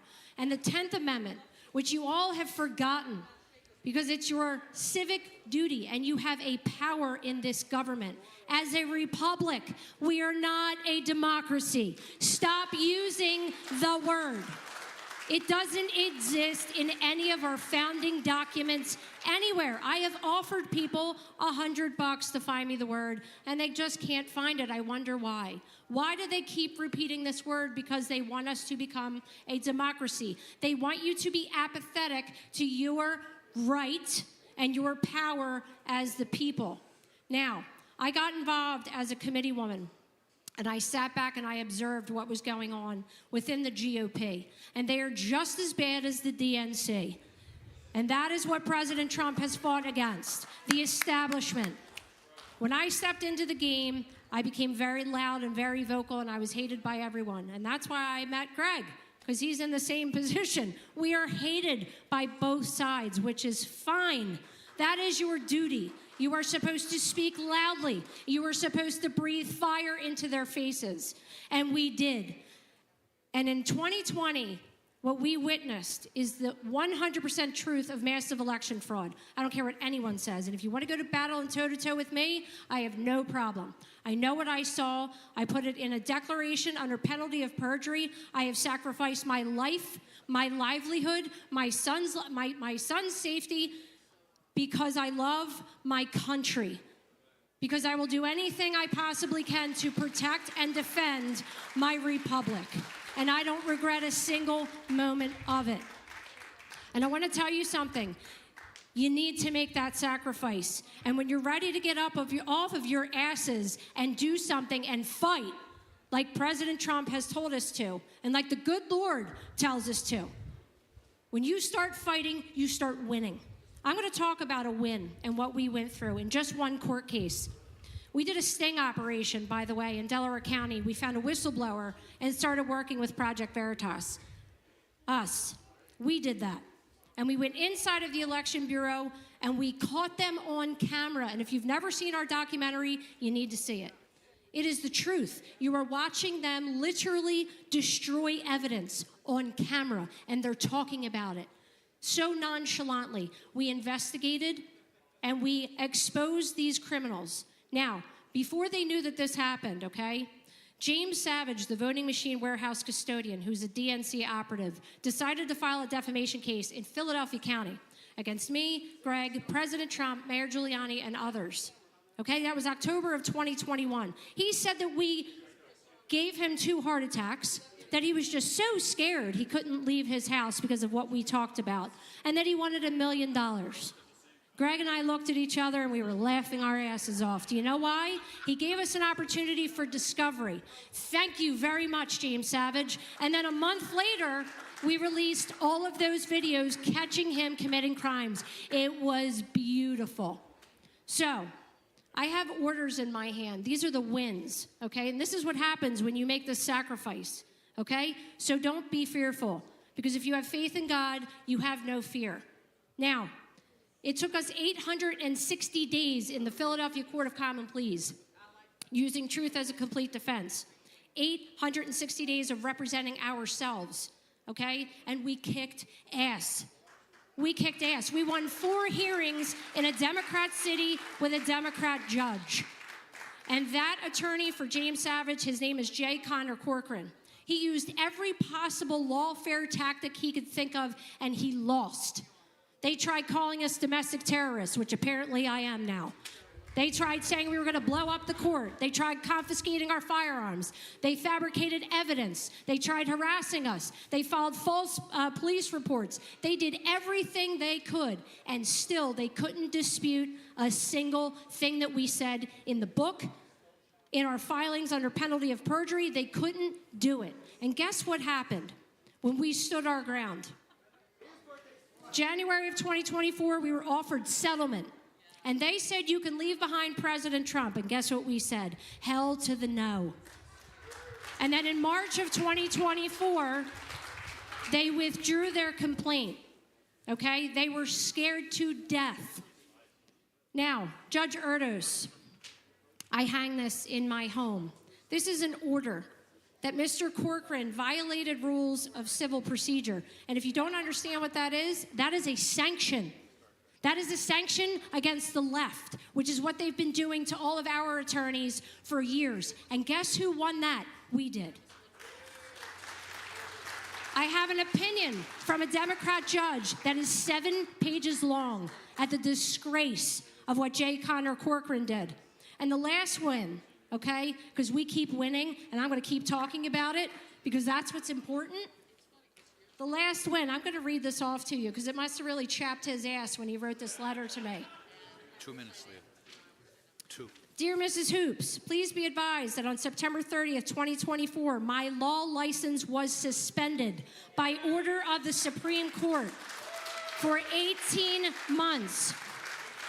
That's how we roll. That's how you win. You do not back down. We have another documentary coming out. It's called The Big Con. It will be released on Monday. True Social, Facebook, Patriot.online, X. You can follow my account at Leah Hoops. I just want to say, people, I have never been more proud to be an American than right now. Right now.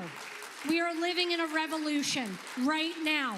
And you need to wake up not hopeless, not helpless. You need to thank God and get on your knees and pray that you are alive for a time like this. I love coming here. I love places like this. I love talking about my freedom, and I love exercising my rights, and I will be damned if this country turns communist. Good. You are all blessed, and you need to remind yourselves of your blessings. And you need to fight, fight, fight for this country. God bless you all.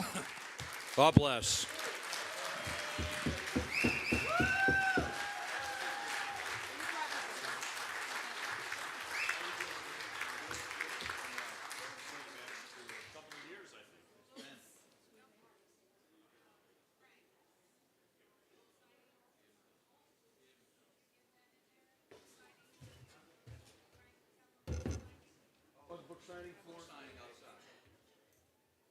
Who's the signer? You guys? Okay. Ladies and gentlemen, Greg does have, and Leah, they have the book signing right outside. Parallel Elections. And man, that is, you want to read about a book that's so well put together? It's absolutely that book. So book signing right outside. Right now we have a national treasure. This would be Mr. Sam Faddis, former CIA operations officer and national security commentator. You've seen, he hangs out with all the right guys. Frank Gaffney, Steve Bannon, like Sam knows what's going on. And he's going to share with us right now what his thoughts are on these United States and this upcoming election and how we're going to win it. Sam? Thanks, man. You're welcome. Amen. Give him hell, Sam. Okay. Everybody hear me fine in the back?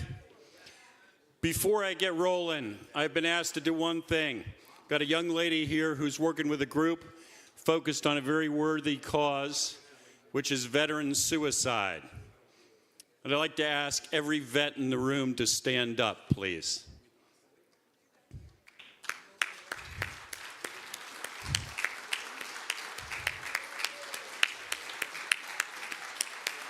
Thanks to all of you for your service. Very worthy cause, people. Look, I'm going to speak just for a few minutes. We're coming to the end of the day pretty soon. We all know we got an election coming up, which is the most important election in our lifetime. And I'm going to try to neck this down to what we need to be doing right now to make sure we get the result that we must have. If you listen to the mainstream media, which is admittedly a really bad idea, don't do that. But if you listen to them, if you go on Google, you do any of these things for these mass media productions, what you're going to hear is that we are a nation divided. That is a nation where black against white, against brown, and men against women, and gay against straight. You are tribalized, you are balkanized, you are not one country.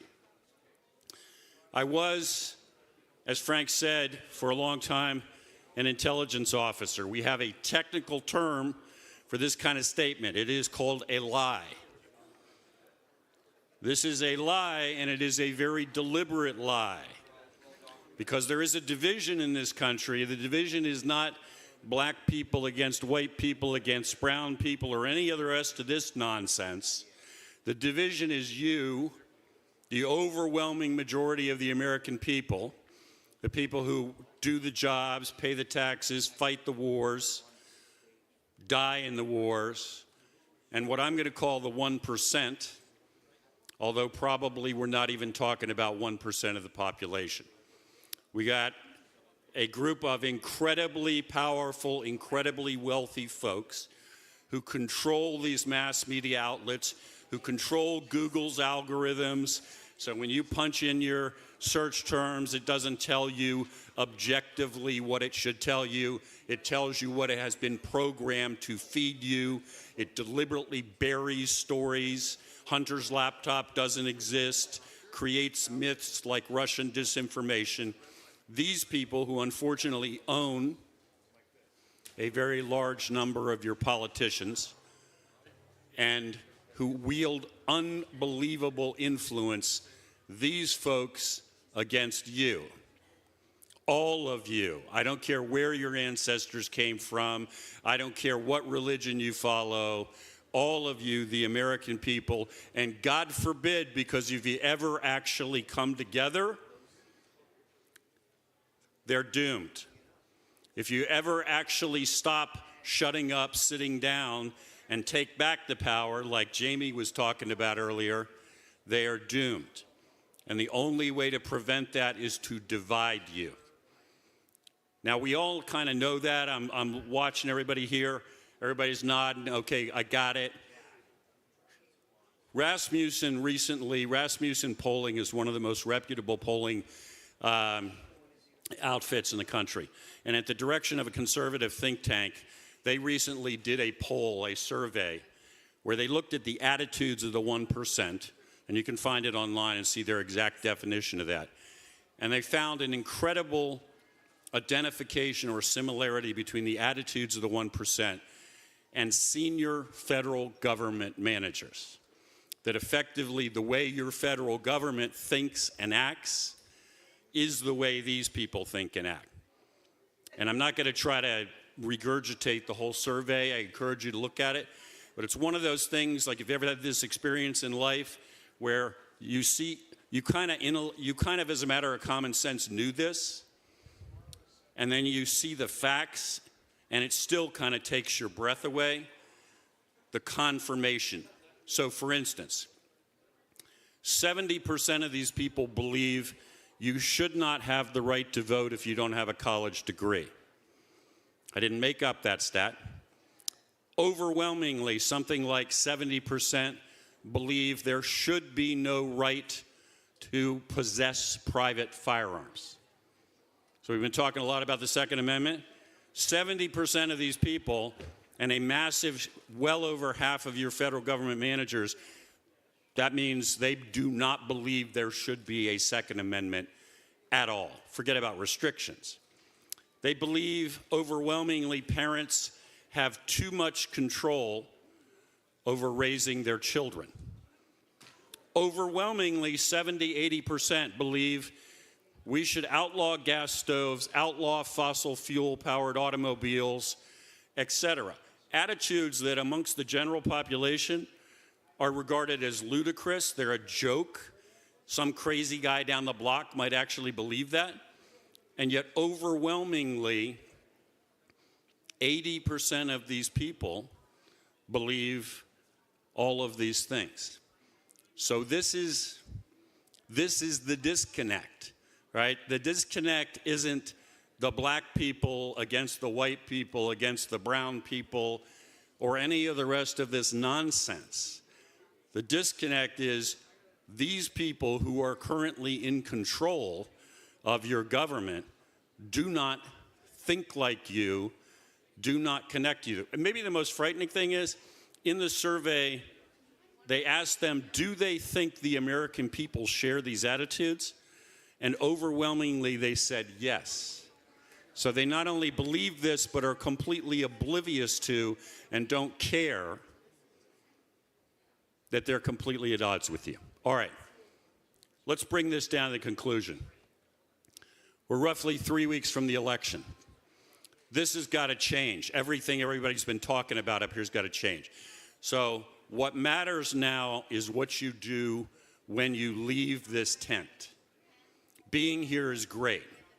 Going home, sitting down, opening the bag of Cheetos, turning on the game, and waiting for somebody else to save the republic is not the plan, right? You got to do this. You got to make this happen. So that boils down to two things. Turnout. Unbelievable number of people, and I spend time traveling all over the state speaking. Unbelievable number of people who feel just like you do on all these issues, angry as hell, mad as hell, don't bother to vote. This crazy number don't even bother to register to vote. There's something like, as of a month or two ago, over 500,000 gun owners in the state of Pennsylvania who had not bothered to vote. So talking all about the Second Amendment all day long, but don't register to vote. Forget about whether they go vote. They can't vote because they didn't bother to register to vote. So when you leave here, you're going to vote, and your neighbor down the street who thinks like you, you're going to make sure they vote. If you have to drive the old lady down the block to the polling place, you're going to do that. Your buddy who's constantly complaining but doesn't bother to vote, you're going to fix that problem individually. You're not going to fix the whole state, but you're going to fix that. And the second piece that you can do here is this. Those people that are still reachable, and yes, I know there are people who are not reachable. Those people who are still undecided, make it your mission to engage with them and talk to them. And I'm going to implore you when you talk to them to talk about nuts and bolts, kitchen table issues. Everybody knows that they are worse off than they were 4 years ago, right? Everybody knows what the price of gas is, the price of eggs, what crime is, everything else. All of those are winning issues, and every poll says they are winning issues. Stick to those issues, engage. Last thing I'm going to say.